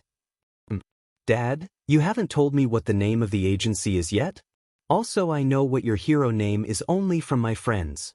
Izuku asks, propping himself up on his elbows to better judge his father's reaction. He can already see the surprise at the tiny oversight slip onto his father's face. The man quickly deposits the empty bowl of rice on the table and puts his chopsticks on it, before turning to face him. For starters, my hero name is Hokage, and my agency will be called Konohagakure no Sato. I took the liberty of putting its symbol on your forehead protector, the adult says with a warm smile. There is a bit of sauce stuck to the corner of his lips, making the somewhat serious, familiar scene completely lose its tone. But Izuku doesn't notice that, already deep in his thoughts. The fire shadow? The village hidden in the leaves? He mutters the names with a small pout. As much as he can understand why his father would choose such a name for himself, he is completely out of understanding for the one given to the hero agency. It's long, and kind of hard to remember, completely unlike Ida's brothers. Idaten, quick and simple. He is shaken out of his reverie by the soft sound of the doorbell. His father is once again inhaling the remnants of the delicious dinner he cooked up, leaving him on door duty. Diamen, he was already getting comfortable. Maybe if he pretends not to notice, father will get it. Be a good son and train Hitoshi for me today? His dearest dad asks in a light tone. There isn't really much room to argue. It's not like he wouldn't train the purple-haired, tall boy, but after the events of this afternoon he would kill for a nap and bath, preferably simultaneously. Maybe he can actually force Hitoshi into these. He could call it genjutsu resistance training. At the same time, he is weirdly excited to be hanging out with the future shinobi. Yes, Dad, he mumbles, rolling backwards and slowly pattering to the doors. As expected, standing behind them is his tall friend, Hitoshi. As always, he looks as though he hadn't slept in a decade, seen the sun in a century, and smells like a Dmed patisserie. Really, he could tone it down on the Dmed cinnamon-scented deodorant. Still, if he wasn't so tired, he would be absolutely overjoyed to see him. Hi Hitoshi, Izuku yawns, and winces when the pull on his skin tugs at his slightly burned cheeks. After a certain number of burns, you tend to forget that they are really there.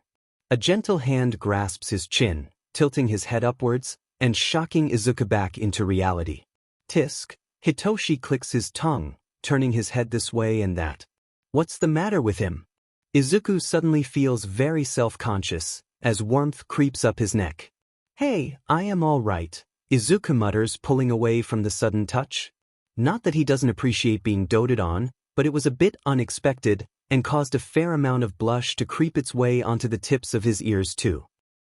Sorry, he adds under his breath, lowering his eyes, and kicking his bare foot at the floor. What the hell was that? Why is he blushing? Not a problem. May I come in? Hitoshi asks, and a large hand clamps on Izuku's shoulder, startling him further. A quick glance tells him it's his father wearing one of his favorite blood-red suits, the same one he always wears when going out to work as an investigator. Is that errand possibly work-related? Izuku narrows his eyes, trying to figure out if there is actually kunai hidden in the sleeves. Hi Hitoshi. I must leave, urgently, but Izuku will take care to train you today. Let's try walking up the wall for an hour for chakra control, and keep practicing simple genjutsu, Dad instructs, already pushing past Izuku and their guest. Where is he off to in such a hurry? Izuku was already tempted to follow him on the mysterious errand, but now the need to know is nearly overpowering. Izuku, my son, if you follow me I will ground you. The man sings songs, diving into his car and leaving the young Uchiha slack-jawed. Was there a jutsu for reading minds? The moment the door clicks shut behind him, Hitoshi can't take his eyes off of the boy in front of him. For some reason the normally adorable, yet hardened boy seems strangely vulnerable. What's even weirder is the fact that Izuku seems to pay absolutely no mind to the burns on his cheeks. They aren't serious, but it's a bit strange, like his mind was so crowded that it left little room for down-to-earth thinking. At the same time, it wasn't anything that out of the ordinary. Wasn't Izuku just in a life-threatening situation? Hitoshi remembers how worried he was when he heard about the attack. He also recalls how astounding it was to learn that supposedly some hero examinee chased the villains away practically single-handedly. Someone who was going by the name Hokage. Izuku, Hitoshi queries, as he is being led past the spacious living room and towards the garden. This time around he brought his own set of sweats. Not that he didn't enjoy the Uchiha style of fashion, but he liked his own clothes better. Of course Izuku couldn't escape his father's horrid fashion taste. The boy is wearing navy shorts and a t-shirt with the Uchiha fan on the back. It leaves Hitoshi wondering, do the Uchihas have anything without the crest on the back? Yes, Hitoshi, the green-haired boy turns on his heel, snapping to attention. It's hard to comprehend how a hardened, well-trained guy like Izuku could turn into a complete airhead in a span of an afternoon. Then again, a promise of death can do that to anybody. Are you all right? He asks, watching intently for some reaction. Izuku flinches slightly at being put in the spotlight so suddenly, but that's all the confirmation Hitoshi needs. Before the green-haired boy can open his mouth, he shrugs off his backpack and wraps his hand around Izuku's wrist. For a boy so small it is surprisingly thick. Come on, let's get some cream on your cheeks, they look kinda bad, Hitoshi says calmly. The emerald eyes catch his own lilac ones. For a few moments he feels like he is drowning, as his heart hammers frantically in his chest. Yeah. Sorry, I am just a bit out of it, Izuku mumbles, but allows himself to be pulled along. All right, sit on the edge of the bathtub and try not to squirm even if it hurts, Hitoshi instructs, putting a generous amount of the white lotion on his fingers. It feels nice taking care of the smaller boy. After all, he would have never pegged the guy who took down 3 bullies with a genjutsu as someone who needed the helping hand once in a while. It's cool to see the softer side. Slowly he touches the slightly burned skin, trying his best to dab the cream on as gently as possible. Nevertheless, Izuku makes a distressed noise, sort of like a scared little rabbit. It's endearing, big, bad Uchiha, squirming because of a few burns. Hitoshi chuckles to himself as he slowly covers the burn. It's not as bad as it looks actually, it will probably go away on its own in just a few days. At least that's what Hitoshi figures, he hasn't got all that much expertise in the area. So what happened? He asks, trying to make conversation. Normally he would have been more delighted at the prospect of finding himself in the situation he is in now, but somehow seeing Izuku so vulnerable makes his heart ache. Lately he has been thinking, could he use genjutsu to help people? Izuku exhales deeply. He is building up to something, probably the recount of his fight at USJ. His first real throwdown with the villains. Knowing Izuku, he beat the crap out of them, but something must have happened to shake him so much. So, when we were getting there we were told that there was going to be a hero exam. And I figured it was going to be my dad there. But once we got there, there were these villains. One of them had this strange warping quirk, and warped us all over the place. I managed to hold my own pretty good, but then there came this monster, and I thought I was going to die, Izuku says, his voice breaks on the last word, and eyes tear up, memories probably resurfacing. Hitoshi notices how the small hands are clasped tightly on the edge of the bathtub, turning white with force. Before he can stop himself, he pulls Izuku into a hug. The lotion soaks into his shirt, as Izuku starts a muffled recount of what followed. Madara-san saved him, and killed the Nomu, burned it to ashes with Amatsuresu, whatever that is, Probably some sort of a fire technique. Izuku starts wheezing as the mumbles shift into incoherent sentences torn out of context about how he ought to have been out there saving his friends too, instead of enjoying the fight. Hitoshi's hand traces circles into Izuku's back as the boy hiccups for a few minutes more, disappointment pouring out of him. "It's not your fault. You did your best," Hitoshi mutters, pulling away. Izuku's eyes are red and puffy from crying, and a sad smile is plastered to his face. It's rare for humans to smile while in sorrow. Nevertheless, it's as beautiful of any of the self-confident, radiant, or boisterous smiles the green-headed boy has already gifted him. "I should have done better," Izuku mutters, peering into his eyes. They are so close that Hitoshi can see the tiny bluish specks dotting the green irises. They look like tiny spirit fires. "You did your best," Hitoshi repeats, giving Izuku's shoulders a gentle squeeze. "I think you did the best," he adds for a good measure. The lotion is now smeared all over Izuku's face and Hitoshi's shirt. Somehow he can't bring himself to mind. Maybe he should talk about this outburst to Madara-san. The man seems understanding, a truly perfect father, so why did he leave so quickly instead of spending time with his son, especially since the boy was evidently distressed? "Thanks," Izuku answers, sniffling and rubbing at his eyes furiously. Slowly the green-haired boy calms down, while Hitoshi dabs the lotion back onto his cheeks. "Seems like he will be borrowing some of the Uchiha wardrobe anyhow. We still got your training to handle today," Izuku adds after a moment of silence, his smile already more lively. "Alright, now breathe and remember genjutsu is an illusion.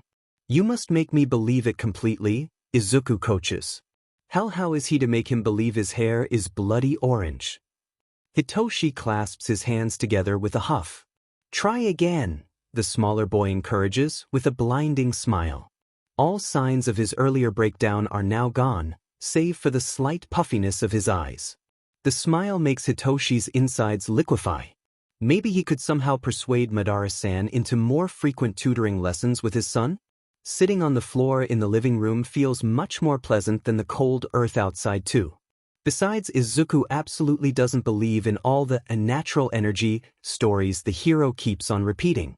Hitoshi refocuses his chakra. He practiced all day. It were minor things like making someone get him coffee or believing that they are left-handed, but he was slowly starting to get the hang of it. Darn were these Uchihas resistant to genjutsu. Planting even the simplest ideas was difficult, and Izuku seemed twice as adept at spotting discrepancies as his dad.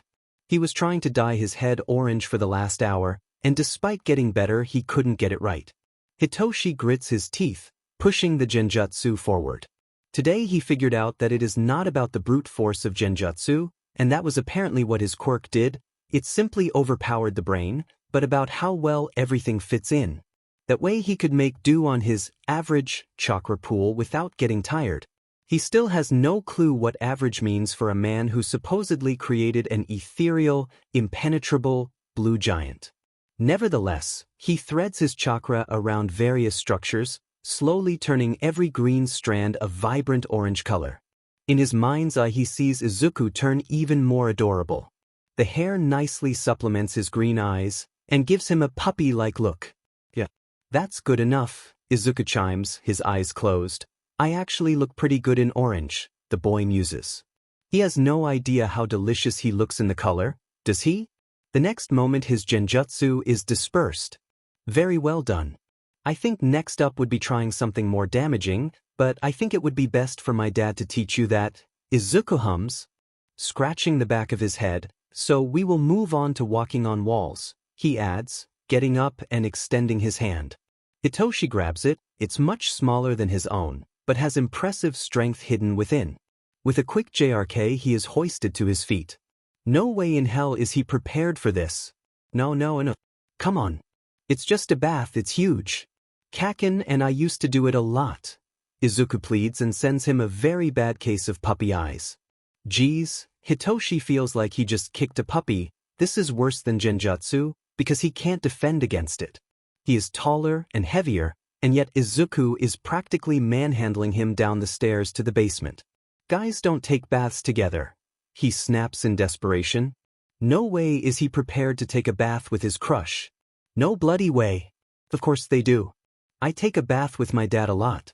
It would be an awful waste to heat up water twice, the greenhead chimes, and picks him up, apparently tired of discussing it further. He is your family, Hitoshi wheezes, his friend's shoulder digging into his diaphragm, efficiently making lengthier arguments completely inaccessible. You are my friend, that's practically like family, Izuku chimes, as they enter a room covered in stone. From his viewpoint, Hitoshi can see quite a large bath set into the floor, and a row of taps to wash down beforehand. Seems like his case is doomed. The realization sends blood flowing into his usually pale face. Before he can ponder his predicament any further, he is set on his feet. Alright, we don't really have lockers. Just throw your clothes into these boxes here, Izuku instructs, and pulls his shirt over his head. Hitoshi's eyes grow comically large as he sees a grade A+ six-pack, and pecs that could probably crack a nut between them. How the hell is he supposed to take off his shirt now? He looks like a skeleton. Come on, Izuku encourages, undoing his belt. Hitoshi turns abruptly and glues his eyes to the plain woven box in front of him, before he can get any ideas, like peeping. His heart hammers wildly, realizing his crush is right there. With stiff hands he slips his shirt over his head, and dumps it into the basket. Darn it. Seems like I am going to have to tell Dad to add taijutsu to genjutsu, Izuku chirps, earning a disgruntled glare. The upside is that he now got to see Izuku fully naked. Does this Uchiha have any shame? The downside is, he got to see Izuku naked. Hitoshi turns his attention back to his belt. He isn't going to be able to live through this. He slips out of his jeans, and a sudden pat on the back nearly catches him off balance. Don't worry. It's only hard for the first couple of years. At least it was for me. Never really had a knack for martial arts. Ninjutsu though, that's a whole other matter. Izuku rattles away excitedly as Hitoshi tries to keep his blush under control. By now it is probably covering half of his body, demon it. At least that's how it feels like, irritating warmth all over.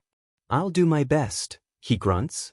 He is so embarrassed that he can't even bring himself to form a coherent comeback, let alone be offended at the claim that he is muscleless.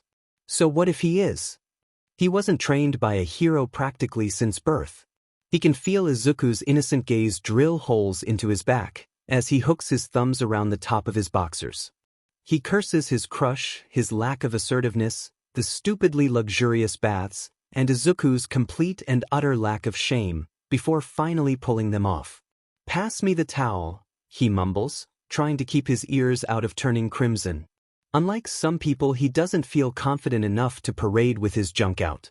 Towel? Izuku asks innocently, and Hitoshi pretends not to boil on the inside. In ultimate defeat, Hitoshi sighs dejectedly, and decides that hands are as good to cover up as anything. As they wash up, Izuku turns into a chatterbox, a true treasure trove of genjutsu knowledge. It takes some time, but Hitoshi grows more relaxed, as warm water mixed with soap trickles down his body onto the stone floor. The tiles are surprisingly warm. Unlike his home, the Uchiha must have heated floors. Anyhow, he learns that there were some notable genjutsu experts in the Uchiha clan, most utilizing their Sharingan, which lets them find discrepancies in illusions almost instantly. But Hitoshi's ability to overpower someone by slamming their mind with chakra is simply put impressive. A smug smirk slips onto Shinsu's lips as he dumps a bucket of water on his head. His hair plasters onto his forehead, taking at least 3 inches off of his height. Hey Hitoshi, could you get my back? I'll get yours, Izuku requests, and Hitoshi's heart stops. The bath is hot and relaxing. Izuku seems on the verge of falling asleep, his head tilted back, and submerged from the neck down. Hey Hitoshi, could you tell me some more about your family? Izuku asks sleepily. If he wanted a lullaby, he just needed to say so. Well, what would you like to know? Hitoshi shoots back, sinking lower. If this is what the Uchiha household is like, he can't wait to see the agency. Maybe Madara-san will place baths in the underground too. Do you have grandparent? Izuku asks. Thinking about it, the boy never said anything about his own, so maybe he misses them a little bit. Then again, Izuku didn't say much about his mother either, and every time he came by he only met Madara-san. Yeah. I never met my dad's parents. My mother's parents passed away last year too. But I really liked spending time with my grandma. She could play the most beautiful songs on her flute, Hitoshi answers, remembering how, when he was young, Granny would pull out her flute and play lullabies for him. It is a shame he never got to master the instrument. It was still lying somewhere in his desk, a reminder of good times. Maybe he should pick it up again. What was she like? Izuku asks, his eyes closed. Hitoshi's heart melts a little bit as he watches. The boy relaxes. She was gentle. And she loved music. She used to bake the best cranberry pies, Hitoshi muses, remembering his earlier birthdays. What was her name? Izuku mumbles and yawns loudly. The boy seems on the verge of falling asleep, but Hitoshi can't bring himself to shake his friend awake. Tayuya, he answers, recalling the fair skin and once light red hair. Many times over he wished to have such pretty hair instead of his own purplish hue. He recalls the brown eyes, and the words she said to him when they had their last conversation. You are so very special, Hitoshi. More so than you realize. It's a shame I didn't see it sooner. Hitoshi shakes his head and looks at Izuku, who is now snoring softly, one arm out on the edge of the bath, and his head resting on it. Shinso reaches to wake him up, but just before he can touch Izuku's skin, he shrinks back. Maybe he can give Izuku a few more minutes of shut-eye. Hitoshi turns to rest his back against the stone. A stack of fresh, white towels catches his eyes. A content hum escapes his throat as a smirk slips onto his lips.